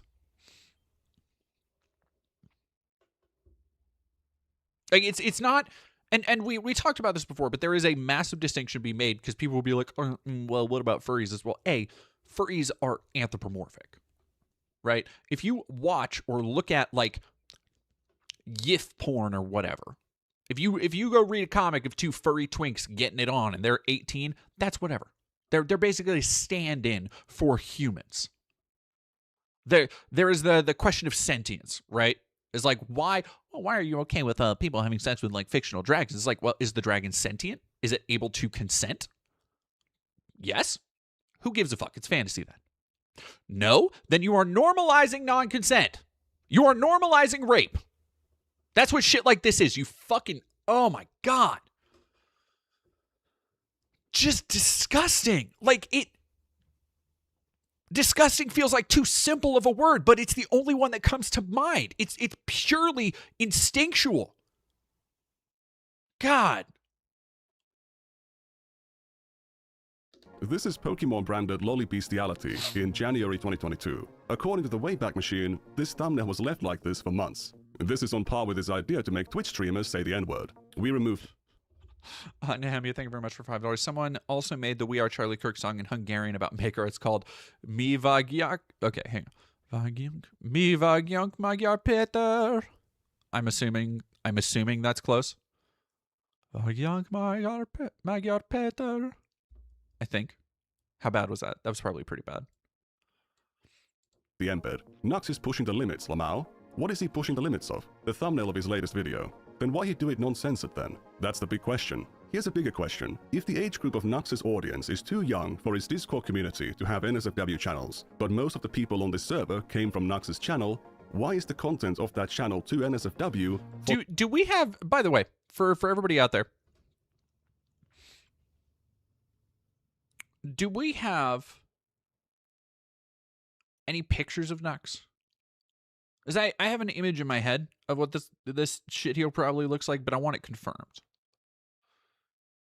The demographic of the Discord. Isn't this massively self-incriminating? Despite having this long history of running communities where minors were exposed to adult content, and that being the very core of his YouTube content for years, in 2024, Nuxtaku wasn't only criticizing, but grandstanding over Ava Chris Tyson.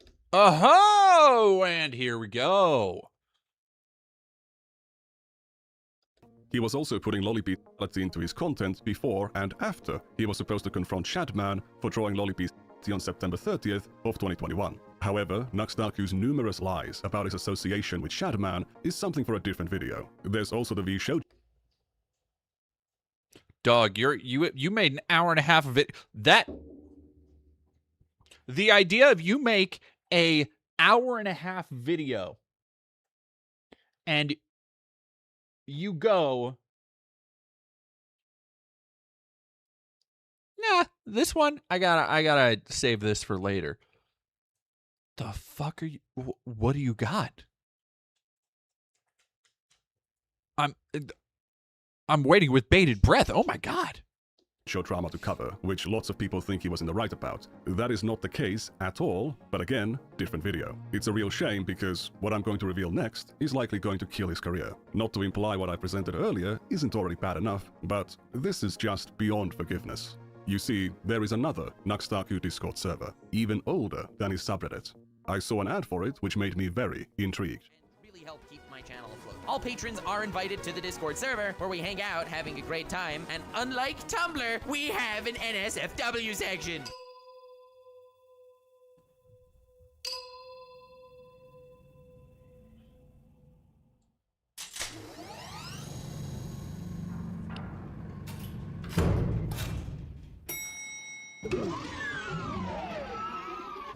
Welcome. The Doom door. I just heard, oh man.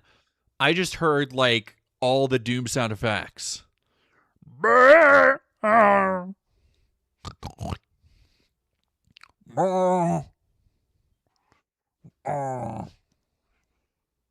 to the crazy. Nexus, Nuxtaku's Patreon Discord, founded in April of 2018. In its current state, the server is almost totally inactive, but the NSFW channel is still here. Despite having an NSFW channel, the server's rules mention nothing about a minimum age, and there is nothing about it being 18+ on the Patreon side either. What's special about this community is Nux's level of engagement. He wasn't talking to people on his Reddit, and he kept the interactions on the public Discord.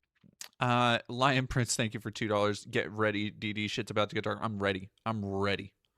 Well, people are talking to chat. I haven't seen this, so I might not be ready. Discord to a minimum. However, on the Patreon Discord, at least in 2018-2019, he would actually talk to people and even hang out in voice chats with them. Here we can actually see him talking with the artist behind his...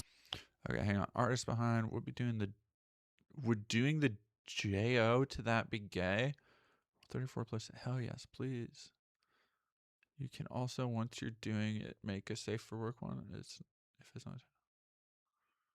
2019 era character. The original high-resolution files are here as well. This one, where Nux is rubbing his hands, has the file name nux_merchant.png.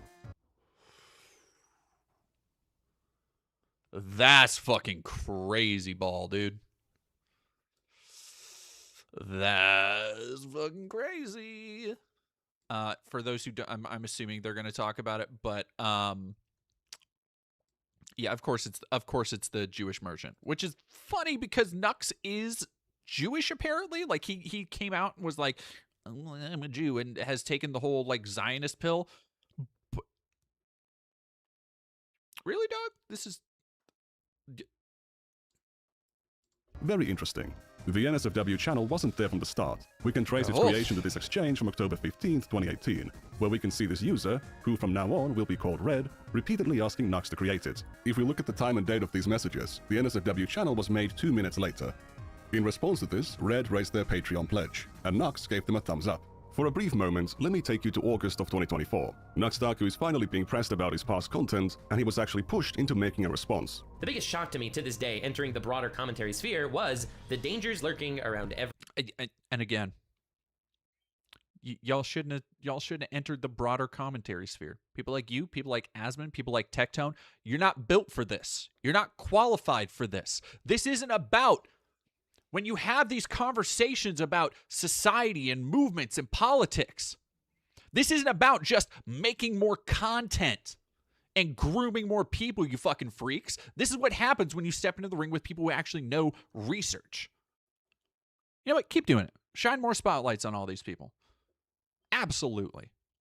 Every corner in regards to children. Children are not safe on the internet. I only became chronically online after high school, but I couldn't imagine what it would do to me. Bullshit. Bullshit.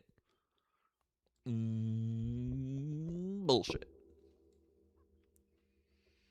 If I was in some YouTuber's Discord server at the age of 12 or 14. You couldn't imagine. You don't need to. Red joined the server on September 7th. On day 1, they openly declared themselves to be 14 years old. They would later claim to be 15 multiple times, but as they openly stated, they were lying about their age. Red was born in 2004. They had turned 14 soon before they joined the server. The Discord was a pretty small clique, and soon enough, basically everyone on the server knew that Red was underage. Despite this, Nuxtaku made the NSFW channel for them a month later, and within a year, they had posted 242 messages on the channel. There's also an instance where another user pinged Red into the NSFW channel. As far as I can tell, this behavior was not punished. So a 14-year-old paid Nuxtaku money to be on his Patreon Discord server. He made the NSFW channel for them, after which he accepted even more money from them, and allowed them to post onto that channel for over a year before they left the server. But did Nuxtaku know that Red was underage? There is no message of Nux acknowledging Red's age, however, it is extremely unlikely that he didn't know. In this conversation from earlier, where Red says they're lying about their age, Nuxtaku shows up soon afterwards.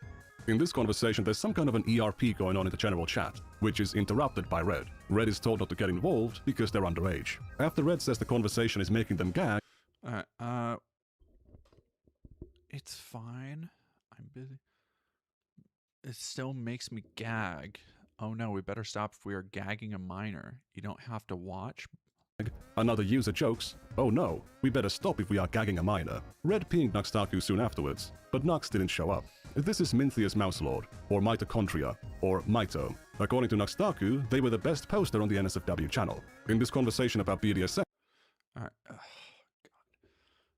See, and this is the other fucking thing, is that these people will talk about BDSM, but they don't know shit about it. These people do not have, like, counterparts to actually practice this shit. It's this porn brain nonsense where, whatever, doesn't matter. I don't need to go into a BDSM rant right now. I feel discriminated against. Presentation of sex toys after giving it to Nux so I can laugh about it. What are you, Mito? Bam, 4 pings. Sub. We can see Red asking Mito to send their presentation on sex toys to other users. Note, I just made... Nintendo Nerd, is it hard to just not interact with minors online? Nope. Let me tell you. Nope. Let me tell you. And here's the thing. As a leftist political sex worker, as somebody who has an active OnlyFans, let me tell you, nope. As somebody who has a Discord, nope. As somebody who has covered content and controversies that are sexual, is it hard to not talk to minors? No, because I've never fucking done it. There's never been a time. And here's the other thing, I take precautions to make sure that nobody else tries to step over that line. On my Twitter profile, it says, minors do not interact. Right? My Discord, we were just talking about here. My Discord, 18 up only. No NSFW channels. It's ridiculously so incredibly easy to not be a weird little fucking freak. Christ on a fucking cracker. RDY, thank you for $5. Found a face real Nux, but I had trouble sending it via Super Chat, so I send it via Twitter DMs. Thank you.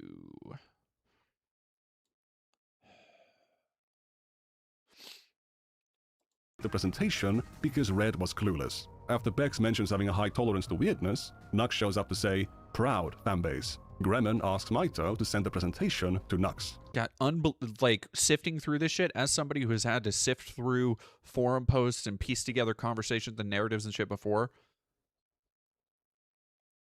This is good shit. This is good fucking journalism. I think that Red already sent it to him. No, I told ya. Never sent it, but I can now. What are we sending me? A sex toy presentation. Why? Lol. We needed to explain sex toys to Red. Nah, it's fine if it's not sent to Nux. Already did, Mito. I'm not doing honest descriptions on all Mito's sex toys. A few minutes later at 2:16, Nux says, very cool, Mito, very cool. Nuxtaku has now received a direct message from a minor on his server, containing a link to a sex toy presentation that was made for them. What adult is clueless about sex toys? That's a massive red flag that Red is a minor. There was a previous time a month earlier when users in the voice chat text channel begged Nuxtaku to join the VC because they needed help explaining sex toys to Red. Again, what adult doesn't know what sex toys are? In this example, Nuxtaku declined the invitation to join the VC, but he absolutely was in voice chats with Red multiple times. One of my agents reached out to Red and asked Dog. him about their time on the server. They were willing to share their DMs with Nux to show that they did actually send him the sex toy presentation. So that actually happened. It wasn't just a joke. When asked about whether they were ever in voice chats with Nuxtaku, Red recalled being in a VC with him plenty of times, couple of times a week. They'd be surprised if Nux didn't notice them being underage, since everyone else did. However, they don't recall Nux ever commenting on their age. Now, I am not a journalist. No, it's because he obviously doesn't give a shit. He doesn't give a shit. I need people to understand something. Again, and I'm saying this as a content creator. I'm saying this as somebody who has thousands of comments I could go and look at right now, and do on occasion. Where when people comment on stuff, you get feedback. You are made aware of what some people perceive to be your flaws. It is your responsibility as a content creator to take that feedback into account. So, for example, if Nux got comments on his videos, on any of them, saying, hey, I'm a kid. One comment, if he took this shit seriously, one comment should have been enough for him to rethink his entire fucking life. And this guy's telling me that across dozens and maybe hundreds of videos, untold probably thousands of comments, saying, hey, I'm a minor. Hey, I'm a kid. Hey, I see this. That is enough to tell me that he did not care about his due diligence. This is the same shit. Anytime somebody goes and you point out, like, well, okay, well, you're pointing your audience to go harass somebody on social media, and they go, well, I'm not my audience. I need to tell them to do that. It's like, no. When you see it happening, and you can see that there is a clear line between your actions and the things other people are doing, you have a responsibility to your community to say, hey, knock that shit off. If you don't, then that is just a tacit endorsement by omission. Everybody knows this. And yet still, these motherfuckers want to play these childish games. I'm like, well, I don't know. Get the fuck out of here. I'm just a guy on the internet. However, I know you're not supposed to take one person's word and just run with it. Red could be misrepresented. Oh, word? Rayawin, worth pointing out, Nux's first reaction was to turn all his streams past and upcoming into members only. Yeah, I fucking bet, dude. I fucking bet. Remembering they might have some bias for or against Nuxtaku, so it's important to have corroborating evidence. On December 15th, 2018, Nuxtaku pinged a deleted user to a VC. Red says Nux is in VC, everyone flood, implying they joined the voice channel with Nux. There's a similar message from January 15th, 2019. If we scroll... Zenbear, I've seen Twitch streamers permaban people who say they're underage. Exactly. Yeah. I'll fucking... Well... My streams, I don't generally cover sexual content, but I'm not a boob streamer. I'm not doing anything sexual. I'm covering stuff that's news. If I have people, and I know I've had people who are minors watch my content, of course I have, but my content is not sexual in any way. Like, my content is meant to be educational, broadly. So, if a teenager, if a person in high school wants to watch my content and learn something about it, by all means, go for it. Any further interaction, completely unnecessary. Not going to happen. I've talked about this before. I have had for years an incredibly consistent policy of how I interact with people, even outside of minors. Like, I will not, unless there's somebody who I know is a friend, or I know has a similar placement, or I can consider like a colleague in some way. They're also a sex worker or something to some extent. I will not enter DMs with somebody unless it is for journalism or unless I know they're on the fucking level. Like, because there's no other fucking reason to do it. Unless I'm looking to interview them, get their input on something, do a collab, or we have interests in common. Nothing. They don't come to my DMs, I don't go to theirs. Like, it's so incredibly easy to have standards and live by them. And they're still fucking unable to do it. Down a bit, we can see a screenshot showing Nux in the VC with Red. The real Nuxtaku here is the real Nuxtaku. Here's another screenshot from the time. Same name, same avatar. The current music channel used to be the old voice text channel. and on it we can sometimes see Red and Nux posting things close to each other that only make sense if they were in the VC at the same time. Here, for example, Nux is working on a thumbnail. There's a message from Red, messages from Nuxtaku, and then a message from Red. An hour later, messages from Nuxtaku. In this one, we have a message from Red addressing Nux, later a photo from Nux, then a photo from Red. In this instance, Red asks somebody to join the VC. Another user posts a caked-up Charizard. Nuxtaku shows a work-in-progress thumbnail. Message from Red, the Charizard from earlier is now on Nux's thumbnail. There's plenty of evidence of Red speaking, having audio issues, and other users commenting about their voice. So it's not like they never talked in the VC. I think this... Oh my god, like that's like hundreds of hours. Like spending hundreds of hours in Discord calls with this fucking freak as a teenager. Like imagine the shit you liked to do as a teenager, right? Like whether it was fucking, reading comic books, I drew a lot, I got really into metal and like all like teenager shit, playing video games. But instead, this is what you're exposed to? Fucking under the prison. Evidence sufficiently corroborates Red's recollection that they were in the VCs with Nuxtaku multiple times. I'm not sure about a couple times a week, but certainly multiple times. Red was already behaving in a pretty immature way, even in the text messages. They would spam emojis and walls of text. To believe that Nuxtaku didn't know Red's age, you'd have to believe he missed all of the instances when their age was mentioned. You'd have to believe no one told him Red was a minor in chats, VCs, or DMs, and that Nux didn't realize it from their voice when talking to them in VCs. This should already be enough to strongly conclude that Nuxtaku knew.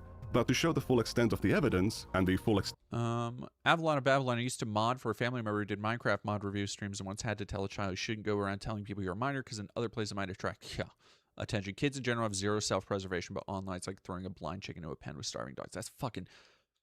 No, I mean, good on you for, like, pulling that, like, telling that kid, like, hey, don't, like, no. God, do kids not learn stranger danger anymore? Like, what the fuck, man?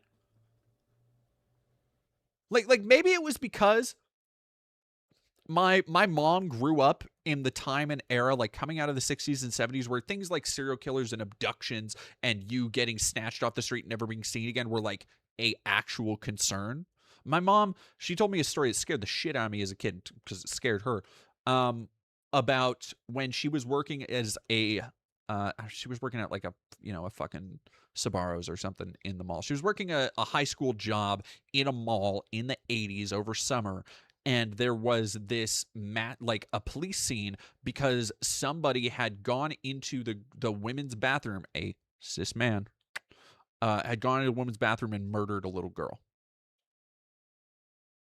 Like, and my mom just like, so for the longest time, my mom was incredibly, not hyper vigilant, but was like, pretty vigilant about my safety, where I was, being able to keep in contact, like all that shit. And that, like, maybe it was just her paranoia, but is there no understanding of how vulnerable kids are that is instilled to them?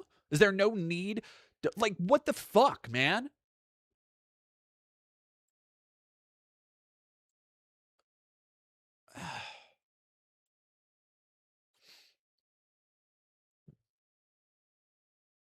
Of Nuxtaku's beyond incomprehensible neglect. We need to introduce a new character. After joining the server, Red quickly made friends with another user called Alan Vebus. I know that Alan's avatar here looks an awful lot like Mr. Obvious from my engineer video, but they are not the same person. Alan was a small anime creator at the time and would promote his videos on Nux's Discord. The metadata of his channel reveals that he is from Romania, and he would often mention things about it on the server. There's a lot of conversations between them and Nuxtaku on the server, and Nux has mentioned Alan's name 100 times. He even shouted out Alan's channel. Are you kidding me? J of Arts, my youngest siblings, the youngest two at least, never gotten internet safety talks in school.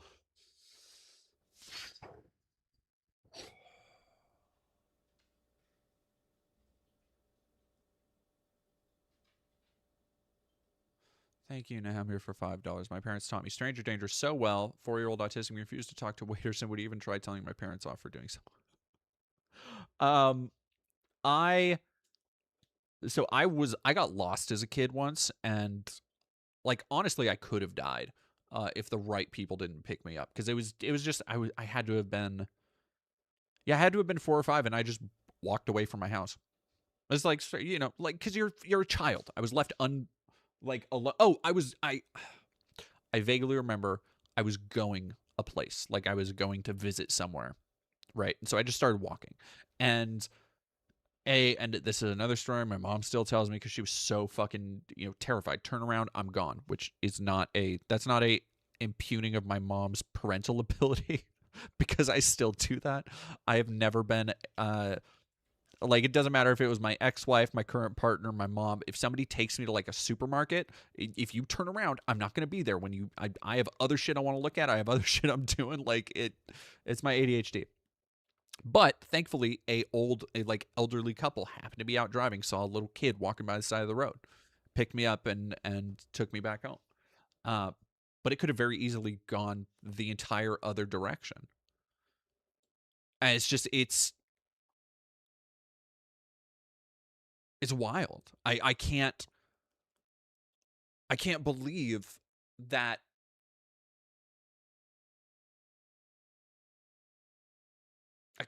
this is the fucking world, man. In a video from October 22nd, 2018. All patrons are invited to the Discord server, where we do things like make fun of Alan Weebus. If you don't know who Alan Weebus is, oh, trust me, $1 to the Patreon is worth it to meet the... Is this an ADHD symptom? I mean, it's just the same ADHD stuff where I just get bored with whatever I'm looking at or whatever I'm doing, and I'm like, oh, there's something over there. I'm gonna go look at those magazines. I'm gonna look at those comic books. Ooh, these donuts look cool. Like, any time I was in a store with my mom, like, I know I wore her out just by like, no, get over here, stop it, no, don't touch that, no, come here, hey, where are you going, stop, like that constant refrains, like from the and not like it wasn't something I grew out of either. It was like from the age of until I left high school, until I moved out. Guy, he's in a special kind of category where everyone that relates to him in any way is a tsundere because we all constantly make fun of him and make believe we hate him, but we all low-key like him. And also, thank you, Alan Weebus, for donating $10 on Patreon, so now I get to shout you out in all my videos. Link to Alan Weebus' channel is actually in the description. He makes funny shiz, and he takes the edge out of edgy, which leaves you just why? Like, why is he making this video? That kind of thing. Anyway, special thanks to King Beat My Meat Sage. Alan was a very major contributor to the NSFW channel. However, according to Nux, they were still inferior to Mitochondria. He apparently got his material from following more than 300 hentai artists on Twitter. That's only a third of the amount that Tecton was following. Alan has made a lot of claims about their age, including saying that he was as young as 15. Plenty of users, including Nuxtaku, have also claimed Alan to be underage. Alan is a lolly, no can do. Alan is underage. Does that mean Nux is grooming Alan? What's going on here? According to Red's recollection, Alan was around 19 at the time. In this tweet, they claim to be 19 in 2019. So if they're telling the truth here, they would have been 18. Another former member believed Alan to be around 21. According to Red's recollection, no one on the server genuinely believed Alan was underage. These statements about Nux grooming Alan or Nux calling Alan a lolly are simply jokes. Very optically bad jokes, but jokes nonetheless. While I'm not sure about Alan's exact age, they were clearly an adult. Alan has unfortunately deleted their Discord account, which makes it hard to determine which messages are his. But we can still tell if it's him talking thanks to context clues. Here Nuxtaku mentions that Megumin from Konosuba is best girl. Alan points out that she is 14 years old. Another deleted user, who I assume is Sak, asks Alan about another character called Taiga. There's two deleted users talking here, so how can we tell them apart? Alan must be one of them because their name is mentioned. So this one must be Sak. One of them mentions the age of consent in Romania being 15, so that must be Alan. Sak uses capitalization, while Alan doesn't. That's how we know that it was Alan who said, "Who cares? If she can count, then she ready to mount." This is Hassan taking more shots at Nuxtaku in his week-long feud with me while defending his bro tips past. Alright, I never brought up his bro tips past because I felt like it was so long ago it's not worth it, but he's bringing up like random shit from forever ago and warping it into calling me a pedophile for insane reasons. Did you know that in his bro tips past he had a famous quote where he said if she's old enough to count, she's old enough to mount? Come back again next week when we discuss the legendary question of all time. Old enough to count, old enough to mount? Question mark? If that's not pedophile behavior, I don't know what is. That's not, by the way, not to do the thing that I started the stream talking about Hassan again, but like that's a different thing. That's asking when we talk about this. I'm willing to bet probably not the actual conclusion they came to. Probably just gonna say, like, that is a gross fucking thing to say. But they're saying, hey, we're gonna answer this question, so show me him actually drawing that conclusion. We can talk. When Hassan said that in 2013, he was playing a character, and he was asking it not flat out stating it like Alan did. We can see Nuxtaku right here not condemning those words at all. Oh, crazy, dog. Who could have seen that coming? Wow. So he either used to not care about pedophile behavior, didn't think that it was pedophile behavior, or his attack on Hasan is knowingly deceitful. There's a difference between waifu and best girl. Waifus are mountable, so therefore the best girl isn't. However, the art of the best girl is lolly inclusive. I need him. I need it. Oh, chat.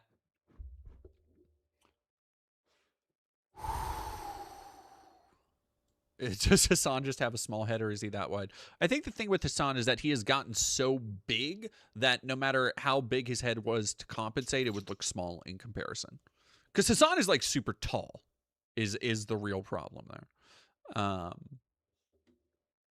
haven't actually seen him before. Is that really Hasan? Yes. Nux is using that word in the petite anime character sense, not the cartoon CP sense. Nux's stance on personally not being into lolly hentai has been consistent for years, but it didn't stop him from posting it onto YouTube. Yeah, I don't fucking buy that. I don't fucking buy that. It's not a consistent stance. If you are not actively pushing against it. Like I said, if you allow it, if you're like, yeah, no, I see the appeal. No, then you're for it. You're pro pedophilia, dog. Like that's what that is. Then Alan says, lollies are... Cephaloid. Hasan suffers from Roblox body? That's fucking crazy. He's got, what's that one dumbass Kanye music video where he looks like a Roblox? That's just gonna be what I think of when I think of Hasan now. Oh. That's fucking crazy. Oh, that's fucking funny. Very mountable.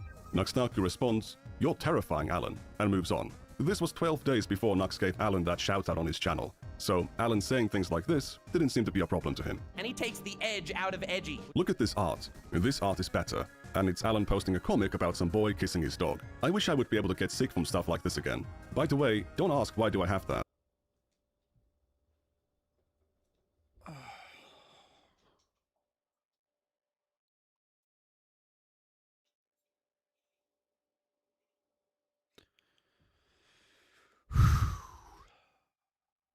Factually accurate, but harsh. Oh, God. Why do you have that? Red sent it to me. He always sends me fucked up shit like this. That guy's a sociopath, I tell ya. Red shows up and claims Alan is the one who sent it, and shows a screenshot from their DMs. Wow, you resort to Photoshop to make me look bad? Shame. Red shares another screenshot, showing some of Alan's earlier messages. People have no shame, shake my head. Also, I hope someone at school sees you watching this. Is that Minecraft? Yes, I'm 15. Deal with it. Oof, I feel old. He's literally the youngest guy here.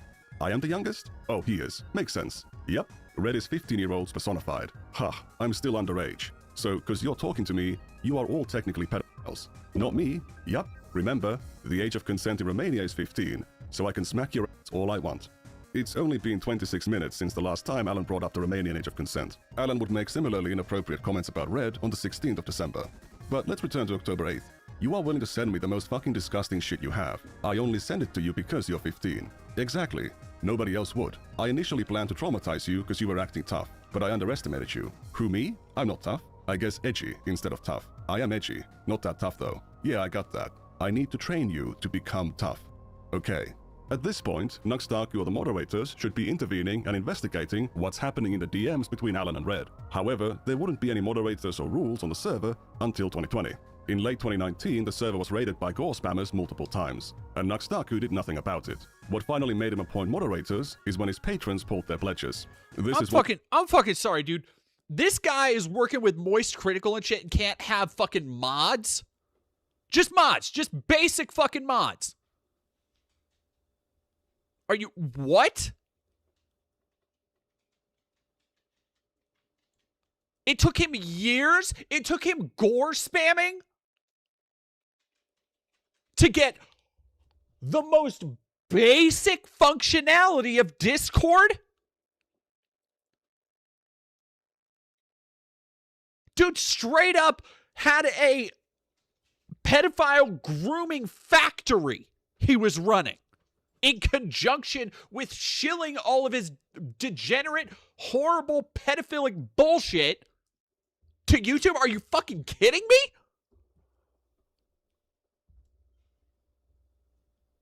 Oh, Nuxtaku, I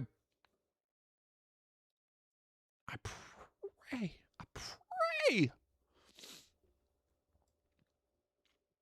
Whatever God is out there does not have mercy. I prayed. If you're a YouTuber with a Discord server, yeah, literally, the first thing I did when I got a Discord server going, I was like, hey, I need mods. That has been the first thing. And I want to shout out, by the way, my mods are fucking rad.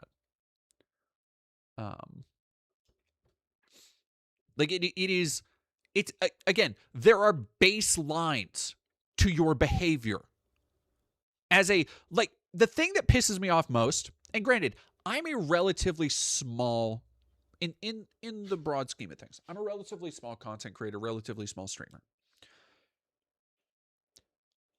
I still understand that there is a baseline of behavior that is acceptable or that needs to be considered because I am still a public figure to some extent.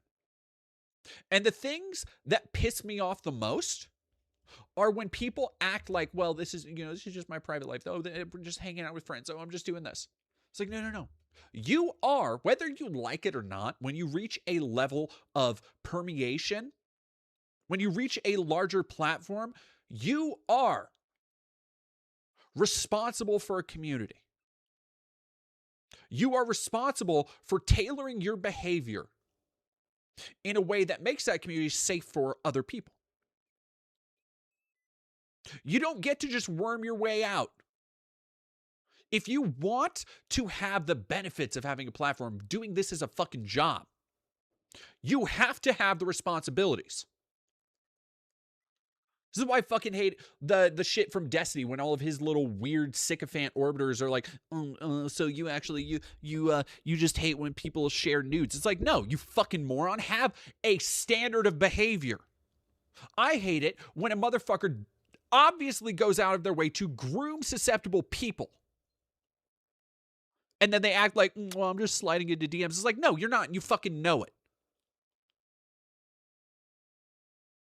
Of his own newly appointed moderators saying it at the time. According to Red, on the first day they joined the server, Alan spammed their DMs with a bunch of gore and NSFW content. There are multiple instances of Red or Alan publicly mentioning Alan sending gore to Red. Here's one from October 6th. On October 14th, Alan mentioned showing his personal collection to Red. On January 1st, 2019, Alan actually posted a gore image into the voice chat channel and pinged Red. In February 2019, Red reacted to a meme by saying, I can take pictures of men's penises being cut in half, but this is too much even for me.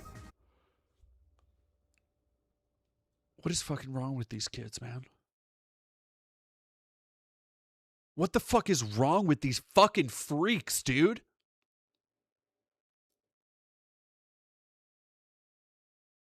Like, we know Nux had to have seen some of this shit. How do you, like I want to ask how morally depraved you have to be to look at this and not have it bother you. But this is, again, really good editing. I got to give it up. Recognize game. Got to give it up where it's due, because by the time you get to this point, you have all context of all the other bullshit he's done. So while I'm sitting here asking myself, how does somebody go through life like this? They've already answered the question 20, 30 minutes ago by talking about, oh, this is the same person that's been sharing pedophile, bestiality, rape porn for years. Has been laughing, exposing a young and susceptible audience to it.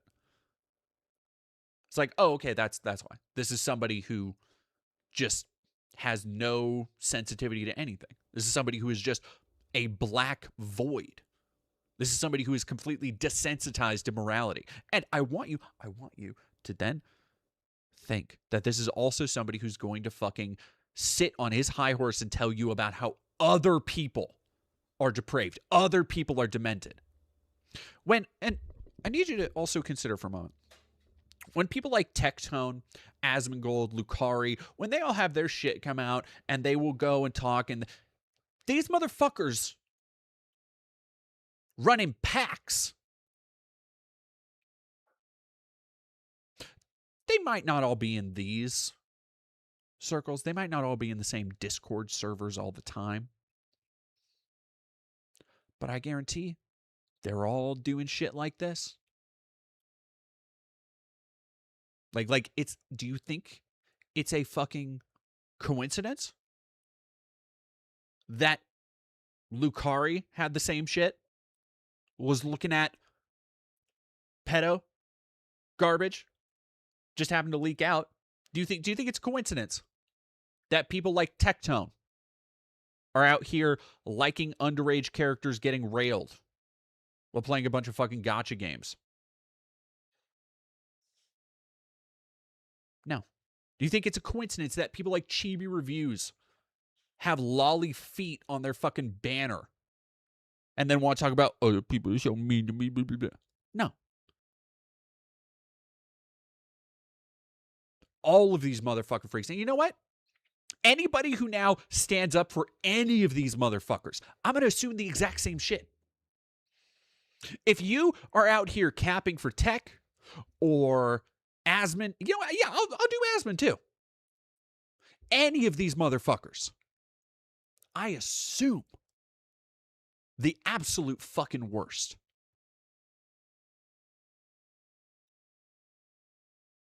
Until proven fucking otherwise. Because you know what? As much as they'll want to say, actually, all the transes are grooming kids.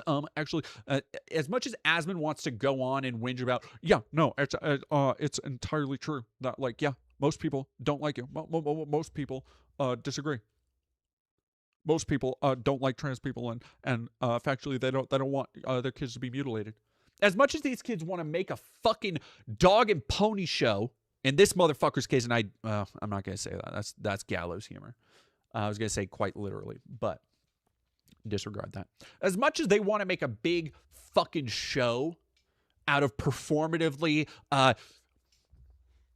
hand-wringing and whinging over trans people being able to get their own goddamn medication and live a happy, productive life, when it matters most, these motherfuckers are actual predators.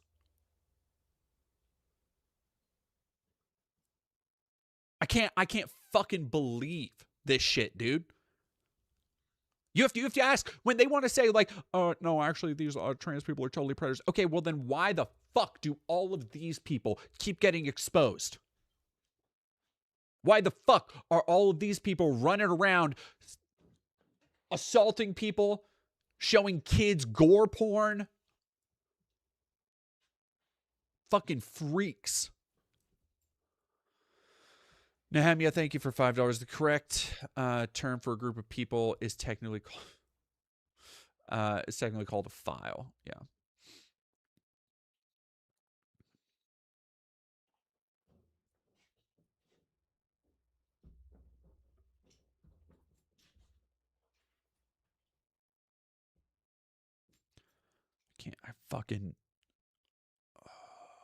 It gets music overlook. It gets worse. How does it get worse?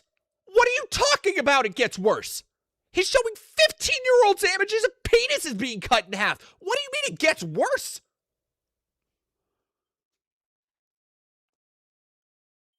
This guy's got to go to super hell.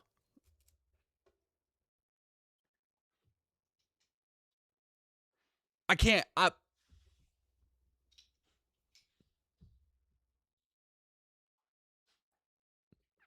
I can't say, we all know, I can't say what should happen to people like Nuxtaku.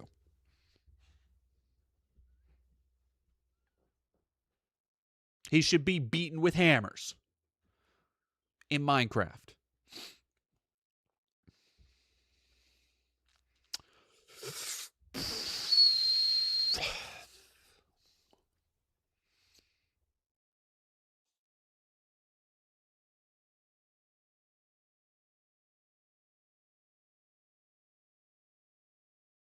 All right. Yeah, let's fucking do it.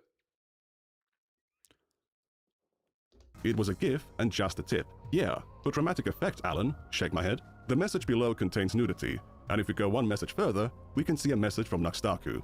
Alan having a fascination with gore seemed to be pretty well known on the server. Yeah, no One shit. regular user made this meme about the various quirks of the other regular members.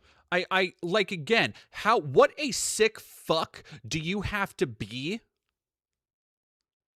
to, like, to associate with these fucking freaks? Like, put aside the hypocrisy for a moment. I'm willing to put that aside for a second. How do you go into these chats and be like, oh, yes, hello, hi, how are you doing today? How's the weather, Alan? Have you shown anybody fucking videos of people's cocks being flayed today? Oh, yes, here's one for you. Like, what are these people's...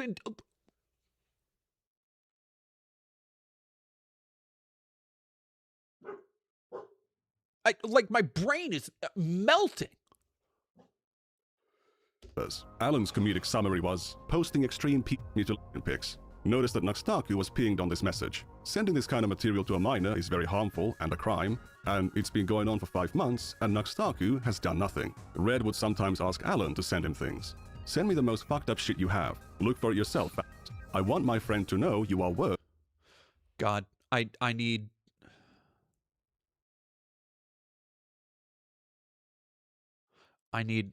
like, I hope kids go get therapy. Genuinely, I hope these kids get fucking therapy. How do you get to this point? Like, these motherfuckers are being groomed. This is like the fucking satanic pedophile Discord freaks who keep grooming mass shooters. Like, that's what this is. You are desensitizing kids for fucking fun? You think it's fucking fun to show kids this stuff? Like, you think it's fun to sit and look at this stuff and share it around amongst adults? Get fucking help. You're showing it to kids? You need to be in fucking prison, motherfucker. Than the dark web. Soyboy here is another adult user and also a small anime creator. He already knows that Red is underage. Despite this, he asks Red if he can send them something truly disturbing. Okay, Soy, send it to me. See? Come on. I expected at least nuggets. If you don't know what that word means, don't look it up. Alan proceeds to drop codes to some extremely obscene comics. Thanks, Alan. Soy, I am extremely disappointed. Red, you scare me. That is actual animal rape and murder. I know. How is that not the most fucked up thing? Alan sent me a video of a man getting his head off by a machete. Real life, of course. Nuxtaku was pinged about something off topic immediately after.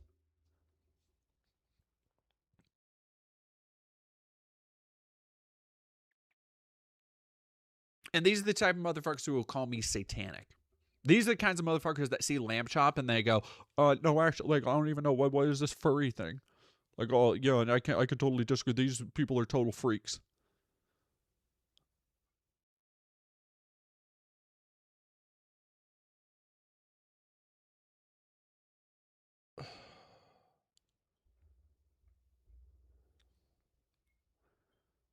Don't fucking tell. I don't know what nuggets means. Don't fucking tell me.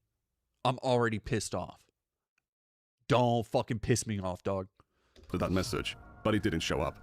After getting Nuxtaku to create the NSFW channel, Red suggested making a Not Safe for Life channel for Alan, to which Alan said, I wouldn't make Nuxtaku watch something like that. You, on the other hand, can get it. Nuxtaku's nowhere to be seen, but then Soyboy mentions Toei Animation claiming one of his videos. Nuxtaku replies to him with advice, once again showing how close he was to seeing these warning signs. Beyond conditioning Red into tolerating extremely shocking and obscene imagery, Alan also encouraged them to drop out of...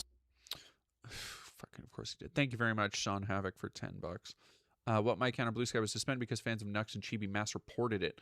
I called them both losers and Blue Sky immediately suspended my account. Absolutely pathetic to see. Fucking tell them I sent you. Fucking tell them to show their face around me. I'll do a lot fucking worse than suicide bait them. These motherfuckers, oh.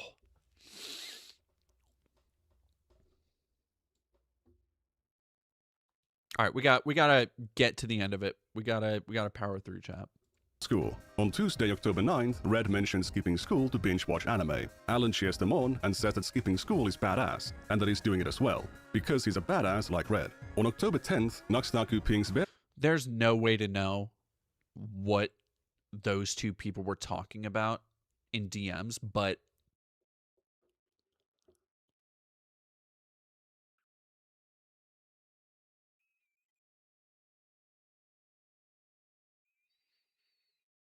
I can't imagine. Various users, I don't including want Red, to inform imagine them that he finished reading the Black Clover manga all in one day. School got cancelled for the rest of the week for me because the head teacher got so I shall be around lots. Words like head teacher and school are used by children, not college students. Another clear red flag that Red is a minor, right in Nux's face. What? Go to sleep, kid. Another clear indication that Red is a minor. Yeah, lol, 176 chapters in a day. This is 5 days before Red got Nuxtaku to create the NSFW channel. If you're worried about that stabbing story, it's something that Red made up at the time.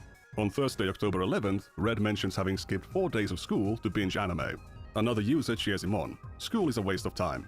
On Monday, October 15th, Red thinks about joining. Just a bunch of fucking losers. That's what it is.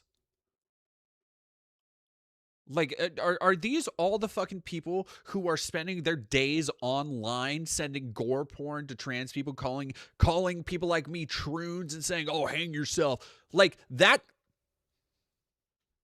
This is what the fuck is that one saying? Like you're booze me nothing to me. I see what makes you cheer. Like again, until proven otherwise, I just assume all of these people, all of these fucking weird anime anti-woke dweebs are like this. I assume every one of them is a degenerate, pedophile-enabling, grooming piece of shit. Until proven differently. Because guess what? It keeps happening.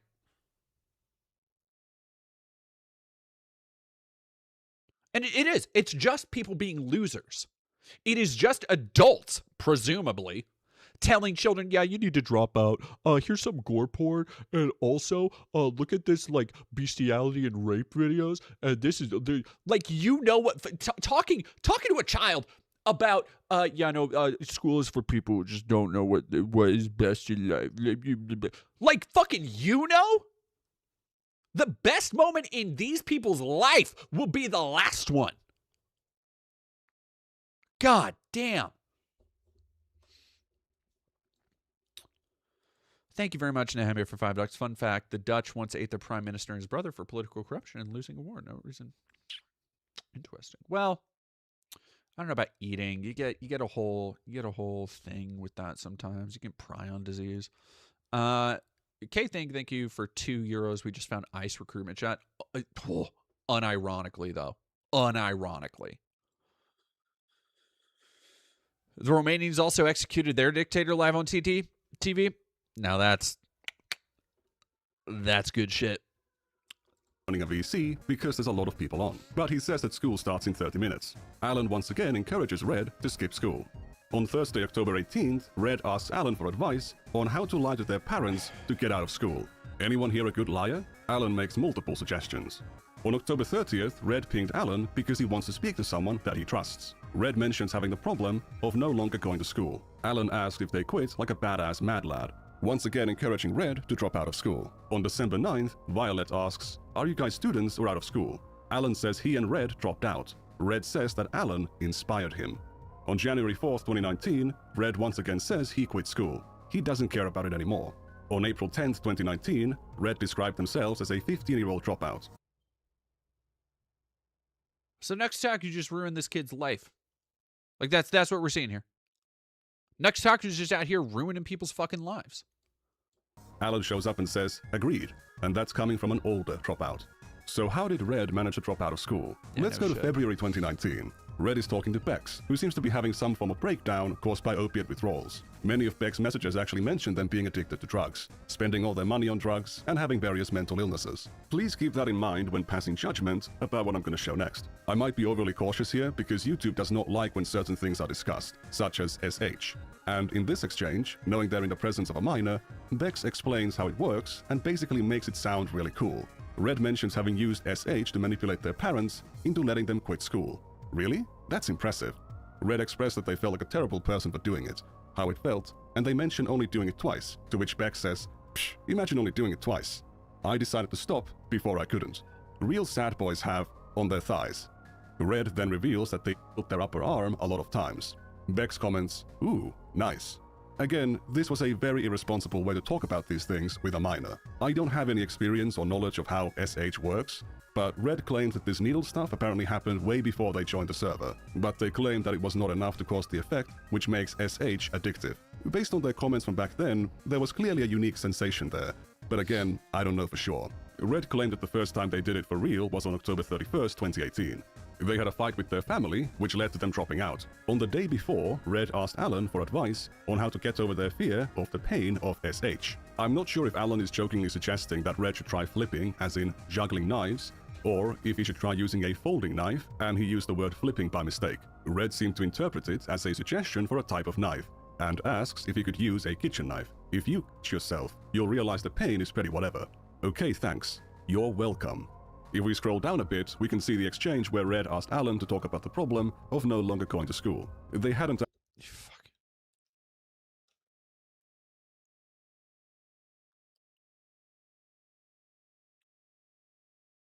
I'm fucking sorry for how many kids there are out there like this.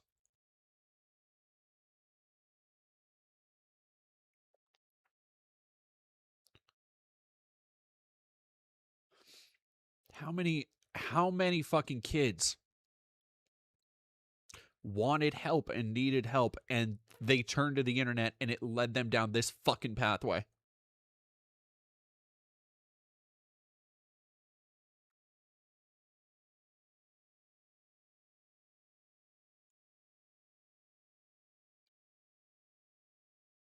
Yeah, and this is the stuff that was found.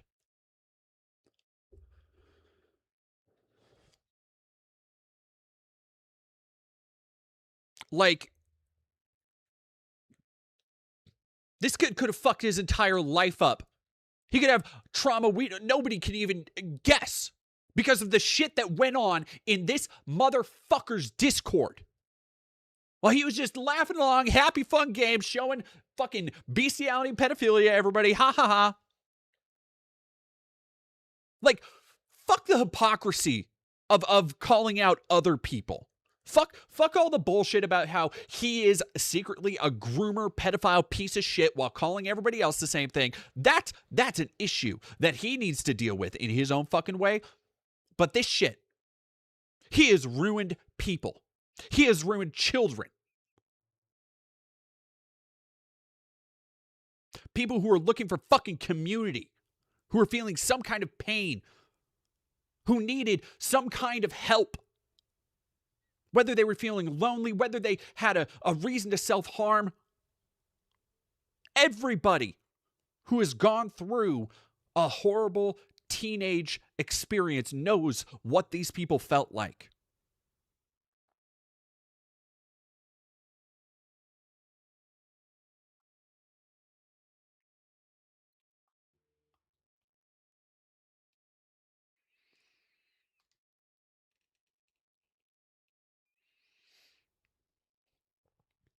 Nuxtaku, you better not fucking come back. You better stay off the fucking internet.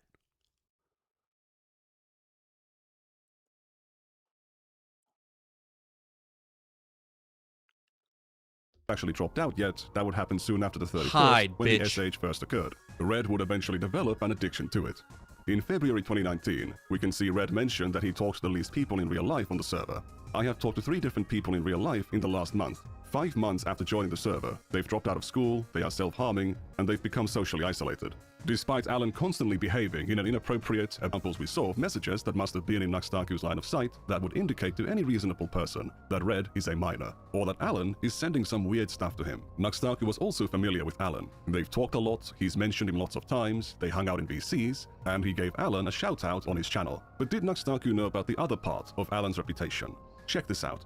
On January 16th of 2019, Alan posted a bait-and-switch video into the general chat channel. The thumbnail shows a naked woman, but when the video is played, it switches to a video containing stuff like this. Despite the warnings given by other members to not look at it, Red can be seen giving their reaction to the video. You can take that as a corroboration for my testimony of what the video is. Violet said that Alan should be banned. Nuxtaku was then pinged because Alan did something bad. Nux shows up and says, "Wow, didn't see that one coming," and he then leaves. He took no action. He didn't delete the video or punish Alan or anything. Again, that was January of 2019. Nuxtaku would still have Alan on the Rant Cafe podcast in July and August. And next, we also, believe it or not, have Alan Weebus himself. Hi there. Sorry, I'm the replacement for Animac Forever. He's dead now. I killed him. So you're gonna have to get accustomed to my presence from now on. Despite everything that was happening for months, Nuxtaku publicly endorsed this guy and presented him to his audience as this harmless, funny troll guy. When I asked Red about these old messages concerning their personal situation at the time, they said it was the beginning of probably the darkest period in their life. The good news is that they stopped self-harming in 2021. They went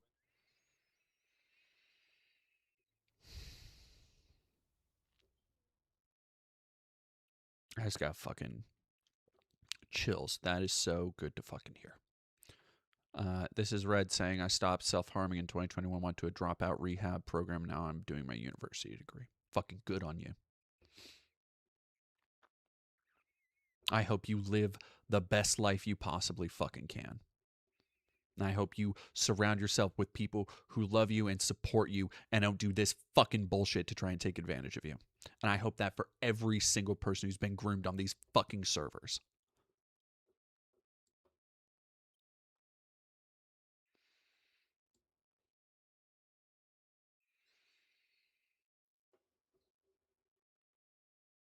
into a dropout rehabilitation program, and they are now working on their university degree. To clarify some things, I reached out to Red because I saw their post on the Discord from years ago. They didn't reach out to me, no one tipped me off about them, I discovered them myself. I haven't conducted any in-depth interview with this person. I would just send them questions every now and then, and laid out this timeline and asked for their thoughts. They described it with the words, "All of that is accurate, to my knowledge." They don't remember anyone at the server really recommending them to seek help. When I asked about how they felt about Alan's behavior, they recognized that it was inappropriate towards a 14-year-old, but they don't believe he had any sexual grooming intention or meant what he was doing in that manner. They also mention Alan being very troubled at the time, which, based on Alan's messages, assuming he isn't lying, seems to be true. Based on the logs I've shown, it's tempting to conclude that the influences that Red was exposed to through Nuxtaku's unmoderated Patreon Discord server led to them dropping out of school at age 14 and getting into SH. The timeline laid out by the messages and by Red's testimony does support the idea, but to actually determine if that's the underlying reality would require further investigation. However, regardless of the actual consequences, allowing people to encourage or praise this kind of behavior in the first place is already insane. What is clear is that Red was repeatedly exposed to extremely obscene NSFW content and gore on the server, and that Nuxtaku made the NSFW channel because Red requested it, and then accepted more money from them. If Nuxtaku was too busy to moderate the server properly, it's not like he was totally unfamiliar with the concept of moderators. If he was, the 16th message on his Discord server was a user recommending him to designate moderators, to which Nux responded, "Indeed." One of the basic responsibilities of a Discord server operator is to make sure that children are not exposed to adult content on their server. Nuxtaku is currently downplaying this and his fans are defending him. Okay, well, fuck them. What? Yeah, what do I expect? A bunch of groomers and pedophiles and gore freaks looking to ruin children's lives. What do you expect from them? Like, okay, if you defend Nux, you're a fucking pedophile freak gore hound too. You are a absolutely useless waste of space that would be better served being turned into fucking dust.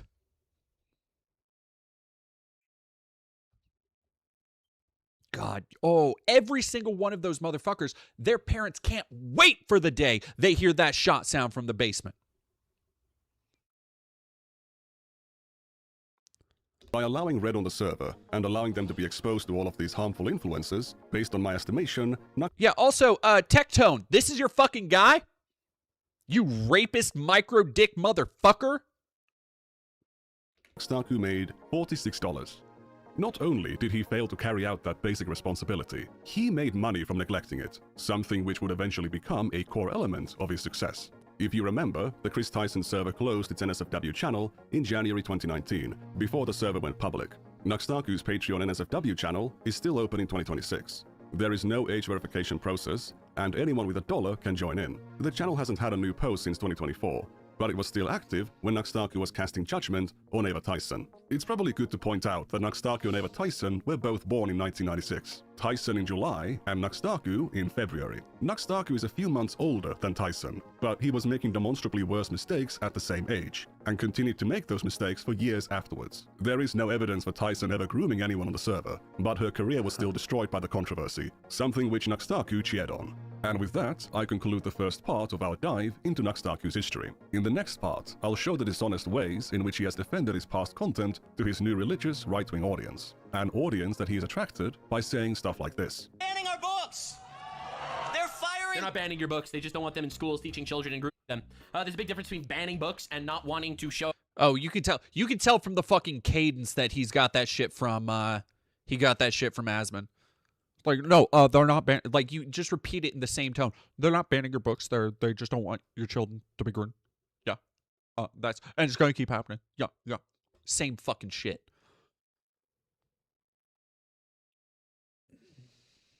Oh, sexualized, pornographic, grooming material to kids.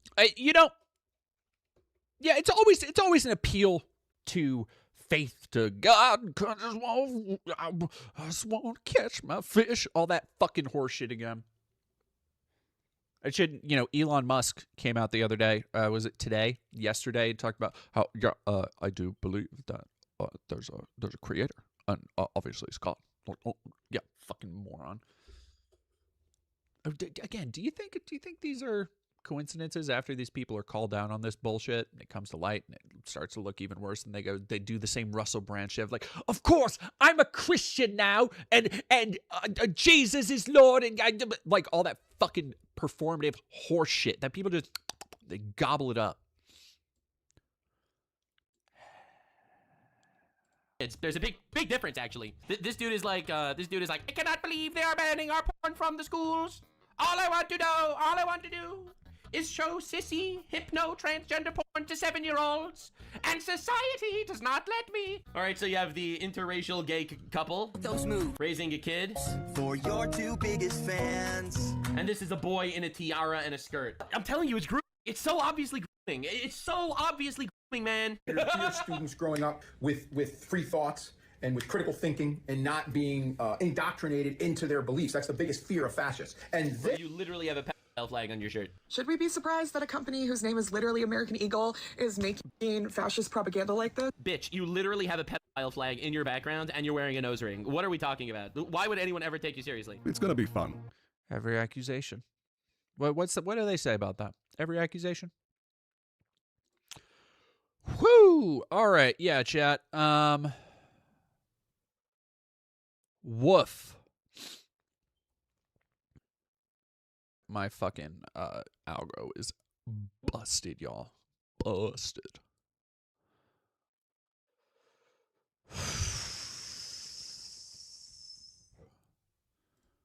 Okay, chat. We're gonna do one more video tonight.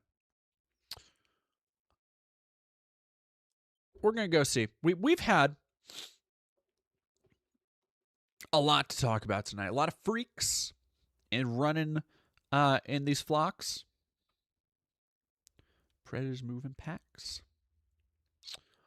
And there's one who put out a video that I'm willing to bet will be, if nothing else, a little bit more funny. A little bit less enraging. Because if there's one of these chud-ass dorks that we can rely on to help take the temperature down, to just give something for you to laugh at, like just a good time that we can all sit and join and laugh together at, it's Monsieur Andy Pants Gaming, who, by the way, yet another pedo-adjacent groomer put fake child sexual assault material that was meant to be depicting his own daughter in a game. I have a video on the channel about that. But let's see, recently, and I'm going to try and use this as a catch-up to some new announcements in the gaming industry.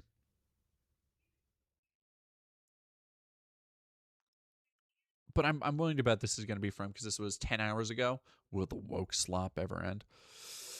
Oh, yeah. Xbox is dead. Very funny to have Xbox. God, you can just fucking print money making this horseshit. It's crazy. Xbox is dead 2025 and completely not even like there's a new Gears coming out this year with motherfucking Marcus Phoenix. Like, what are you talking about, dude? Oh yeah, I love this guy has to use AI for everything. Yeah, let's go, chat. Guys, I don't know about you, but in 2026, I'm so glad there's no woke garbage in video games anymore. And includes paid promotion from fucking who, dog? Start playing Snacksy now. What the fuck is Snacksy, dude?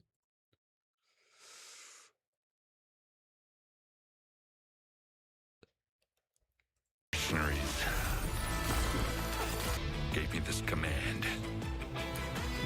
That's Rost. That's they're friends. Men being cucked is not. I'm not. Again, don't really give a fuck about Hunter's Gathering, but like, I played the first game, dude.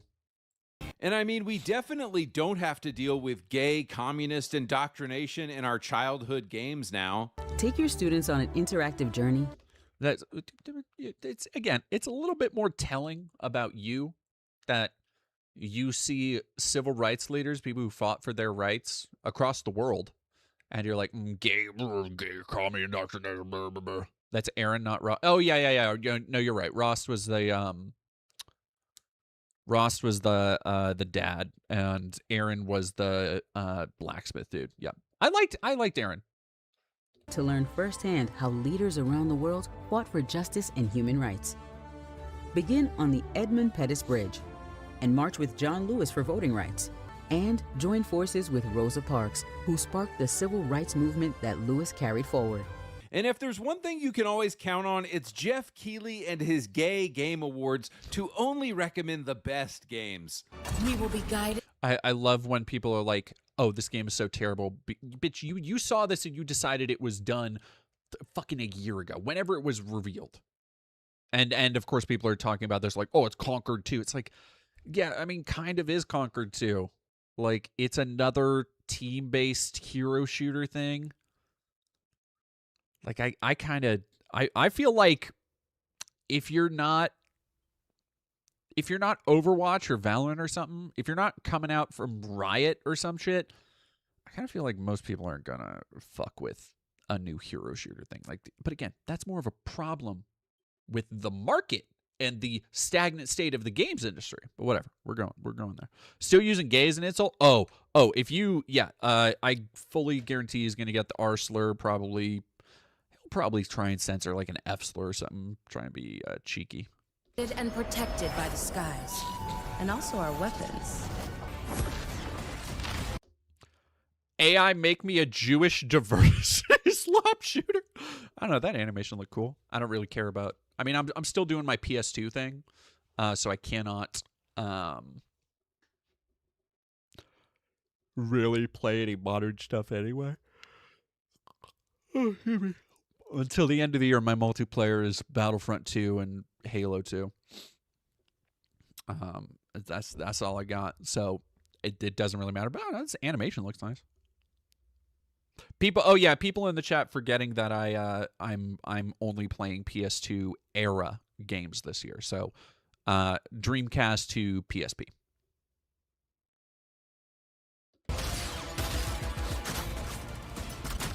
To those of you who actually thought, no. That's not Jewish. That's South American. No. You see, because it's Jewish because it is it's insidious communist propaganda. Ooh, this is gonna get you. No Lord of the Rings. I'll get those Lord of the Rings PS2 games at some point. I remember playing those as a kid. I liked them. Republic Commando. I have been playing Republic Commando a little bit. And yes, the Ratchet and Clank PS2. I've been playing some Going Commando was the second one. I've been playing some Up Your Arsenal, and honestly, just as good as I remember. Just as good as I remember it fucking being. A few companies going bankrupt would fix video games, all I have to say is Guys, I don't think we've fully grasped how mentally ill the people who work at these video game studios are. Dog, what the fuck do you got to say? Like, bold choices being made. Looking at somebody from Arcane, one of the best, with the exception of fucking Redfall, one of the best working developers out there. And you're like, oh, look at these people. Obviously, the studio that brought you Dishonored and Prey.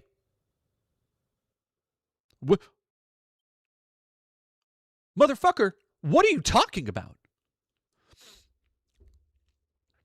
Big Labor Boy, how does one reconcile Jews supposedly being greedy and money grubbing, but also communists? You see, it's actually kind of similar to a major criticism point I keep seeing of Hassan, where they're just grifting, they're just doing it to get money from all the donors. Like that's what it is. It is at the same time that they are controlling everything so they can scoop up more money. They're indoctrinating your kids to go buy these games, and they can make more money off of that. Like it's fucking stupid. If you couldn't tell. They would literally rather die than make the games we want them to make. These are the people running over federal agents.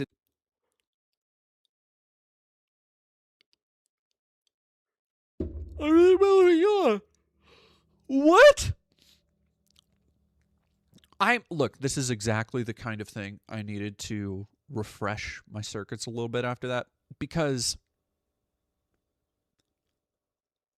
I forgot how his mind works. It's kind of beautiful in a way. Just being able to be like, there's women at these game companies, just like the lady who got shot by ICE.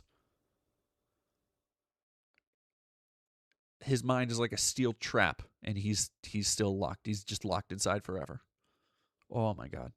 Yeah, no coherent train of thought. In Minnesota, they killed Charlie Kirk. Chat. I'm going crazy, dude. Chat, can we get some Kirkin in the chat? We are, chat, I cannot express enough. We are a minute 19 into this. Buckle the fuckle up. Because I gotta see how these things connect. So because there are trans people working in game development, which bitch you did what? Do we want to talk about your game, Anderson Pantalones? I don't think so. Because there are trans people in game development, and the person who killed Charlie Kirk had a trans roommate, obviously these things are connected. And throw ICE in there for some fucking reason. And then something about Jews. Oh yeah, we're rocking good. We're eating good. People just slop. They would literally rather die than make the games we want them to make. These are the people running over federal agents in Minnesota. They killed Charlie Kirk. I wish they didn't run over federal agents. That would have been a different story. Bucko. They're killing kids at schools. The left is completely insane. Guys, and this is why I've said again and again, all of these video game companies have to go out of business. New companies have to rise and replace them. That is the only solution to this. You can't change out the people. You can't change. Please tell me this turns into a buy my game. Please tell me this turns into an ad for your game. Or better yet, it's the ad pivot. I feel it coming. My Alex Jones senses are tingling. We got the greatest things you could possibly need. We got colloidal silver now on sale at alexjonesstore.com. Like that. I feel it coming. We're gonna see if I'm right. The culture, they all have to be fired. We just have to start over. So in this video, we're going to do a deep dive on all of the woke games that I just showed you. I don't think we are. You're 22 minutes in. You're not doing a deep dive on fucking anything, dog. And at the end, deep as a thimble. I'm going to suggest 3 much better based games from 20 years ago you can play. But first, so guys, I'm not really a mobile game guy, but it seems like a no-brainer to me to try to make a little bit of money for free while you're doing it. Today's sponsor is Snaxy, and I can confirm that this app actually sends you real money when you use it. So first, you just install the Snaxy app, and then inside the app, you choose the games you want to play. And then as you play these games inside Snaxy, you start accumulating gold coins. Basically, once you get 5,000 gold coins in Snacksy, that turns into real dollars. He's running crypto scams on this. Are you fucking kidding me, dude? Woo! So not only is he giving us 3 games, what a cornucopia that's plopped down onto my plate. Ghosty6827, thank you for $10. If you get kirked and your wife as well on stage by the vice president, that's not being kirkled. Kirkled, very good. Kirkleded. Now you might be asking me, seriously, dude, 5,000 coins for $5? And look, if you don't play mobile games, I don't think this is a good deal. But if you're going to be playing games on your phone anyway, why not start to earn some money from it?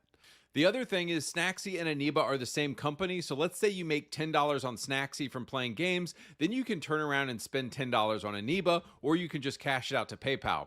So I played around with Snacksy a little bit and it seems legit. It's only available in 34 countries right now. You can see them on the screen. Click the link in the description. The mark of a good product. It's only available in 34 countries. Good God. Big Labor Boy, holy shit. Thank you so much for 1, 2, 3, 4, 5 tier 1 subbies to Chaos Gardener, Dank Techno, Mistax, Violet the Fox Girl, and sipping on some Rizerp. Thank you so much. And by the way, anybody who hasn't been watching or has been watching for a minute, don't forget to follow. We are almost to 10K on Twitch. Almost to 10K followers. We can get there. I believe us.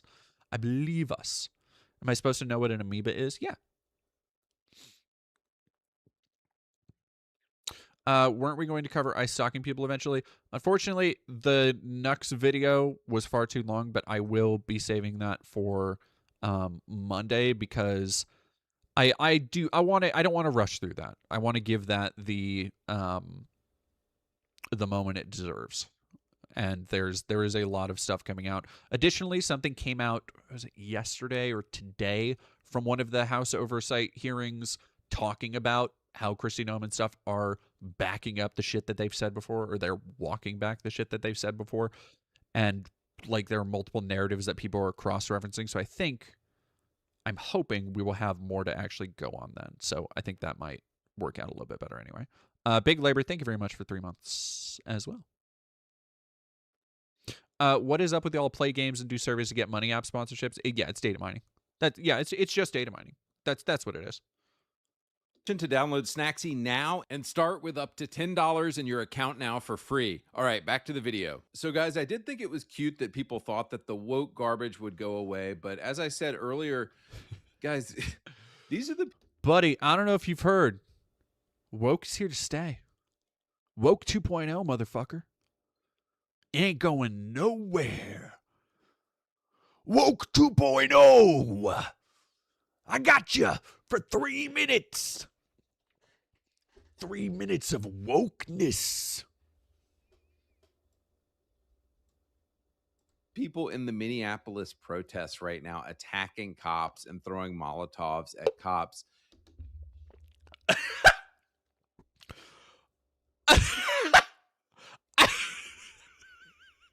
Throwing Molotovs. Oh, dude.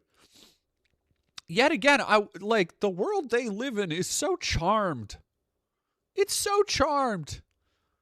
Imagine seeing all of the fucking old ladies, all the people that we covered in Minneapolis, people out there still bringing cookies and fucking baked goods to protesters on the front lines and being like, yeah, these fucking radical Antifa Soros operatives throwing Molotov cocktails. Dude, fucking I wish. These people are absolutely insane. And thank you for another 5. We, triple parentheticals, are going nowhere, Andrew Pantalones. And do you think that you're going to stop them by not buying their games anymore? They're just going to go to another company, start another indie studio. These people cannot be stopped. All you can do is take away their jobs, fire them, and close their companies down. That's the only solution. And isn't it great then that you people have no real buying power that keeps being proven over and over again? Is it like you? I thought last year, was it last year or the year before, where it was Grum saying we've won, we've declared woke It was last year was fucking Stellar. No, year before was Stellar Blade. And that was like the inflection point. And then people were like, "Oh, okay." And that came and went. And then they were like, "Oh, no, it's going to be Assassin's Creed Shadows." And it's like, "Oh, okay." That came and went. And it's like, "Oh, no, woke. The end of woke is coming. You just got to keep not buying games." Which shouldn't be too hard because these motherfuckers don't play games to begin with. But and the step 3 ? Step 4 profit. Like that's what they're doing. Stellar Blade bombed. I don't believe Stellar Blade bombed. I don't think it bombed. If I remember right, it sold okay. Like they're making a sequel. Yeah, I mean 6.1 million copies ain't fucking nothing. It ain't nothing. That's respectable. Sequel to Stellar Blade 2 is in productions. Yeah. It's not amazing, but like for what that game is, that's fine. I keep thinking about Stellar Blade. I keep thinking about maybe revisiting it because there was something about the like loop that I really enjoyed, but then I'm like, it's the same. Like it's the loop I enjoy from other games. Like I could just play Nier Automata or the Nier remake that was on PS4 or any of the Fallen Order games and get basically the exact same thing. Yeah, it looked pretty. It did look pretty. It looks dull to me. I mean, like, here's the thing. I would have loved Stellar Blade 10 years ago when I went through a massive hack and slash phase in high school. Where as soon as I discovered like Ninja Gaiden and Devil May Cry, I was like, I need more. Put it in my veins. It was when I discovered Darksiders and Bayonetta and Onechambara.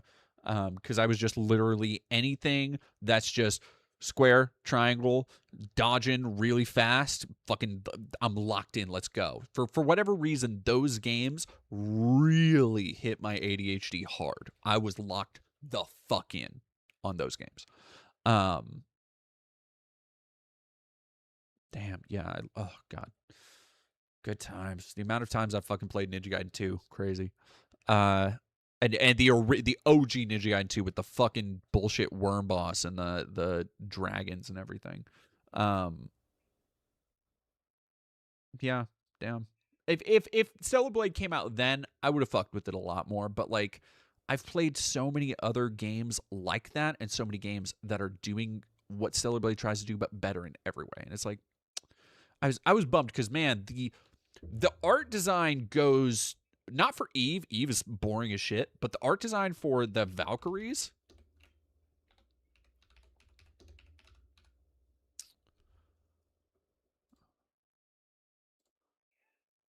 Were they Valkyries? Were they called Valkyries? What were they called? I don't remember. Yeah.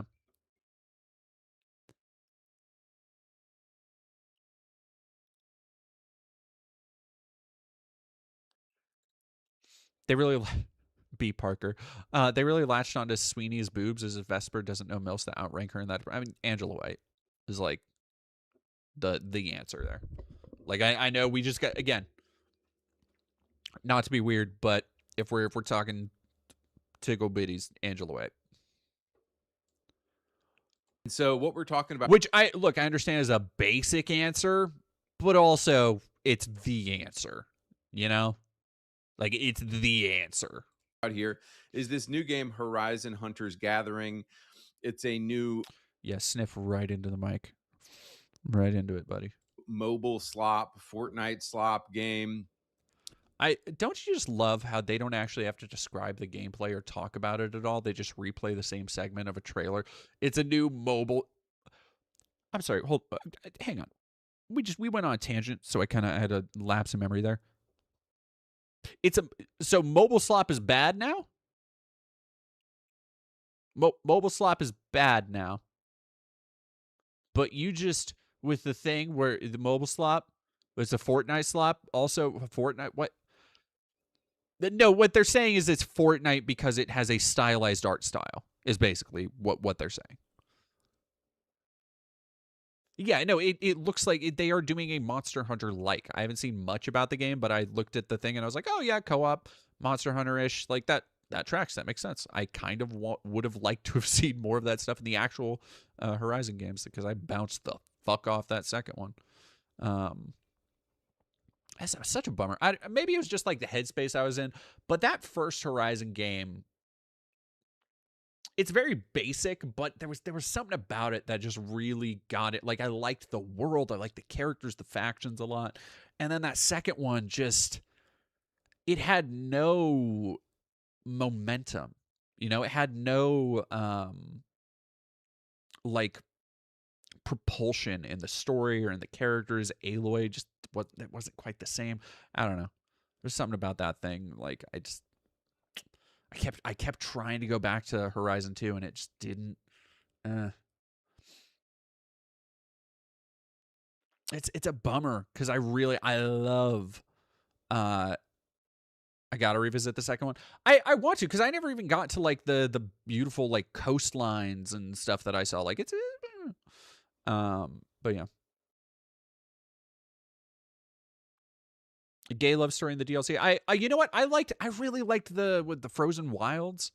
Man, no, Yenzo, we're covering that on Monday. Tabby Perope, thank you for subscribing. Nehemia, I already thank you for that, but yeah. All the open world games feel the same to me. Yeah, I would say it's one of the weird things about going back to and just playing PS2 games is playing PS2 open world games. Is like before every aspect of a game was found out or cemented as where like every genre we know exactly what hits the best for dopamine.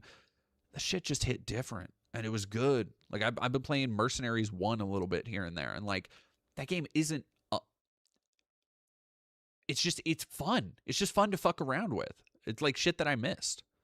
Ever played Longest Journey in Dreamfall? No, I did not.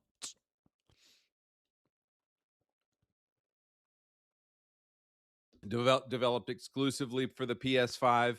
And guys, just to remind you again, Xbox is gay, but PlayStation is gayer.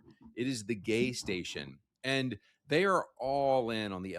Okay, so he doesn't have a script.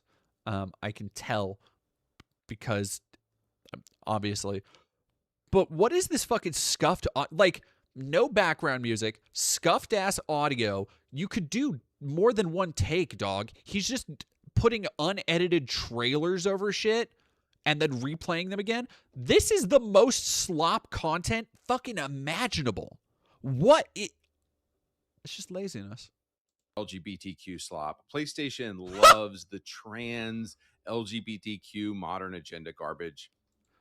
Does anything, again, the downfall of just putting out and not caring about how you're illuminating the topics you're talking about is that you're just showing random gameplay clips or random trailer clips and being like, yeah, obviously this is LGBTQ, gay, gamer, trans, slop. But nothing you're showing is illustrating that. So it kind of just seems like you're fucking off your nut, dude. It kind of just seems like you're just grasping at straws, homie. Gay station. That's crazy. Imagine being a grown-ass man and being like, oh, gay station. Fucking owned. God, oh, I'm so owned, dog. And just looking at this game, I mean, it looks like Fortnite. The gameplay looks really, really uninteresting. And so let's get into it. But this is the team right here making the game. So this should tell you absolutely everything you need to know about this. So if you watch the little trailer for the game, I thought it was interesting that the creative... Wait. That's a dude that you didn't show in that thing. So what's the... I'm going to do it. Guerrilla Games. Women's Day, because they usually take pictures like that where they go, yes. Oh, would you look at that?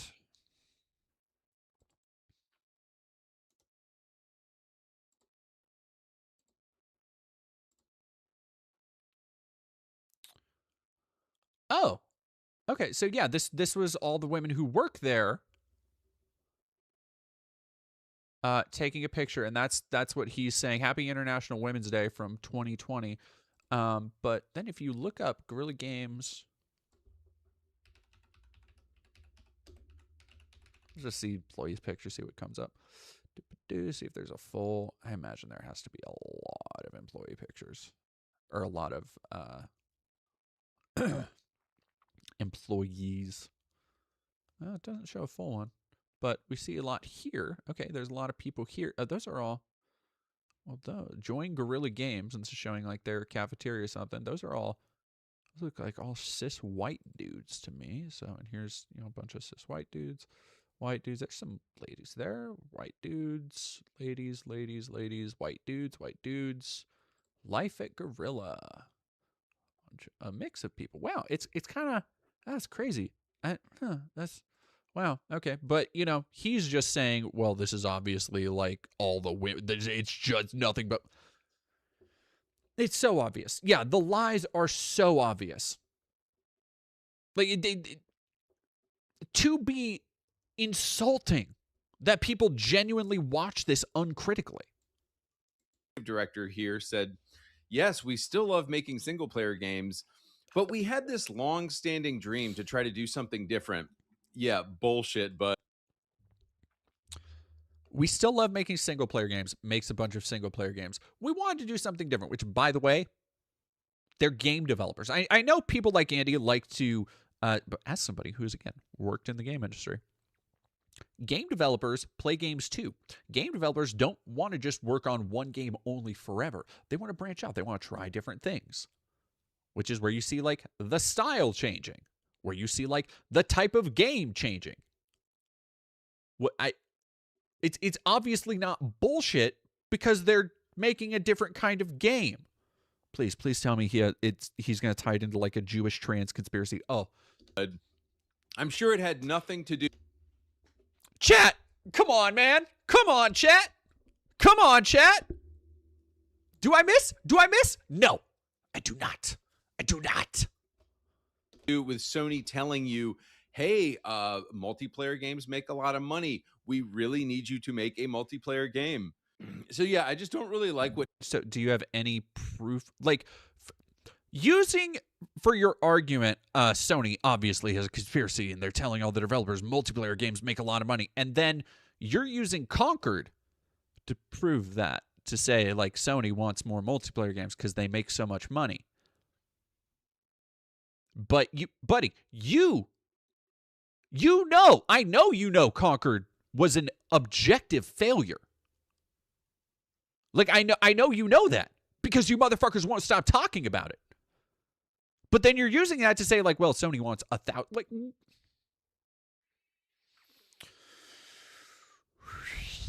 dishonest liars these companies are. They're like, oh, bold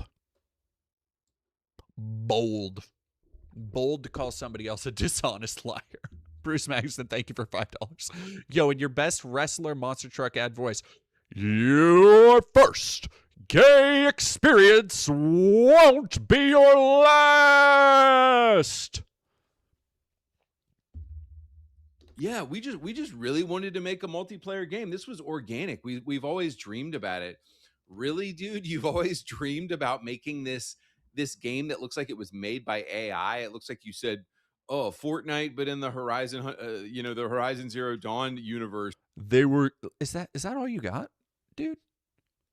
Is literally looking at what people are saying and being like, oh, no, like, dude, can you extrapolate something from that? Do you have another like interview quote you can talk to? Maybe you could try doing journalism and reach out to somebody on the team. Like, also, dude, you made a game using AI. The assets in your game were literally fucking AI, dog. I am more and more convinced that Andy Pants, good baby, Andy Pants is a bit. I feel every day a little bit more assured that I think Andy Pants is like a very elaborate prank of some kind, and it's just really, really committing to the bit. And if that's the case, one day I will stand and applaud. Is my DMC Dante cosplay intentional? I don't think so. Go ahead and make it. This isn't bro. a It coat. looks This like is an just like a AI little game. It cover. looks terrible. So yeah, it's as simple is as that. Multiplayer games make more money. Dog, you would know. You would know what AI games look like. Like, are you gonna say, like, speaking from experience of what dog shit games look like? Humble Bovine, hey DD, longtime viewer, first time chatter. Love the vids from grifter callouts to video game messages. Keep it up. Thank you. I'm working on the Floating Rocks video where I interviewed American McGee. I'm taking my time with that. I'm enjoying it. I'm enjoying it because next I am breaking into, and I don't know if I'm going to do it tonight because the stream's gone on longer than I thought. I'm already very tired. I was going to start digging into Yellowstone and Pendragon Cycle, but that might have to wait until the weekend. But yeah, thank you very much. I am continuing to expand and spread my influence. Oh, Nehemia, I missed your super chat. Oh, yeah.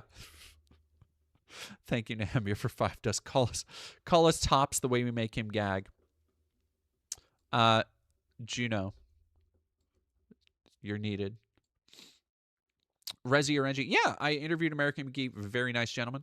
In fact, this back here, this Alice was a present from American. And I'm very excited to be able to show off the full video. It's been really cool. I'm bummed I exported the video at too high of a bit rate, so when I went to make a post on Patreon about it, I need to re-export it so I can put the first 15 minutes, because I meant to put it up yesterday, and then hours later people were like, hey, there's no video here, and I was like, oh, cool, what the fuck? And it was like, yeah, you made your video too good, too big. It was probably too long. It's 15 minutes, but yeah. Oh, Geoduck Geoscience, we spent like probably 3-4 hours talking about Nuxtaku. It's rough stuff. Xenograil's no interest. I have zero interest in extraction games. Same. Like no, American McGee was the name his parents gave him. Yeah, the extraction shooter thing is just like, eh. Same with Marathon. I'm getting pissed off looking at Marathon because I look at every every piece of video footage and every screenshot I see, and then like knowing it takes place on Tau Ceti and like seeing the stuff in the marketing materials, I'm like, oh, that's like one of the flying guys from Marathon 2. And then knowing it's a motherfucking loot grind multiplayer slop fest, I'm so pissed off. You had such a rich opportunity for a unique world. Like, sorry. And just like with Concord and Fair Games and all the other slop, Sony put a gun to your head and said, you need to. How? What the fuck is fair play? To make this game. But the art style, like I said, it's just Fortnite, dude. This game looks 10 years old, man. I can't imagine what tiny minority of people care about playing this game at all. Now, they slimmed down. They learned a little bit of their lesson. They slimmed down Aloy. They made her look less fat. They made her look like... It's an art style, dude. It's called stylization, you fucking moron. And terrible. But guys, does anybody like this dude? Elron or whatever his name is? He's a character from the game. Again, this has to be a bit. It has to be a bit. Tom522, do I have any videos about Baldur's Gate 3? No. Baldur's Gate 3 is featured in the Floating Rocks essay, though. And I did talk about it a little bit, I think, in the Stellar Blade video essay I did a couple years back. From Horizon, like, I mean, he's a white guy, so I guess I should be excited, but the character just sucks, dude. And it's because the whole studio has always been woke. I remember back in 2017 when this gay-ass homo game even came out, I was like, the game sucked. I love that. Not even like an original opinion. Not even like, I'm going to tell you why I think it's bad. There's always a fucking Assassin's Creed ripoff, which is like, no. It's closer to something like Far Cry. Like it has... It's not real. No, it's closer to something like The Witcher. Like that was why I remember I was like, oh shit, no, it's kind of like The Witcher. It's like a little bit lighter on the a lot lighter on the RPG elements, no music and stuff, but it's like no, it's The Witcher, open world, scrapping stuff. Like, what the dude, it's just Assassin's Creed. That's all it is. It's literally just Assassin's Creed. The other thing here is, and on the right here, this is Bleeding Edge, which came out exclusively on the Xbox. Again, another game nobody gave a fuck about and was dead on arrival because it was chasing old trends. Nobody remembers who remembers Bleeding Edge. No, nobody, because it was even before a lot of this new crop of grifters came in and was decided to make hating random games that weren't going to perform well anyway their whole personality. And it's like, guys, it's been 6 years and we've learned absolutely nothing. People want to look at beautiful, hot women. They don't want to look at fat tubs of lard from Walmart, like on the left and the right here. Like, why would you take the ugliest, fattest creature in existence and put her on the front of your game? Going back to all these 90s kids who were raised on Disney with Jewish subversive. Fuck, dude. I can't. That's crazy, dude. White people. Like, he'll go so long without saying anything of note and then just be like, just the most blatant bullshit you've ever heard. I gotta rewind that, because that first of all, actually, Outlaw Witch, Ferngully, I believe Ferngully was Don Bluth, wasn't it? Ferngully was a Jewish psyop. Yeah, that's fucking crazy, dude. Oh, man. Fattest creature in existence and put her on the front of your game. Going back to all these, it's just like, the thing that gets me and so annoying is this would be way more entertaining if they talked about why they're making these assertions, but they never do. They just say like, oh, they'll just say some shit, which is funny in its own way, to just be like, this video game in 2026, actually, it's Jewish subversion like Ferngully, and then not expand on that point at all. Also very funny. 90s kids who were raised on Disney with Jewish subversive slop. It's another white man bad game, guys. It's Disney. Ferngully wasn't Disney, you fucking moron. I can't fucking. Oh, man. I'm gonna do a video about this, but in the 90s and the 2000s, Disney and the Jews at Disney were pushing this diversity, anti-white hatred. That's Fox, dog. I'm pretty sure.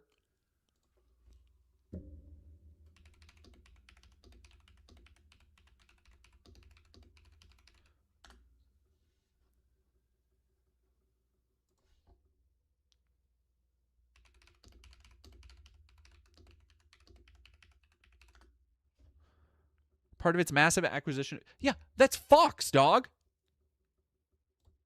Like, so the two things about Ferngully and Avatar, the only two things those have in common are that they're both ecological stories. That they are both stories about keeping the environment safe from corruptive interests, whether that be military-industrial complex or industry. Like, he is tying together two things that are not, by the way, from Disney, to say that Disney was pushing this subversive agenda.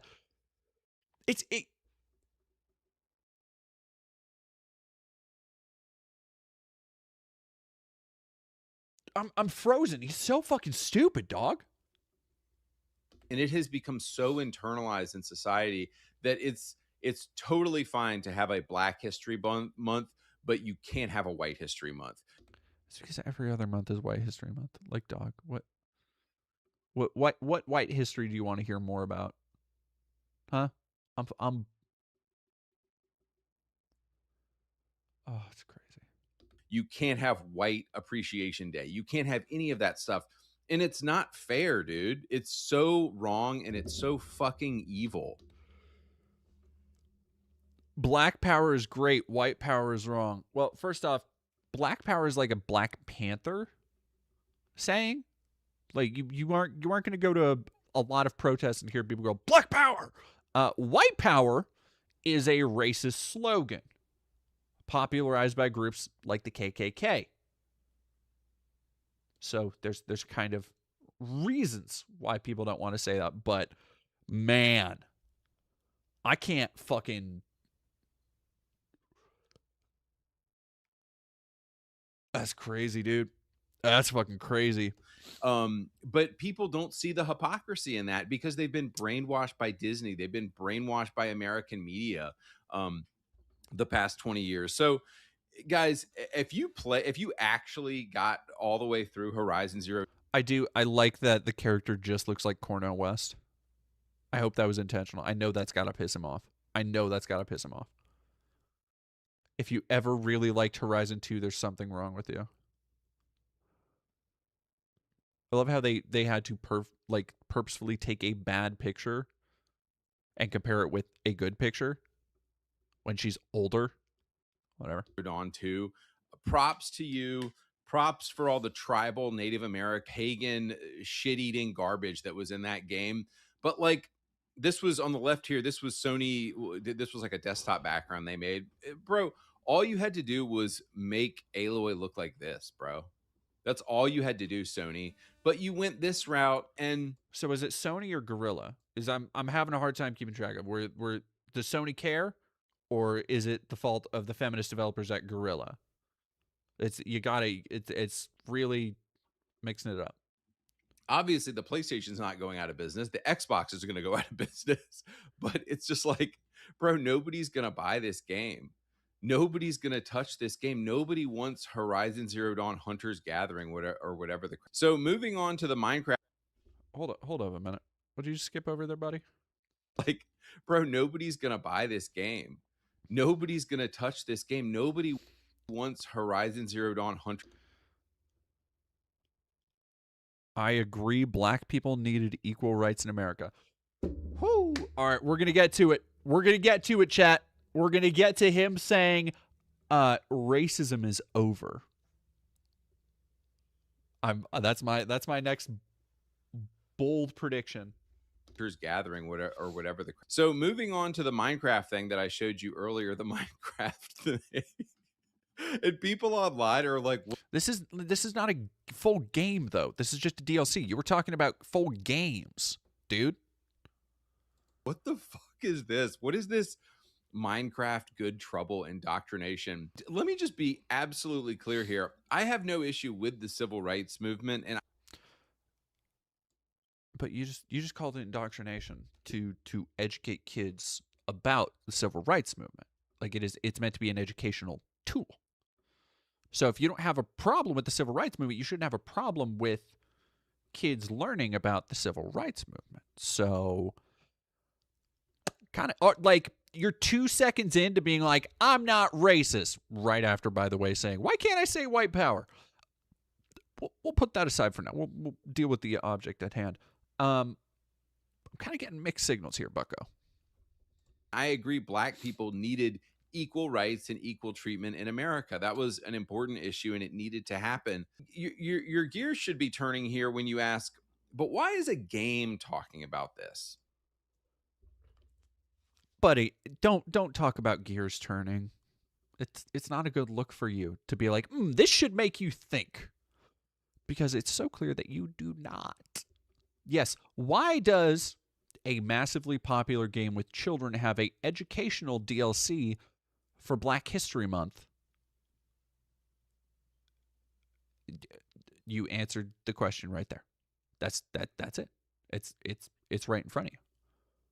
Well, there it is. Like, don't need any more than that. Because, guys, we know these people. Yeah, no, dude has never heard about edutainment. This guy, he don't know Math Mountain. You kidding me? This guy never heard of Freddy Fish. People don't actually give a shit about black people. Don't know ball. People. So why? So let's put our thinking caps on here. Why would a video game be talking about this specific issue? Because this is what the evil LGBTQ mafia likes to say. They like to say stuff like this. They look over at black. Let me tell you why this very obvious answer thing is. It's not because it's an educational product to help educate kids. It's actually because of the transes. And to illustrate my point, I am going to make up a conversation that didn't happen to prove how right I am. Using this picture where I'm just making people talk to each other like action figures. Yeah, dude. Black people, and they say, we're just like you. We're oppressed and we're just like you. And I hope every black person says, nah, you're not. You're gonna be blown away to learn about black queer people. That might make him just turn inward into a singularity. And do you know what the difference is for these? Do you remember like 2 minutes ago when this was him talking about the civil rights DLC? This motherfucker there is nobody in the Chud sphere who thinks about trans people as much as Andy. He can make anything about queer people. It's crazy. Like, it's, again, almost impressive. Evil people. The LGBTQ people choose to be freaks, and black people did not choose their skin color. You did not choose the skin color that was given to you by God. It's not your choice, and therefore you deserve equal rights and equal protection under the law. Okay, well, you don't choose your sexual orientation either, but how magnanimous of you, knower of the black and also queer experience, I guess. But something that you chose, like you chose to diddle kids, you chose to chop your own dick off, you chose to be a weirdo, and you shouldn't have equal protection under the law for something that...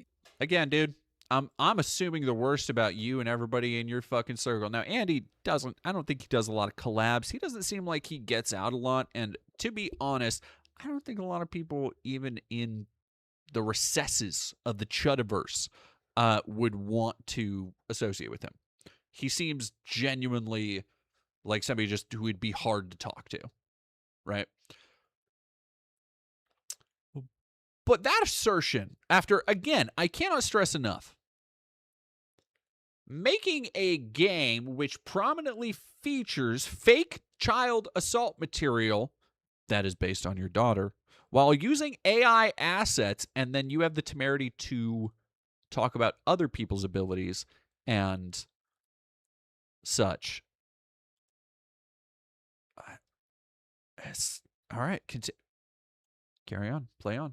You chose, because nobody cares. Like, look, I don't care what these people do in their free time. I literally don't care, but don't involve the government. Don't make us recognize it because we're Again, this is, first off, yes, you do. You very obviously do. You cannot criticize any video game without somehow roping trans people into it, even when there's just nothing there. There's just nothing queer there. Second off, I forgot what the second one was going to be. Never mind. Yeah, I don't care. 22-minute video.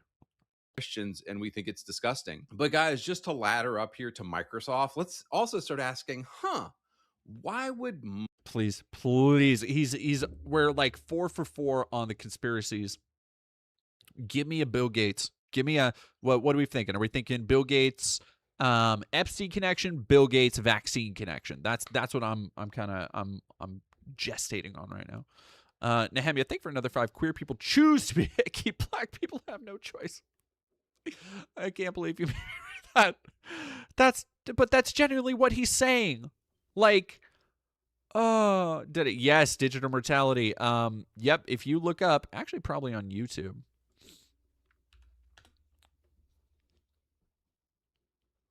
Let's look up.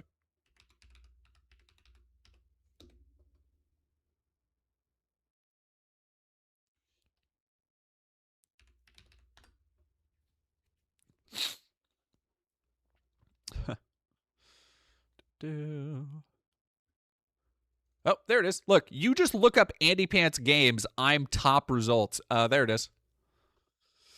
Right there. I played an alt-right YouTuber's deranged AI slop game. I dedicate this to my dog. I'm not gonna lie. I kind of fucking popped off with that thumbnail. I kind of popped off with a thumbie. Yeah, that shit was crazy.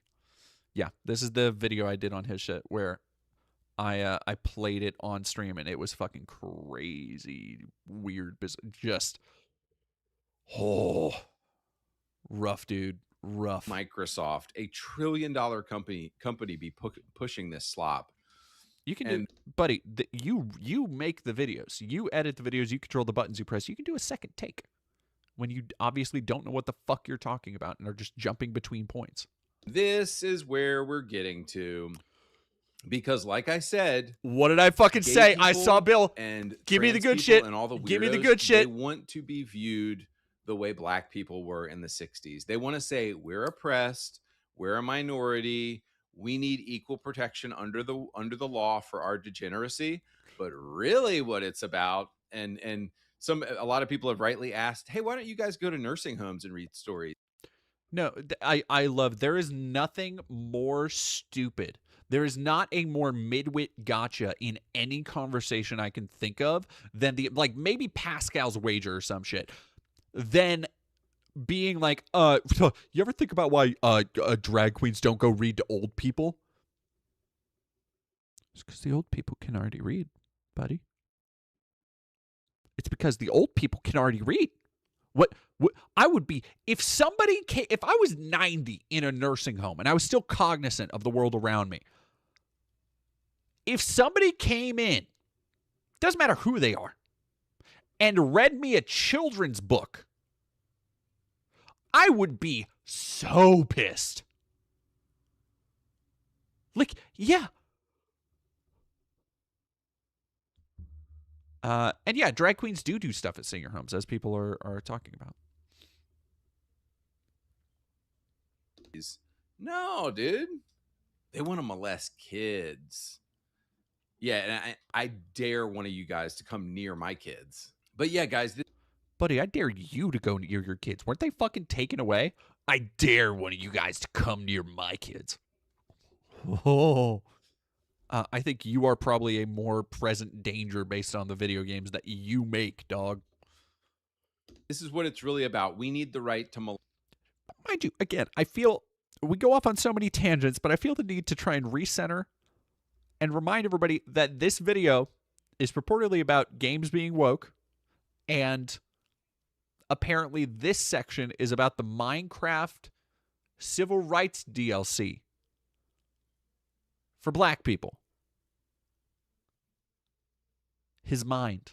It's amazing. It's amazing. Molest kids. This is what they're petitioning for. This is what they're going for. They want to lower the age of consent because they're pedophiles. And to zoom out even more. Chat.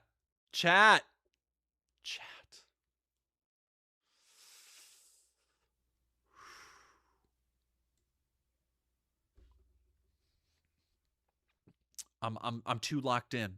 I'm too locked in. More, bro.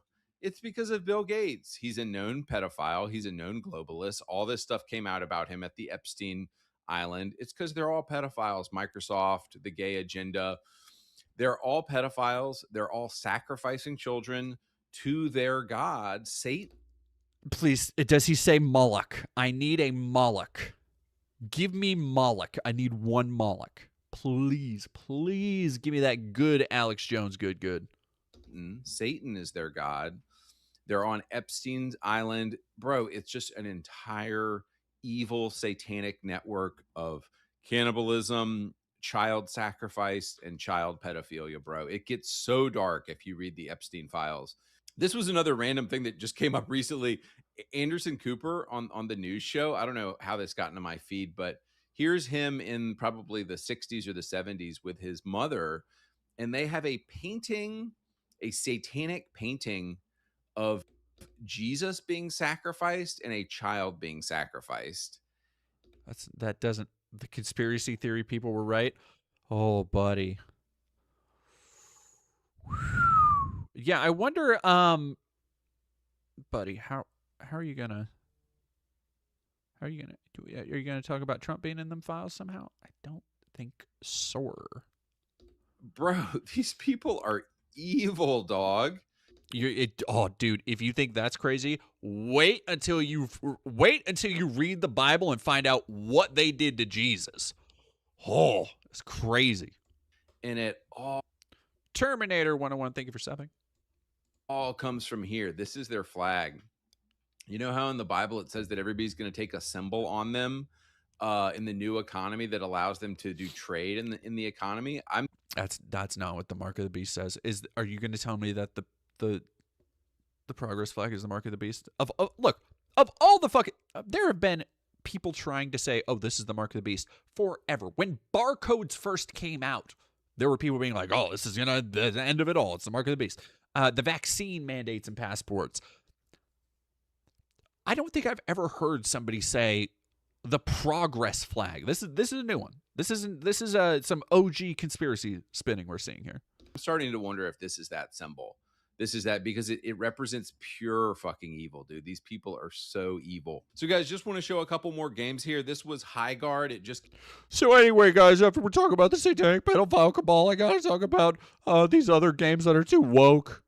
They're trying to kill and sacrifice your children, but right now all these games they would be so much better if the girls had bigger tits. How many people do you think in his life have cared enough to try and get him help? Or like, do you think he hides it? Do you think he just filters this side of himself into this? Like he just has like a dark Andy that he only lets out. He only lets it out on the internet. And like to everybody else, he just seems like a normal person. Because like I feel like this is behavior that gets you a grippy sock vacation. Like genuinely. Like came out last week or a week or two ago. Jeff Keighley was shilling hard for this game at the Game Awards, and it's become, as is his job, so clear that the dude doesn't recommend games because they're good anymore. He recommends them because they paid him.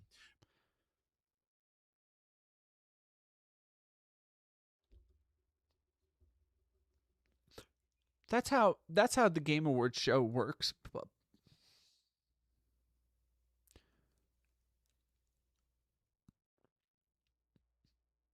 He doesn't recommend games because they're good. Give me a second.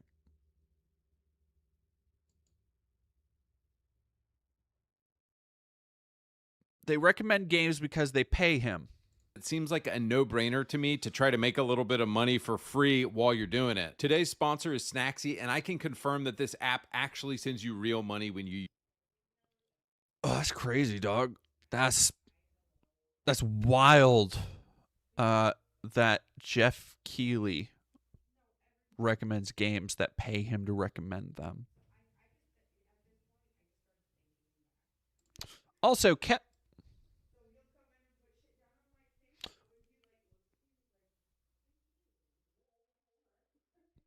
Keffels, thank you for following.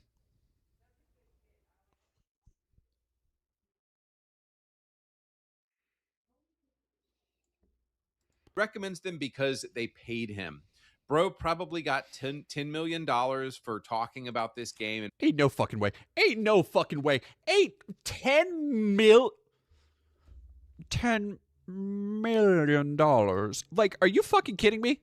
Do you know? I'm not surprised. And putting it right at the end of the show. And it's like, Jeff, congratulations. You got money for your summer house. You're going to have a great retirement. How much money? Like, I don't... Jeff Keighley probably... might have a summer house. I don't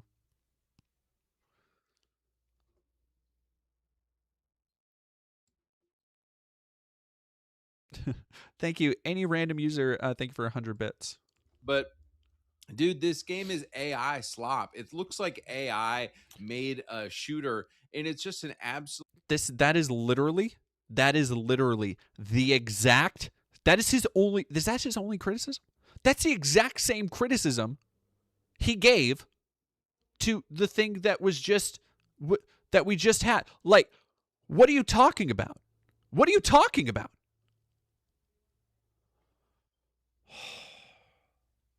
Absolutely terrible game.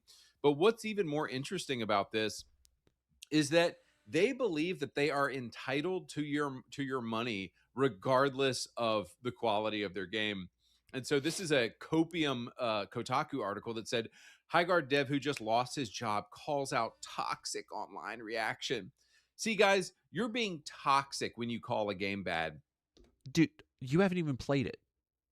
You literally just started talking about how, oh, Highguard is woke, whatever he fucking said, woke. Oh, he called it Jewish propaganda. That's what he said. He said it was subversive Jewish propaganda at the beginning of the video. Didn't play it. So what is your point? And yeah, this is getting torn apart all over the industry right now. Continue. Carry on.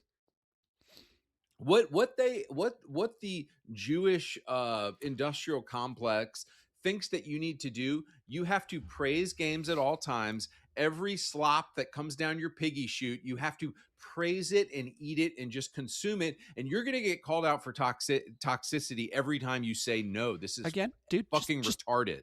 A former artist at Wildlight says Highguard and its team of passionate devs deserved better than this. Bud, your game was trash. It sucked. Take it from him. He would know about making trash games that suck. Huh? Come on now. Jewish industrial complex is crazy. I don't care what color you are, dude. The game blew. And this is them talking about the feedback they were getting on the game. But I would ask, who were you getting this feedback from? People who are already paid to say the game was good? This is lightning in a bottle. I trust this team wholeheartedly. If there's one project... And you can trust him because this is taken completely out of context and delivered with no surrounding context. So, good shit. Nobody in the industry is worried will fail. It's yours. This has mainstream hit written all over it. There's no way this will flop. I could play this game all day. They never even had a closed beta. No, you know what they were thinking? I honestly don't get how games can get canceled this fast. Literally, the only thing it takes now for people like this, it's just, I was going to say it just takes a black person, but no, it takes like literally just a woman being in a starring role. A woman that isn't just a brainless, big-titted sex doll as a character. Like that's all it takes for them to like start having a conniption.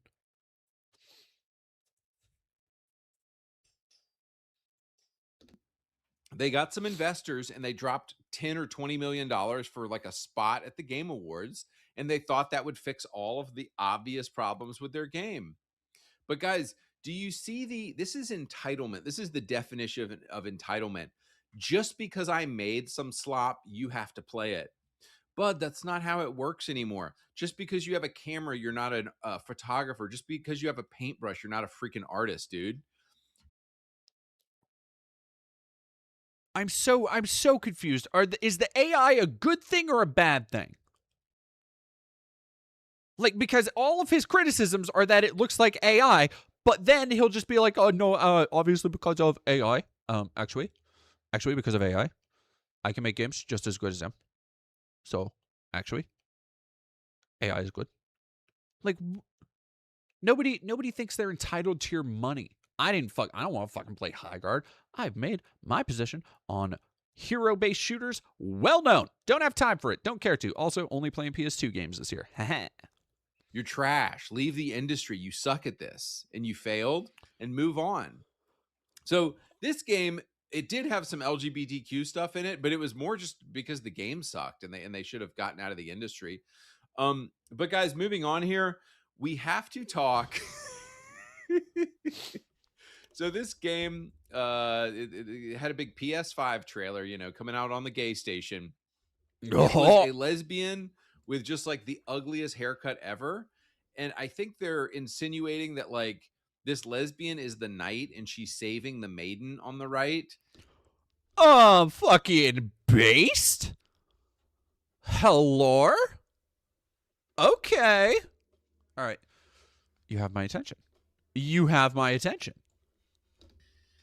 And it's like, guys, why? I think this was just announced. I think it was just announced. And make her a knight. Like, do y'all want to know what happened to gay people in the medieval era? I mean, all you have to do is watch Braveheart to find out what happened. Do y'all want to know what happened to gay people? You gotta watch this movie to find out how history worked.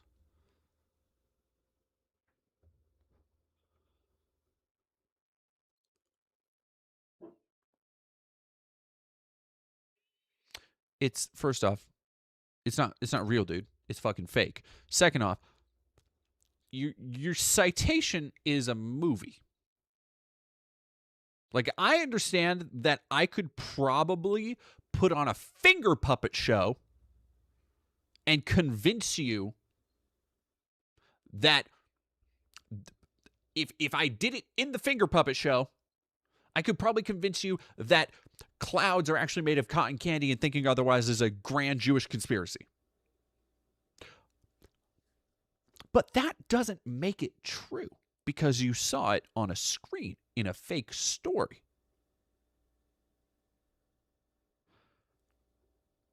Yeah, also, a kind of famously inaccurate film. Like, historians, I haven't known historians, but I remember history teachers who, like, will roll their eyes when you mention Gayheart.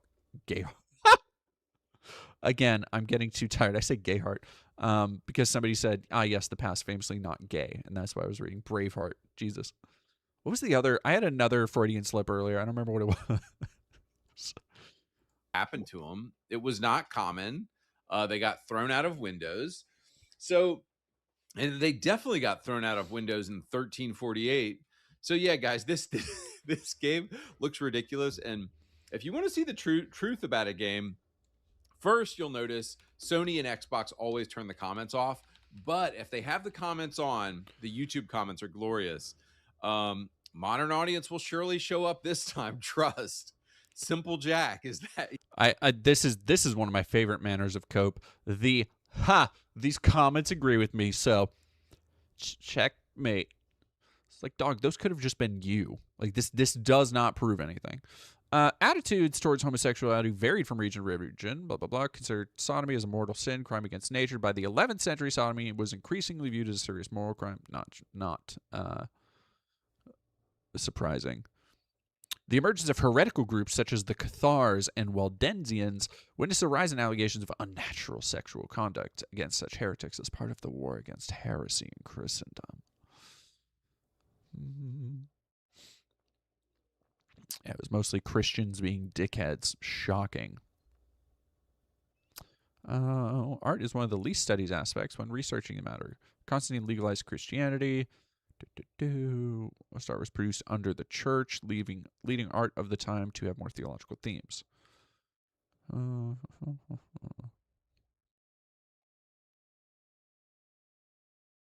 Arabic lands, rad.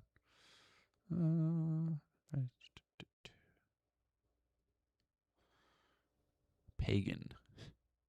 So all of the shit saying like, yeah, well, of course he would fucking love it.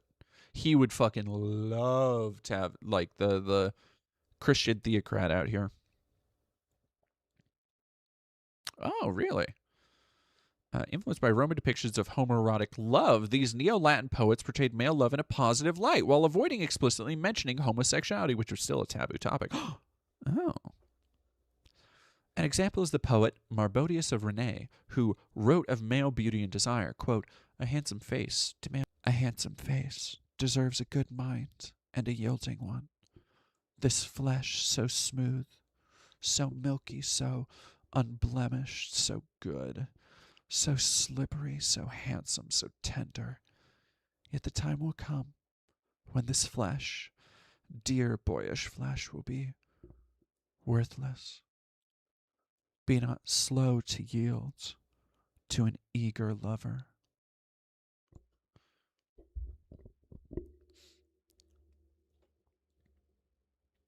We're not widespread. One Piece did describe homosexual acts, blah, blah, blah. Ooh, lesbian acts. Here we go.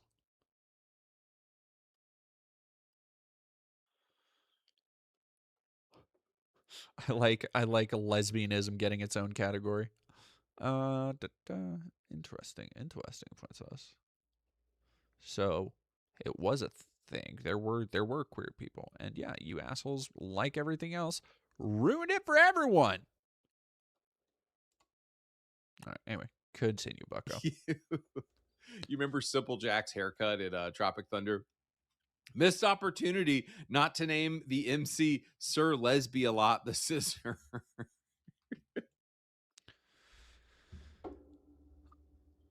Is that, like, again, if that's funny to you, if that's something that you look at and you're like, ha,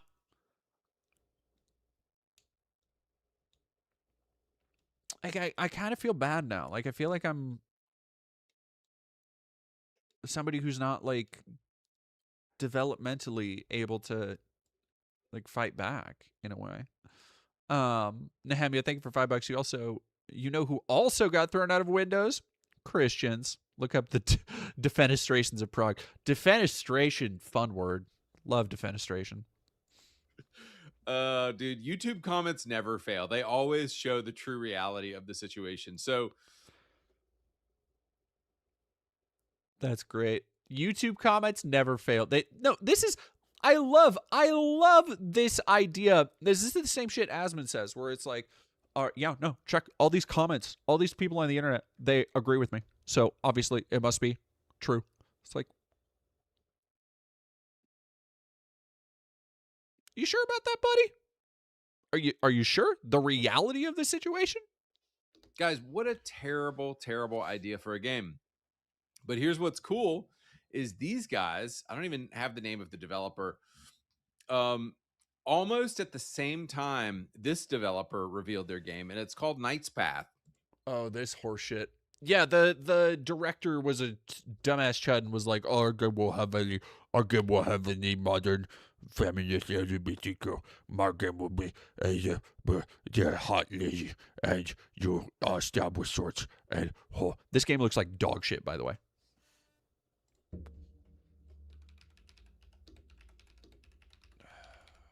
If I'm thinking of the right one, yep.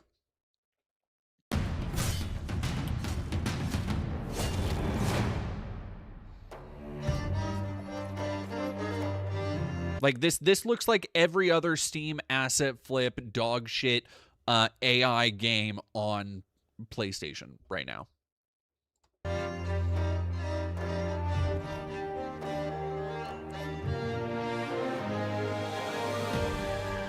Like you're just showing random, like, this is completely empty assets. They look a lot like asset flips. This is the stuff. Yeah, this looks like nothing. If you browse PlayStation or Steam like indie forums and indie games for a while, this is what they all fucking look like. This is a oh god, what's his fucking name?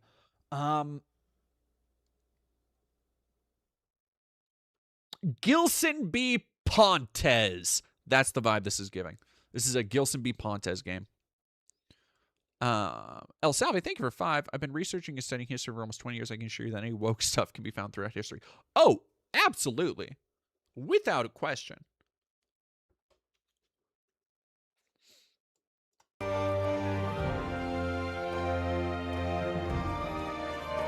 It's just the same armor in black, dude.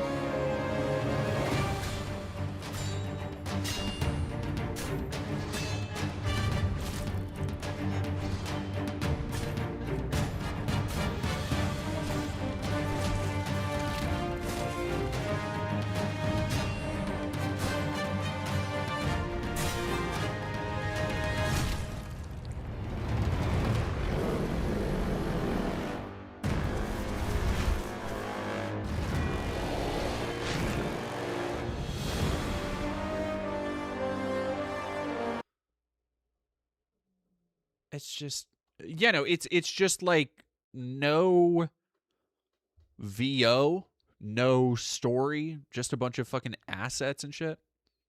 Gilson B. Pontes, yeah. That is giving Ghost of Samurai, the Kiseki, or whatever the fuck those dog shit games are. And bro, you're a dude, and it looks like Kingdom Come Deliverance 1. It's if you go back to old original Kingdom Come Deliverance, not the homosexual second one with all the gay characters in it. Just go back to KCD 1. That's what we're talking about here. Knight's Path, a Holy Roman Empire-inspired action RPG, faces criticism after developers called LGBTQ representation a modern agenda, despite having fantasy elements and modern makeup. Do you hear that, Cope? They're like, oh yeah, well you have you're making it on a computer, so maybe it. Ted Schilling 3223, bro, you're a dude. Are you talking to me, Buckaroo? Come on, Ted. Give me both barrels. What do you got? You got the spotlight, hot stuff.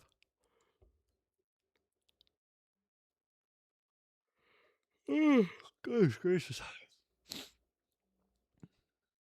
Over I go. Dog Developer Games. You know what this reminds me of? Stray Souls, that one Silent Hill clone with a racist gun.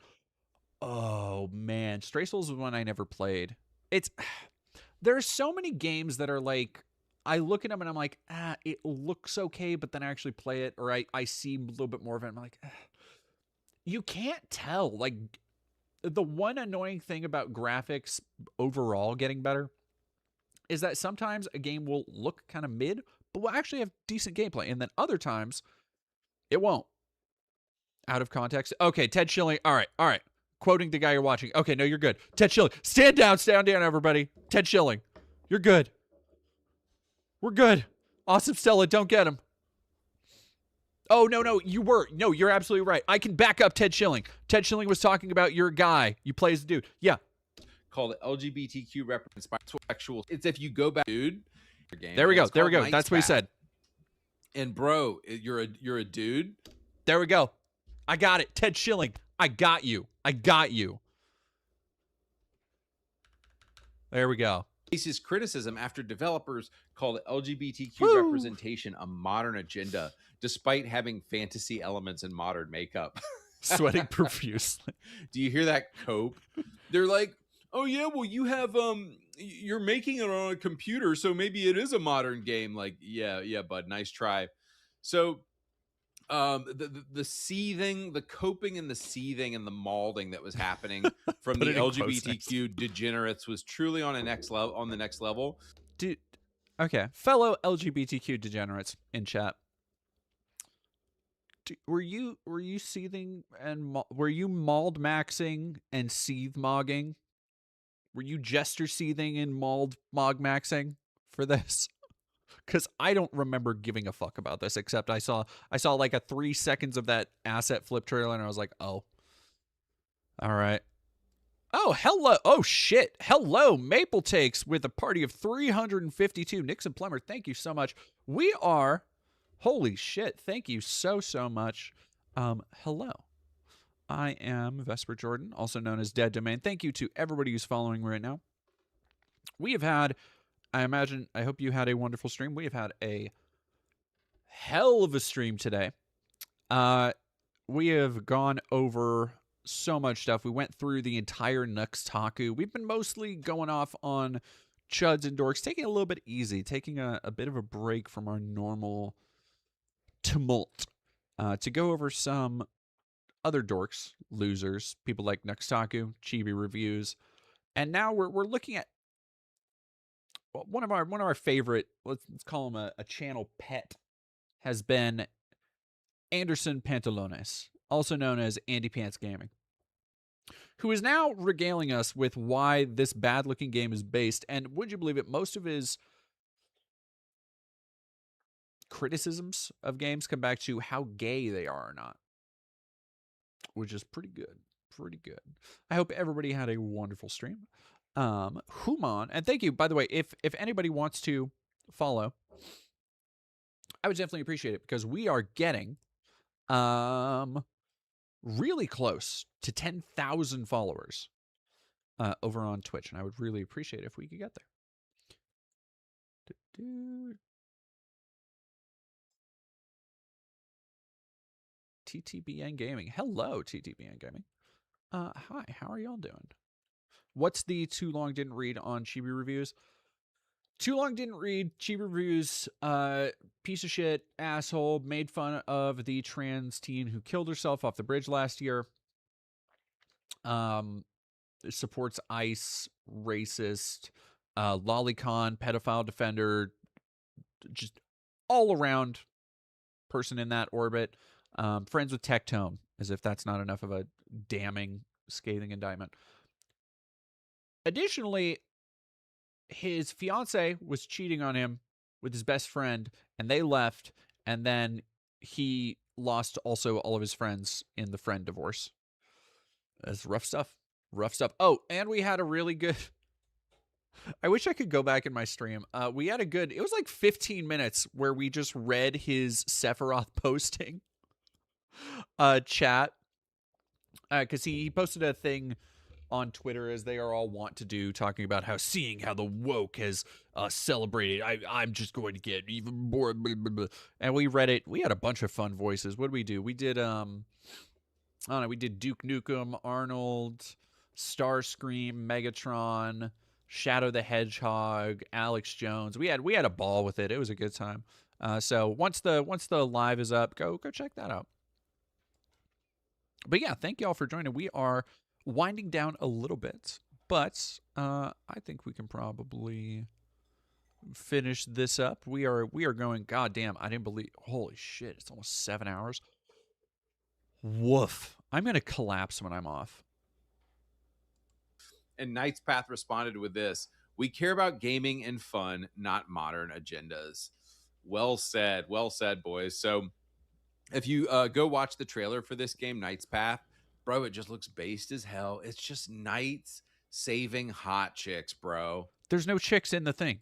There's no chicks in the thing. There's no chicks in the trailer. We just watched the trailer. There's no chicks in the thing. He's just so jazzed by that simple idea. Like, oh, it's so fucking based. It's just knights saving hot chick. What the fuck? Llama Lost Crab Slayer. Does DD accept head pats? I do. I should put the... What's the thing? I think Surus has it. And I think... Does Jack have one where it's just like a little head pat emoji? I need to redo all that stuff. This is a nice palate cleanser after the Nux shit. See? What did I say? Was over on Maple Takes, did y'all cover the Nuxtaku drama? Because it's crazy. Thank you very much for $5. Plot twist: all the knights in Knight's Path are just women in armor. Oh, that would be so good. That's a mod I want to see. That's all we've ever wanted. Oh.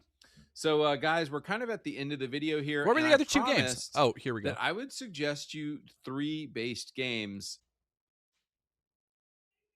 Did you pick these out of a fucking hat? What are you talking about, dude?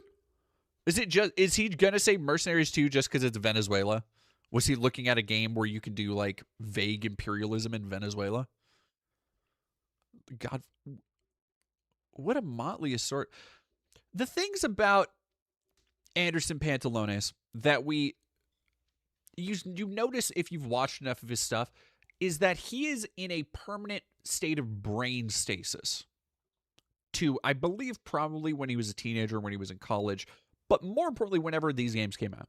Because his point of reference for all of these games that he talks about, oh, this was better. Back in my day, this game was better, and they had actually hot women, and you could play them without season passes. And also, there were insensitive racial stereotypes, but we weren't like these soy boys and getting offended about it. And I just like... I look at all of them, and he's talking about how good and based and Alpha and Chad and whatever the fuck all these games are. And the underlying theme that usually ties them together is like, oh, dog, you played these in high school. I get it. You played these in high school. Or you played these very quickly in college. Like, that's it. I actually did play Mercenaries 2 fairly recently. And then Sleeping Dogs also.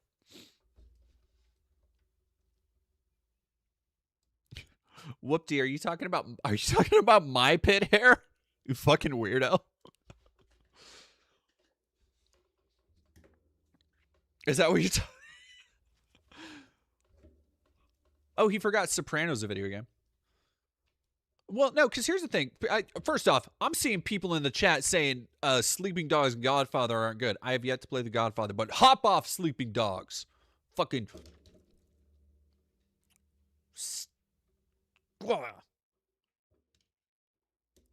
Leave my boy Wei Shen alone. Banger soundtrack, by the way, on Sleeping Dogs. To replace the slop. So instead of this new slop Horizon game, you should play Sleeping Dogs. What? Those are not. They're just not equivalent, dude. Like, okay, chat. Let's do his job better than he does. Instead of, if you don't want to play the Horizon game, which I don't, I'm only playing PS2 games this year. Oh, by the way, Maple Takes, if you hear me talking about games I play, or from the Maple Takes chat, hear me talking about the games I play. I am doing a year-long experiment to only play games from the PS2 era. So that era of, like, technology. So technically, I'm delineating that as Dreamcast to PSP, and that's really only so I can play, like, a couple games I've wanted to play for a while. Like, I want to finally get through Shenmue and stuff like that. So, but yes. So, I have a lot of this stuff. I had a lot of this shit already up in my head. Will of D's Nuts, thank you for following. And I've also, like I said, I've been online for 7 hours. It's been a minute. Yeah, I mean, I don't know. The Horizon game looks fine. Like it looks like a Horizon game. It's like, but instead of Horizon picking, like, do you think he even looked at he didn't even look at the. He didn't even look at the gameplay style. Like these are all three of these are just open world action games. Like that's it. They are not in any way. First off, this is a DLC for Minecraft. It's like these aren't analogous in any way. It's ridiculous to me. I mean, like instead of like recommend the fucking old Monster Hunter games. Oh, this dude could not play this. I mean, like I can fucking talk about playing a Monster Hunter game. This dude cannot play Monster Hunter. I couldn't play that old Monster Hunter games. Yeah, Godfather. I mean, Godfather's a fine game, I'm sure. I've heard good things about that first one, at least. But instead of Minecraft, like, what is a based alternative to Minecraft? Fucking, I don't know. Like, what would you even put? Oh, Banjo-Kazooie Nuts and Bolts. Banjo-Kazooie Nuts and Bolts. Like, you want a game where you're like building stuff and have kind of open-ended, weird gameplay. Like, there you go. And then you got, what was the third one? I already forgot. It was. I replayed it again in December, and it came out in 2012. This is I would say. Whoa, that made me feel fucking old. Yeah. I mean, this game, there's wonky stuff about Sleeping Dogs controls, but overall, I would agree. It holds up pretty well. It's one of those games that you get into, you know, and like, I will say, he's not wrong. Sleeping Dogs, pretty good game. He's probably wrong about why it's a good game. But if you haven't played it, I think it's on Xbox. You can pick it up for sale sometime.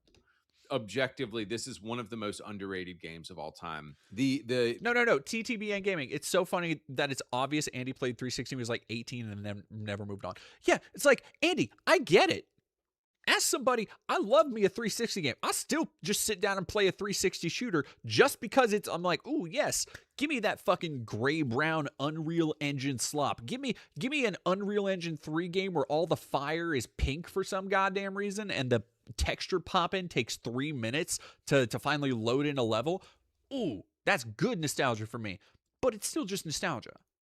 Like, it would be folly to just sit and act like, yes, this was the peak of it all. And it never went back from this. Like, Jesus Christ. Far Cry Primal would be a better alternative for Horizon than Sleeping Dogs. Yeah. I didn't really care for Primal, actually. But yeah, I see the appeal. I see it. Yeah. Well, no, because Far Cry Primal came out like almost, well, no, it did. It came out a couple months, a year before the first Horizon. I remember it because I got it on sale for Black Friday. And then I ended up playing it and beating it during my Game Informer internship when I was an intern at Game Informer in Minneapolis. The car battle mechanic where you'll be fighting with somebody from car to car, and there's a button where you can jump on their car, and there's just TTB and Gaming. He's been lying this entire fucking video. It's bonkers. Earlier, he was talking about how he's going to make I can't wait to see this video. He's making a video on the Jewish propaganda from Disney that has been selling like white man bad narratives. But the two examples he picked for Disney propaganda were Fern Gully and Avatar. Two things famously not made by Disney. He was talking about Avatar 1, 2009 Avatar. Like,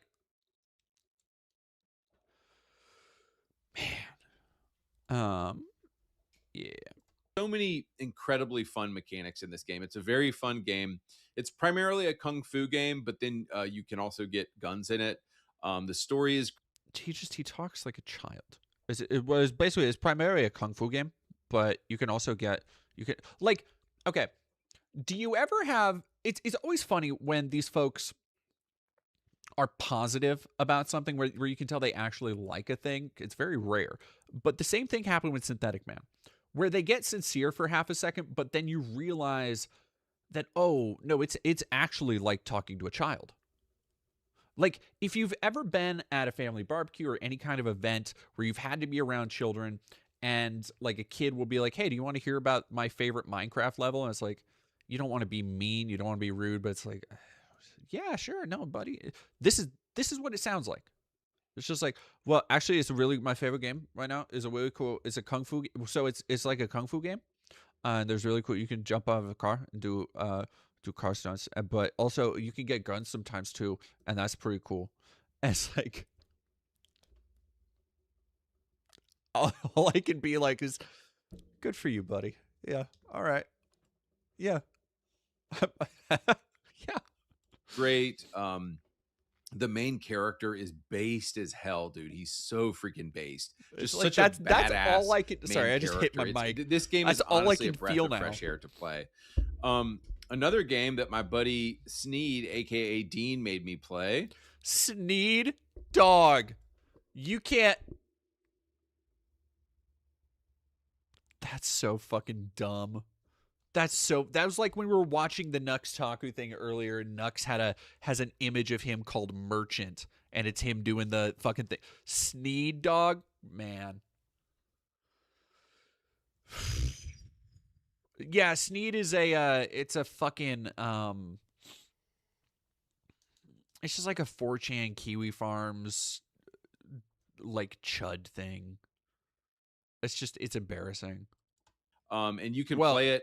It would be embarrassing for anybody with like an ability for self-introspection, but in lieu of this Minecraft indoctrination, communist indoctrination slop, is The Godfather on Xbox 360. So I think for PC the game is on a... So wait. He hasn't actually played it though? He hasn't actually played it though? Abandonware. I couldn't get it running on the PC, so I had to buy an Xbox 360 copy. It was like $50, so it was actually pretty expensive. But if you love the classic 2000s era, TTBN Gaming, his last video, he said he grew up with people like Lamar from GTA 5. No fucking way.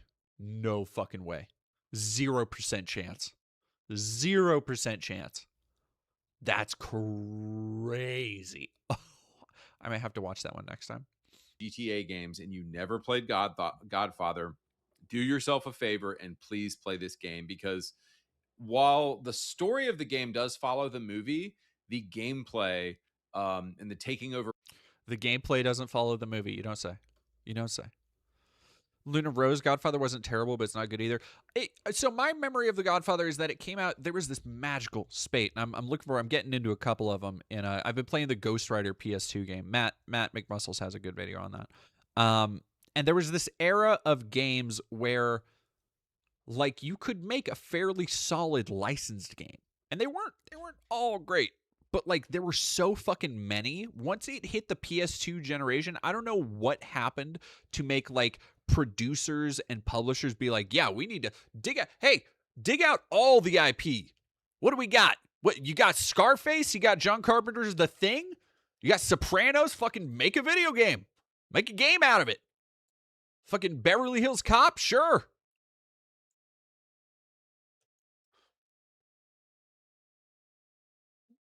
It was like 05. It was something like that. Yeah, TTBN. Way to not sell me on a game. I had to buy a 360 copy for the cost of a AA game.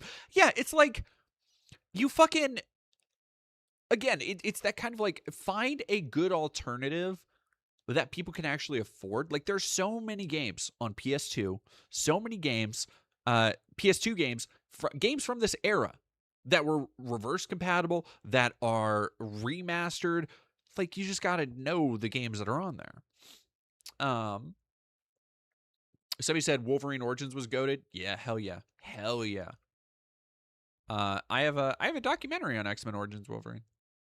Where I interviewed several of the game's developers and put together a whole thing. Have I seen Chaser Zombies yet? Thank you very much for $2, little EP girl. I have not. Rackets and taking over the city. I'll say this: the mechanic for your mob kind of taking over the city is better than what is done in GTA. Overall, it's not as good a game as GTA for sure, but the mechanic in which you take over rackets and businesses and slowly take over the city, that is better than anything done in GTA similarly. A third base game you can play instead of the AI slop of Highguard, something with some actually personality in it that was actually a good game, is Mercenaries 2. Look, somebody talking about, I wonder if I can find it. It's always hard to fucking find. I don't know why.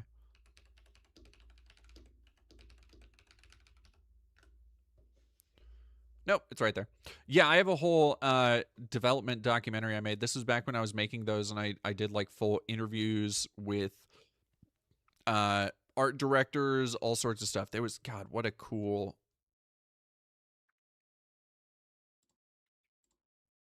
were challenges that would prove to be surmountable for an experienced team. This is before I like socially transitioned. So yeah, we started the project. We switched engines to Unreal. Nobody had used Unreal, so we had to really, learn how to use that efficiently. At the same time, the movie was coming out a certain date, so we have to, obviously. And there's actually a fascinating story behind the game of why it turned out the way it did, and it largely had to do with like the game being delayed, or the movie being delayed a full year, which gave them like a shit ton of time to literally strip it down back to the beginning. But then we also came up with our own story beats, which very closely followed a lot of pulling from a lot of the comic book resources that are out there, and I should say storylines for Wolverine or X-Men or something. So we pulled from those. We kind of almost had these. I really want to say there was like these two storylines that we sort of had to blend, or like I said, or story beats that we kind of had to blend into one game. Like just the whole thing with the Sentinels. The game had a big Sentinel part to it. I mean, that wasn't at all in X-Men Origins Wolverine, but for us, that was one of the things that we thought would be super awesome. The whole Trask and the Sentinel factory, and wouldn't it be cool if Wolverine fought Sentinels, and so that was just a big, big pull from comics. And then going to like X2, the movie, like we love that movie, right? So then we sort of like pulled, sorry, I'm gonna check something real quick. Alkali Lake and the whole Weapon X thing into the game, and kind of pulled that, and of course, Origins, touched on it somewhat, but I think we played in that world a little bit more, that kind of side of his story, and then read a lot of that Barry Windsor Smith Weapon X Wolverine storyline that he did, part of it was like Marvel Comics Presents.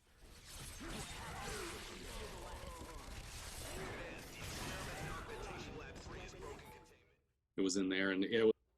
I loved making that. That was a wonderful video. So yeah, go check out those documentaries. I want to do another documentary, but like all of those videos, what was this, have 3,000 views? 3K if that? 1.7. Yeah.